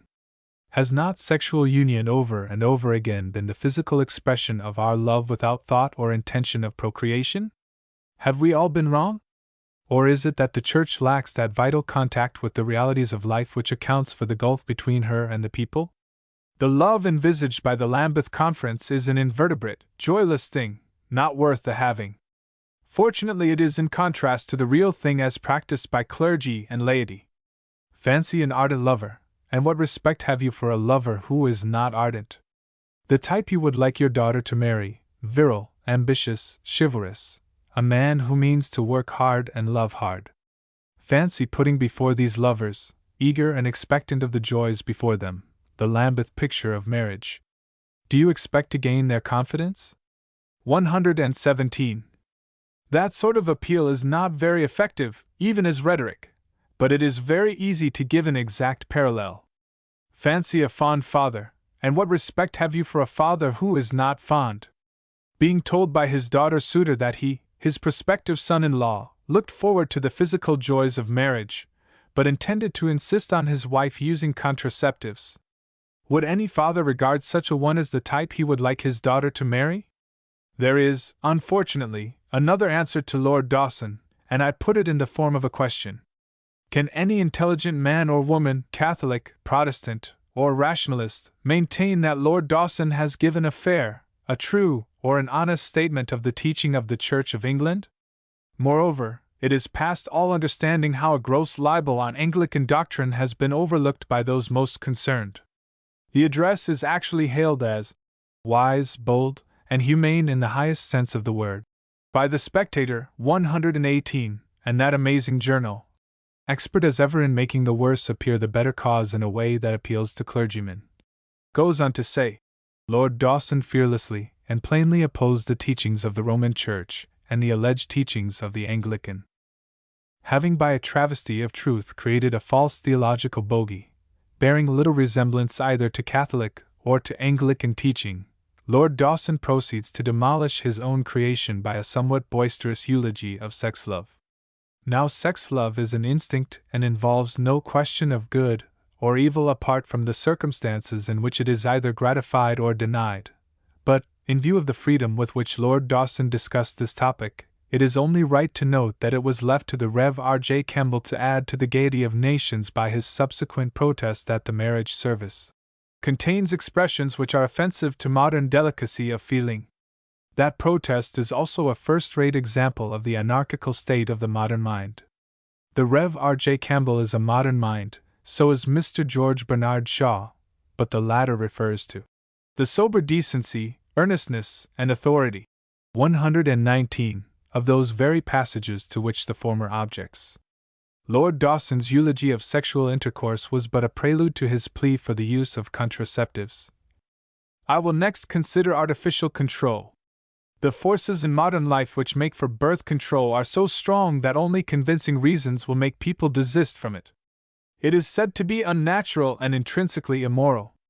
This word unnatural perplexes me. Why?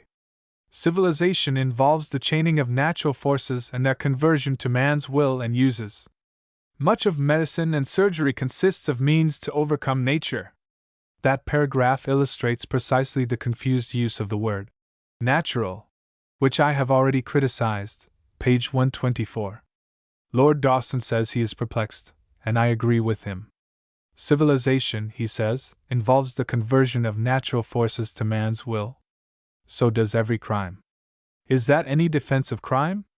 Even if physical nature be described as non-moral, that description cannot be applied to the inward nature of will and conscience. That I will enact may show it is in accordance with nature in a certain sense, but the fact of its being in accordance with physical nature does not justify my act. Does Lord Dawson agree? Or does he think that any action in accordance with the physical laws of nature, which means any action whatsoever, is justified, and does he approve therefore of mere moral anarchy? His confusion of thought concerning the use of the word natural is followed by the inevitable sequence of false analogies. When anesthetics were first used at childbirth, there was an outcry on the part of many worthy and religious people that their use under such circumstances was unnatural and wicked, because God meant woman to suffer the struggles and pains of childbirth. Now we all admit it is right to control the process of childbirth, and to save the mother as much pain as possible. It is no more unnatural to control conception by artificial means than to control childbirth by artificial means. Surely the whole question turns on whether these artificial means are for the good or harm of the individual and the community. Generally speaking, birth control before the first child is inadvisable. On the other hand, the justifiable use of birth control would seem to be to limit the number of children when such is desirable, and to spread out their arrival in such a way as to serve their true interests, and those of their home. Once more, careful distinction needs to be made between the use and the bad effects of the abuse of birth control. That its abuse produces grave harm I fully agree, harm to parents, to families, and to the nation. But abuse is not a just condemnation of legitimate use. Overeating, overdrinking, oversmoking, oversleeping, overwork do not carry condemnation of eating, drinking, smoking, sleeping, work. These long extracts are here quoted because, as the Spectator has remarked, an attempt at a detailed summary might destroy the careful balance which is essential to Lord Dawson's purpose. It might indeed, and many a true word is written inadvertently, and despite the wisdom of the serpent. As Lord Dawson believes that Malthusian practice is not of necessity sinful, and as he is urging the Church to remove a ban on that practice, it is necessary for him to prove in the first place that his opinion is right and that the teaching of the Church is wrong. Elsewhere in these pages I have stated the reasons why Christian morality brands the act of artificial birth control as intrinsically a sin, a malum in se, and those reasons have never been disproved by Lord Dawson or by anyone. His comparison between the use of contraceptives and eating or drinking is a false analogy. Eating is a natural act, not in itself sinful, whereas the use of contraceptives is an unnatural act, in itself a sin. The extent to which artificial birth control is practiced neither increases nor diminishes the sinful nature of the act, but merely indicates the number of times the same sin is committed. Lord Dawson admits the danger of neo-Malthusian methods being carried to excess, and counsels that these practices be used in moderation. But is it likely that those who have discarded the teaching of a church and the dictates of the moral law will be seriously influenced by what he calls an appeal to patriotism? Now there is one appeal to patriotism which Lord Dawson could have made but did not make. He might have pleaded that for the sake of the nation all attempts at unnatural birth control amongst the wealthier and more leisured citizens should be abandoned forthwith, and that the lawful form should be confined to those few cases where limitation of the family is justified on genuine medical grounds. But he refrained from making that appeal, and his plea for the use of contraceptives in moderation is more likely to be quoted with approval in the boudoirs of Mayfair than in humbler homes. Lord Dawson's grave error in failing to anticipate the inevitable consequences of his deplorable speech is becoming more and more apparent. In the columns of the Daily Herald, cheek by jowl with advertisements concerning herbalists' safe and sure treatment for anemia, irregularities, etc., knowledge for young wives, and surgical goods and appliances, there appears the following notice: Lord Dawson, the King's physician, says birth control has come to stay. Following up this honest and daring declaration, the Liberator League have decided to distribute 10,000 copies of its publications free to applicants sending stamped addressed envelopes to J.W. Gott, Secretary, London, NW 5. A stamped addressed envelope brought and returned sample copies of 2 undated newsprints, entitled The Rib Tickler and The Liberator, and to the honor of newsvendors, we learn that these papers are not supplied by newsagents. The first print is devoted to blasphemy, and the second to birth control. Both papers are edited by J.W. Gott, of London, Leeds, Liverpool, and other prisons, who, when he is not in jail for selling blasphemous or obscene literature, earns a livelihood by a propaganda of secularism, socialism, and neo-Malthusianism, combined with the sale of contraceptives. At Birmingham in 1921, this individual, according to his own statement, was charged, on 11 summonses, with having sent an obscene book and obscene literature through the post, and with publishing a blasphemous libel of and concerning the Holy Scriptures and the Christian religion. The Malthusian League, at their own expense, for which I here wish to thank them, sent their Hon. Secretary, Dr. Binnie Dunlop, who gave evidence that the Council of the Malthusian League most strongly protests against the description of G. Hardy's book, How to Prevent Pregnancy, as obscene, for that book gives in a perfectly refined and scientific way this urgently needed information. This opinion was not shared by the jury, who brought in a verdict of guilty, and Gott was sentenced to 6 months' imprisonment. From the Liberator we learn that the treasurer of the Liberator League was fined £20, having been found guilty on the following summons: for that you on the 11th day of September 1920, at the parish of Consett, in the county aforesaid, unlawfully, wickedly, maliciously, and scandalously did sell to divers persons, whose names are unknown, in a public street, there situate, a certain lewd, wicked, scandalous, and obscene print entitled Large or Small Families, against the peace of our Sovereign Lord the King, his crown and dignity. Lord Dawson's advice was indeed perilous because the British Empire and all its traditions will decline and fall if the motherland is faithless to motherhood. 120. And the nation would do better to pay heed to the following words of His Majesty the King. The foundations of national glory are in the homes of the people. They will only remain unshaken while the family life of our race and nation is strong, simple, and pure. All Lord Dawson's arguments are hoary fallacies. Once more, careful distinction needs to be made between anesthetics and contraceptives. Anesthetics assist the birth of a child, whereas contraceptives frustrate the act of procreation. The old explanation that man's progress has been achieved by harnessing and not by opposing the forces of nature is dismissed with ignominy. The age-long teaching of Hippocrates that the healing art was based on the vis medicatrix naturae is overthrown by Lord Dawson of Penn in a single sentence, and in place of the father of medicine as a guide to health of body and mind, there comes the king's physician to pestle a poison behind his crimson lights. When a great leader announces the birth of a new epoch, it is meet that the rank and file remain silent, and at this Congress of the Church of England no jarring interruptions marred the solemnity of the moment. No old-fashioned doctor was there to utter a futile protest, and there was no simple-minded clergyman to rise in the name of Christ and give Lord Dawson the lie.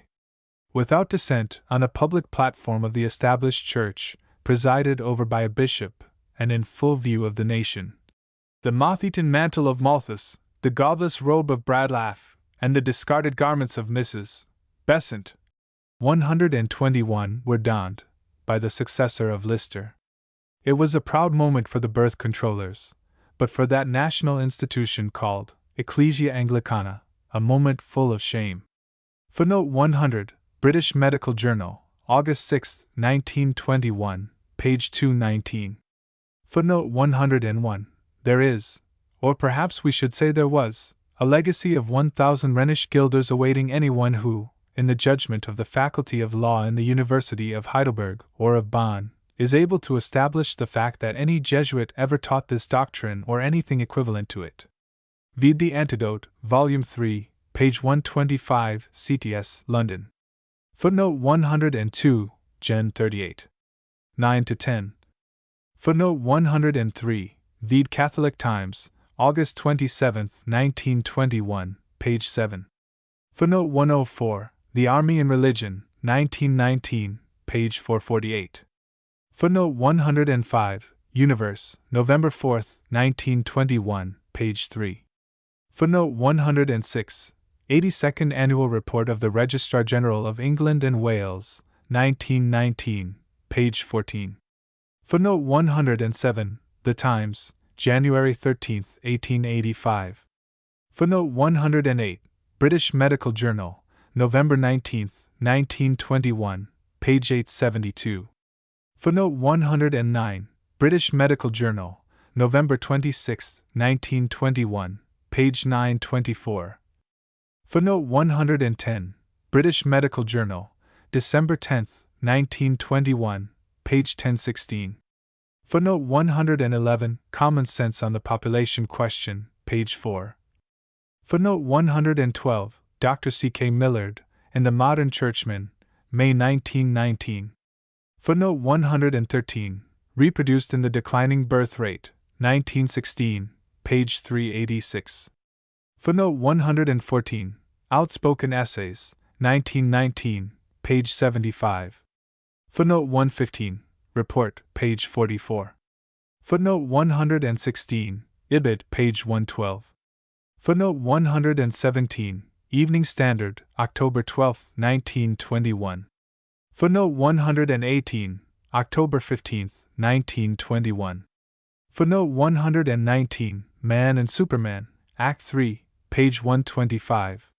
Footnote 120, Sunday Express, October 16, 1921. Footnote 121, On becoming a Theosophist, Mrs. Besant retracted her approval of Neo-Malthusianism. Chapter 9, The Teaching of the Catholic Church on Birth Control, Section 1. A false view of her doctrine. One of the marks of the Catholic Church, whereby she may be distinguished from all other churches, is that her teaching is always clear and above all logical. Yet this fact has not saved her teaching from misrepresentation in the hands of Malthusians. For example, Dr. C. Killick Millard writes as follows.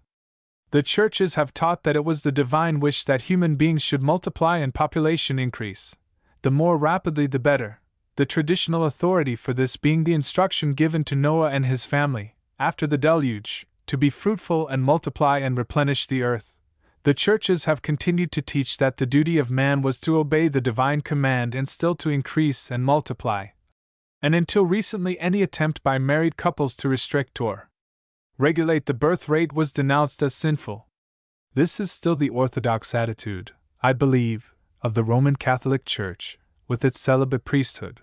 But, As it is clearly useless to reason with those who claim infallibility, it is unnecessary to discuss the question further so far as Roman Catholicism is concerned. 122. Now, although it may be unnecessary for Dr. Miller to discuss the question further, he will, I am sure, regret having inadvertently misstated the truth. The Catholic Church has never denounced as sinful any attempt by married couples to restrict or regulate the birth rate. On the contrary, the Catholic Church has taught, by her greatest doctor, St. Thomas Aquinas, that the essence of marriage is not primarily in the begetting of offspring, but in the indissoluble union between husband and wife. 123. Section 2. The essence and purpose of marriage. There is an obvious distinction between the essence of a thing and the ends or purposes for which the thing exists. For example, in a business partnership, the essence of the partnership is a legal instrument, whereas the purposes or ends of the partnership are various commercial projects. The following is a clear statement, by Father Vincent McNabb, OP. 124, of Catholic teaching concerning the nature and end of marriage. Marriage is an indissoluble state of life wherein a man and a woman agree to give each other power over their bodies for the begetting, birth, and upbringing of offspring. The natural and primary end of marriage is this duty towards offspring. But as sin has despoiled the human will and disturbed human relations, marriage has now the secondary end of allaying sexual lust. But it is a principle of ethics that what is primary cannot be set aside as if it were secondary, nor can the secondary be sought as if it were primary. To invert the ethical order is to bring in that disorder which is called sin.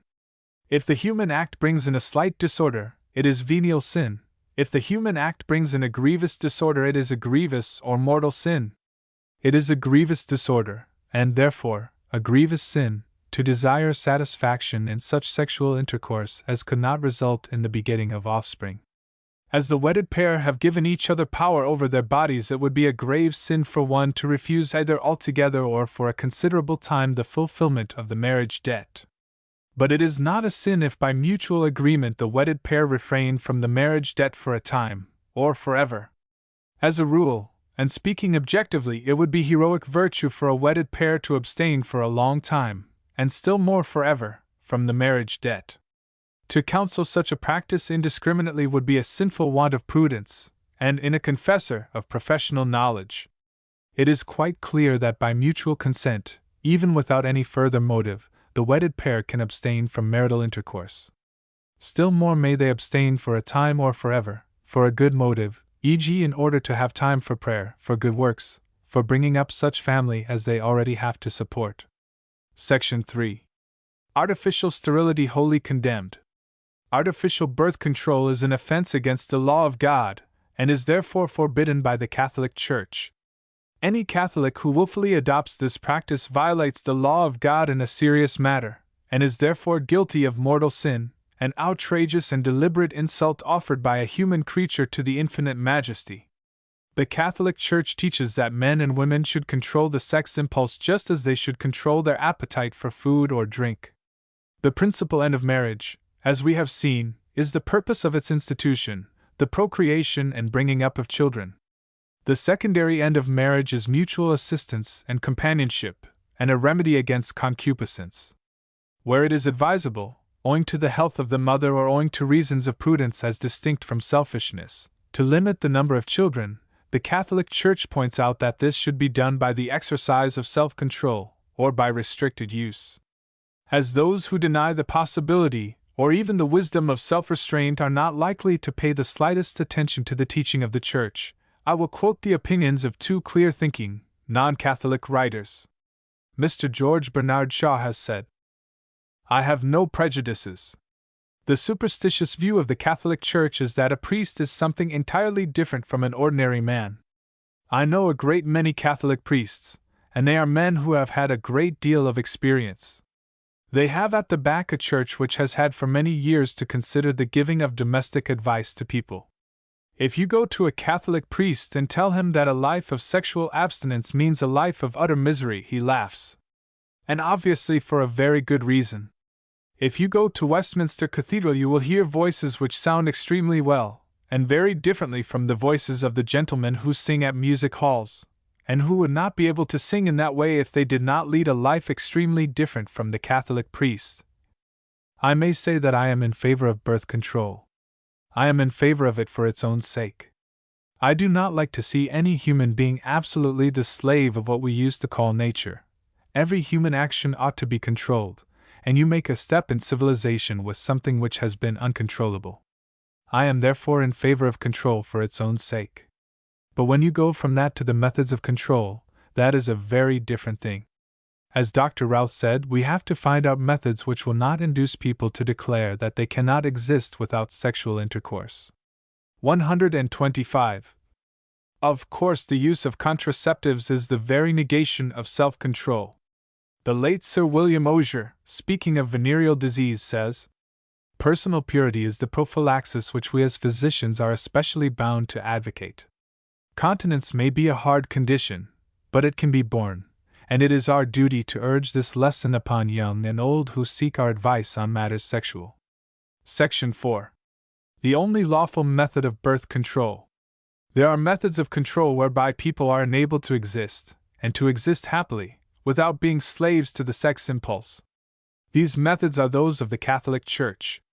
Her people are encouraged to take a higher and a nobler view of marriage, to overcome their egoism and selfishness, and to practice moderation and self-restraint in the lawful use of marital rights. The Church urges her people to strengthen their self-restraint by observing the penitential seasons, especially Lent, by fasting or by abstaining from flesh meat at other times, if necessary by abstaining from alcohol, and by seeking that supernatural help which comes to those who receive the sacraments worthily. When all other deterrents fail, it is lawful, according to the teaching of the Church, for married people to limit intercourse to the mid-menstrual period, when, although conception may occur, it is less likely to occur than at other times. All other methods are absolutely, and without exception, forbidden.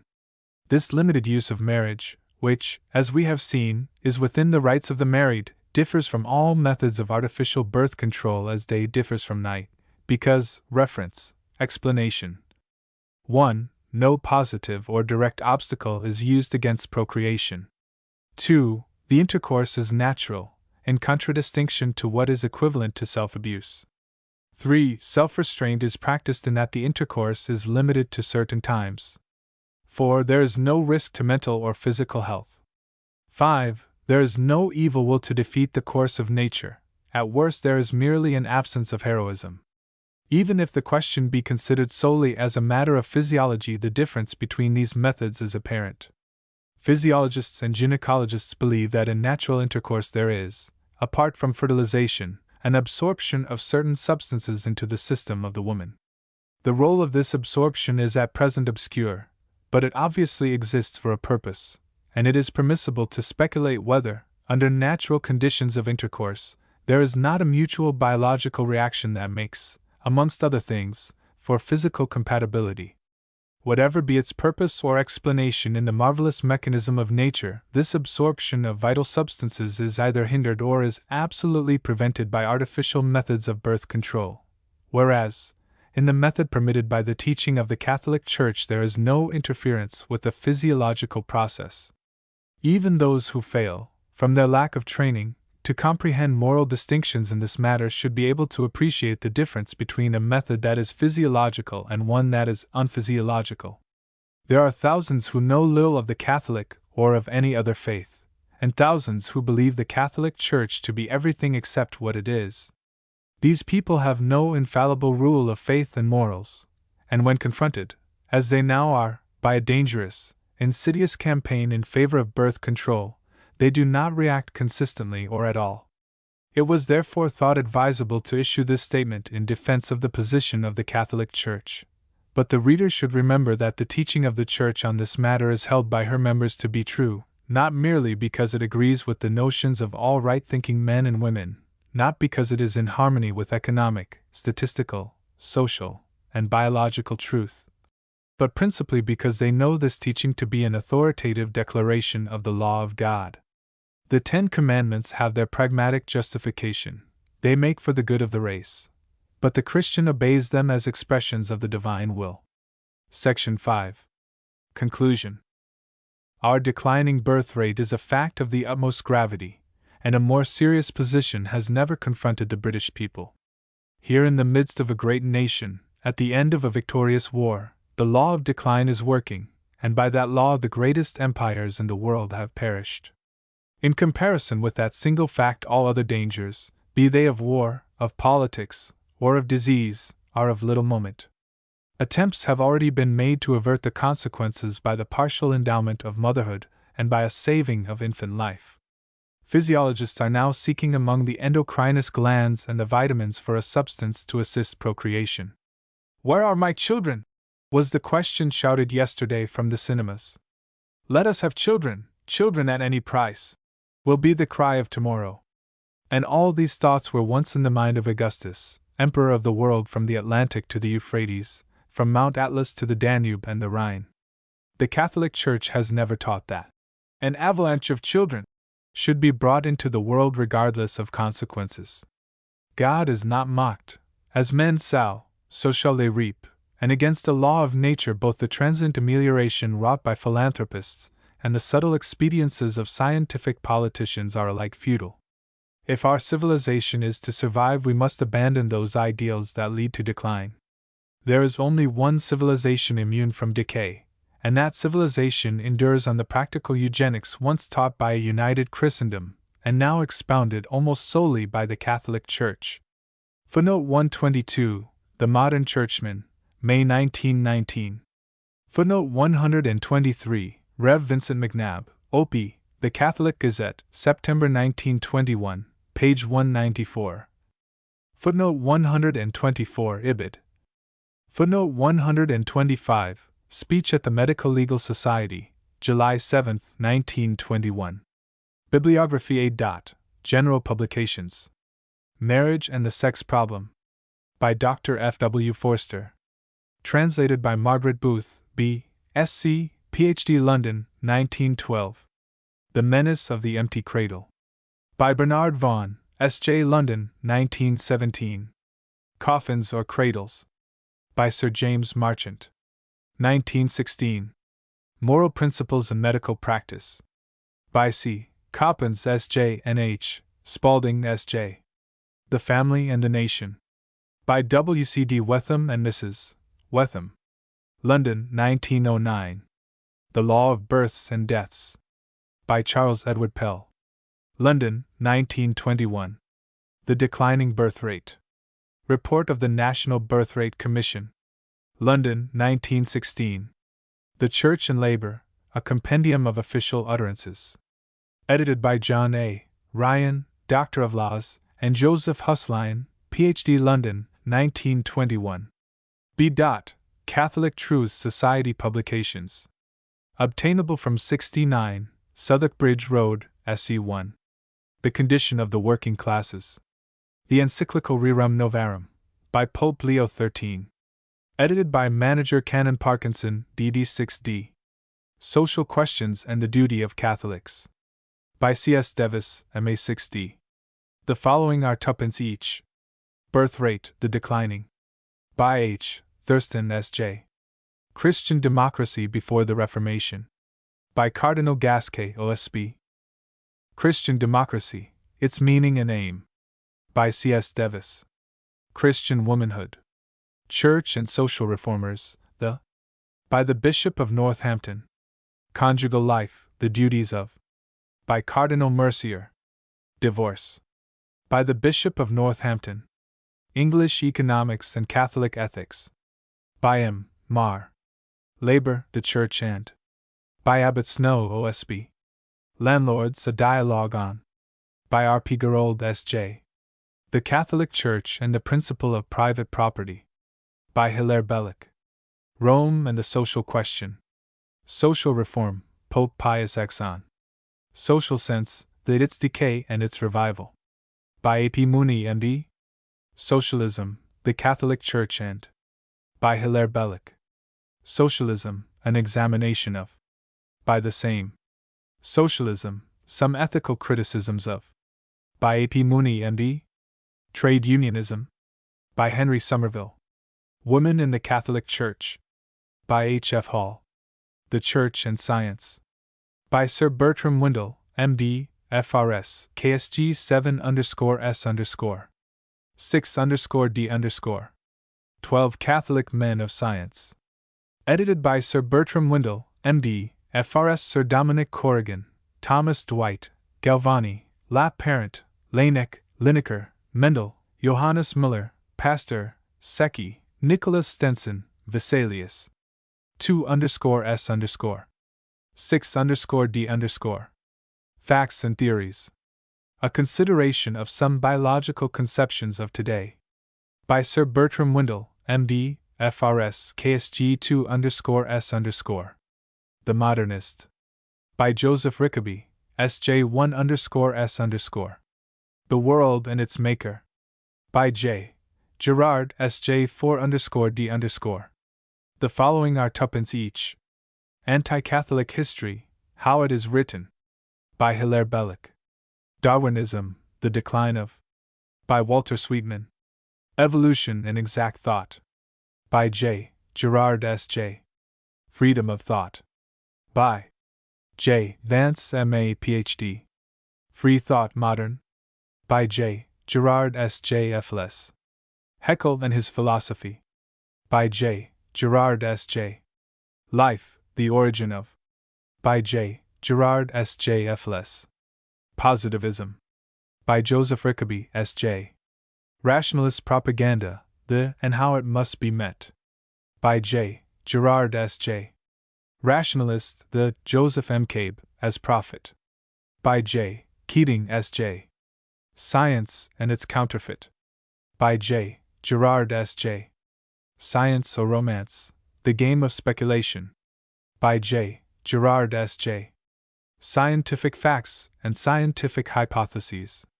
By Sir Bertram Windle, M.D., F.R.S. Scientific Opinion, The Ebb and Flow of. By Sir Bertram Windle, M.D., F.R.S. Babylonia and Assyria.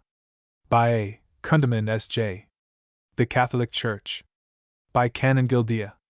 France, Plain Words on Church and State in France, The Real Authors of the Separation in. By O. Kellett, S.J. Good Queen Bess. The Days of. By William Cobbett. Kulturkampf, The. By Humphrey Johnson, B.A. Luther, 4 Centuries of. By Canon William Barry, D.D. Medieval England, Catholic Faith and Practice in. By H. J. Kilduff. Monasteries, The Suppression of the English. By William Cobbett. The Pilgrim Fathers. By H. Thurston, S.J. Reformation, Social Effects of the. By William Cobbett. Leaflets 3s. Per 100. Do Babies Build Slums? By Halliday Sutherland, M.D. C. Catholic Social Guild Publications. Obtainable from Catholic Social Guild, Oxford. A Primer of Social Science.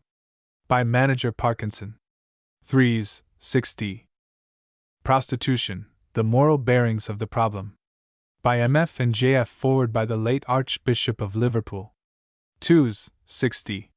The Church and Eugenics. New and Revised Edition, 1921, by T. Gerard. 1s, 6d. The Christian Family. By Margaret Fletcher. 1s, 6d.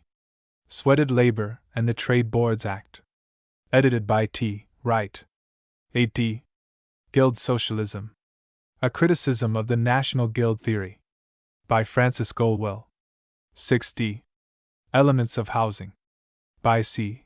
Tigar S.J. 6d. The Gospel and the Citizen. By C.C. Martindale, S.J. 4d. The Church and the Worker. By V.M. Crawford. 4d. Questions of the Day. By J. Keating, S.J., and S.A. Parker, OSB 4d. Elements of Economics.